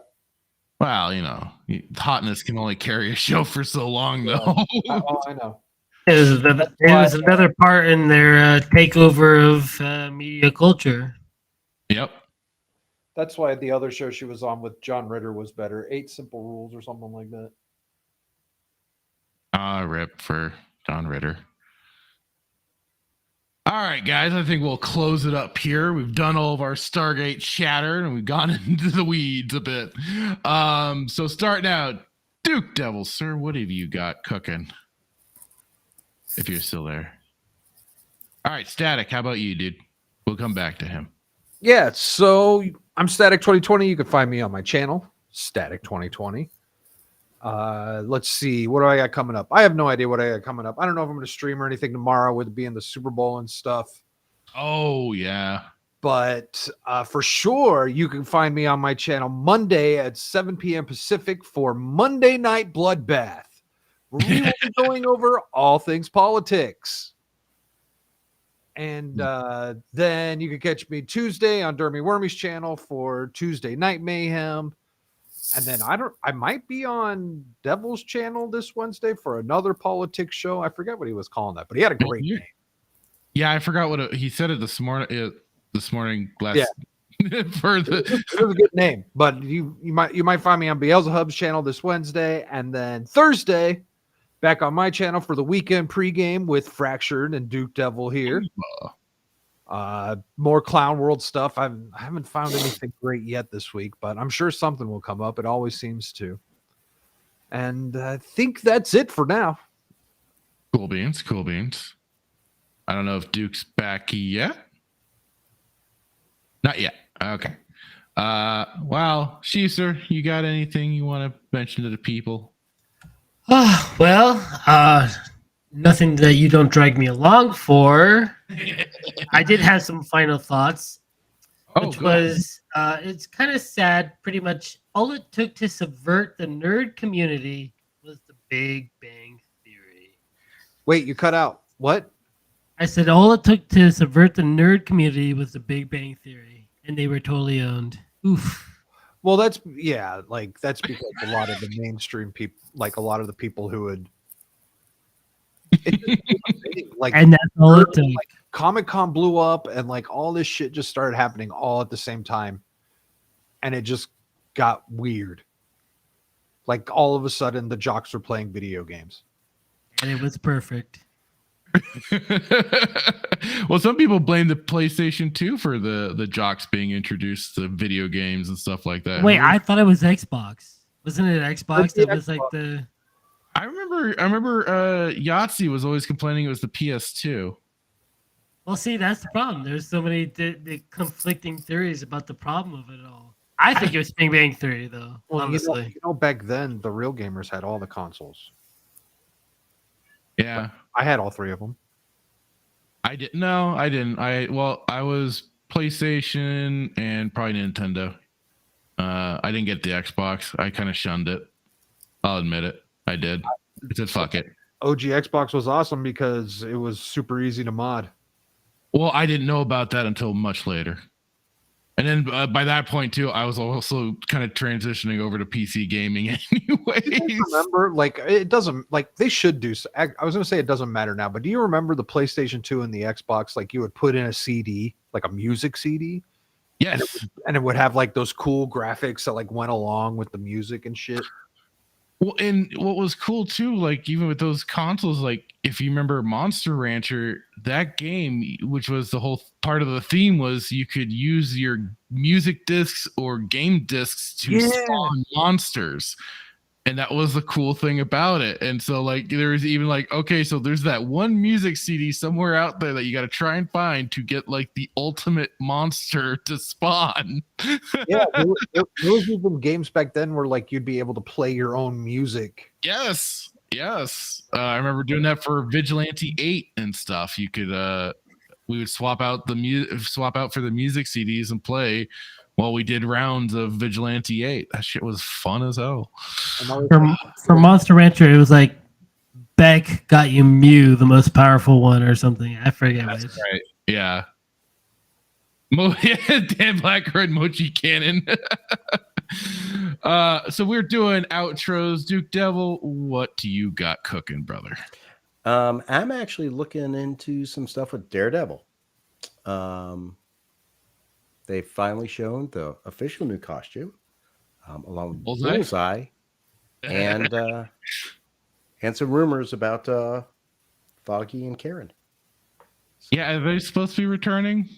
They are returning. They have been seen on set. I just laughed when we saw the paunch on Bullseye. He had a bit of that Bullseye, who I've described looks like he's doing bad G.I. Joe Cobra cosplay. Yes. This is yeah. Hey, fear the powerful beer gut, okay? Maybe they'll CGI that out. Maybe. But there's some. James Gunn threatened that on Chris Pratt if he didn't get fit. He's like, "We'll CG your abs in." But yeah, so keeping an eye on that. Hopefully, get that done tomorrow. Otherwise, I don't know if I'll show up on Bloodbath this week, but I will be back on Thursday for the pregame. Nice. Hitman, you got anything you want to drop yet? Yeah, I'm gonna probably look into that game we reviewed earlier. That looked oh Christ, my brain blanked. It was a combination between Republic Commando and Battle and it was the Game Squad, the Total Conversion mod, Galactic Contention. Yes, Galactic Contention. And maybe if I can get my life in order Wednesday, I might get on early and play if I don't have stuff to do. But yeah, I was definitely intrigued. So even though it doesn't have a story mode, so maybe doing that. But yeah, and then 98 next week. We'll have to get through First Commandment, and then Cold Lazarus, and then I think episode 100. So we'll have to get some stuff. Yeah, maybe do like a double watch. I don't know. We'll have to. Maybe. We got to make it memorable for sure. Yeah, definitely. We'll figure it out. I think I was thinking about giving away a plastic Ray Skywalker Palpatine lightsaber for whoever left the first comment. So. You evil son of a bitch. If you leave the first comment, you're going to get a Ray lightsaber. So don't comment. They have Ray lightsabers? Yeah, they're all on clearance still from The Last Jedi. Oh, God. Oh. Evil. But that is all she wrote for you, sir? Yeah. All right. I'll probably be getting back to some Batman Arkham Origins at some point because I was digging it. Got to get through it, though. And I don't know. With everybody talking about Final Fantasy VII, I might have to start up a replay through since I borked my original save file just as I was at the end of the fucking game, too. So I might have to just get the mods all loaded up and do a proper old OG Final Fantasy VII because fuck the remake. But yeah, then I'll quick run. Huh? For a quick run. Yeah.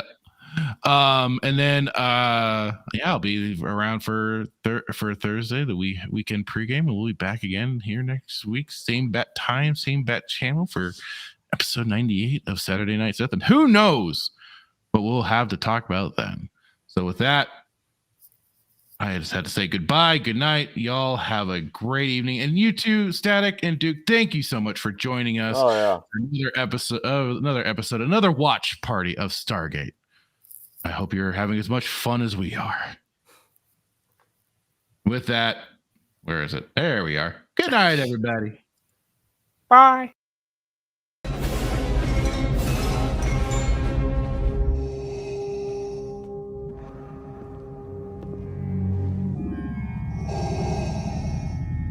What is thy bidding, my master? Yeah, I should have known from the very beginning. From what you said. Yeah, when the mega powers were formed. Yeah, what you were out for from the very beginning. Yeah, you were after what was mine. I remember what you said. You can destroy the Emperor. Join me. Together, we can rule the galaxy as father and son. Yeah, that one was rough. Those words right there. Yeah, I got stuck, yeah, but I swallowed it anyway. Didn't like the taste, but I swallowed it anyway, yeah. But I remember the time when there was a conquistador out of the ring. The one that's so jealous that he can't stand it, yeah. Yeah, you came in there with your poses, yeah, but you made a big idiot out of yourself, yeah. And speaking of idiot things, what about that stupid idea? Did you forget that one? Think back. That right there sealed your fate. Yeah, that put the madness over the edge. But I'll tell you what felt even better, yeah, was in the dressing room, in the first aid room. Me being unselfish, yeah, said go ahead, do the thing, yeah. You won't steal my thunder, no. When you take a look at the madness's eyes, all you're gonna see is complete and utter rage!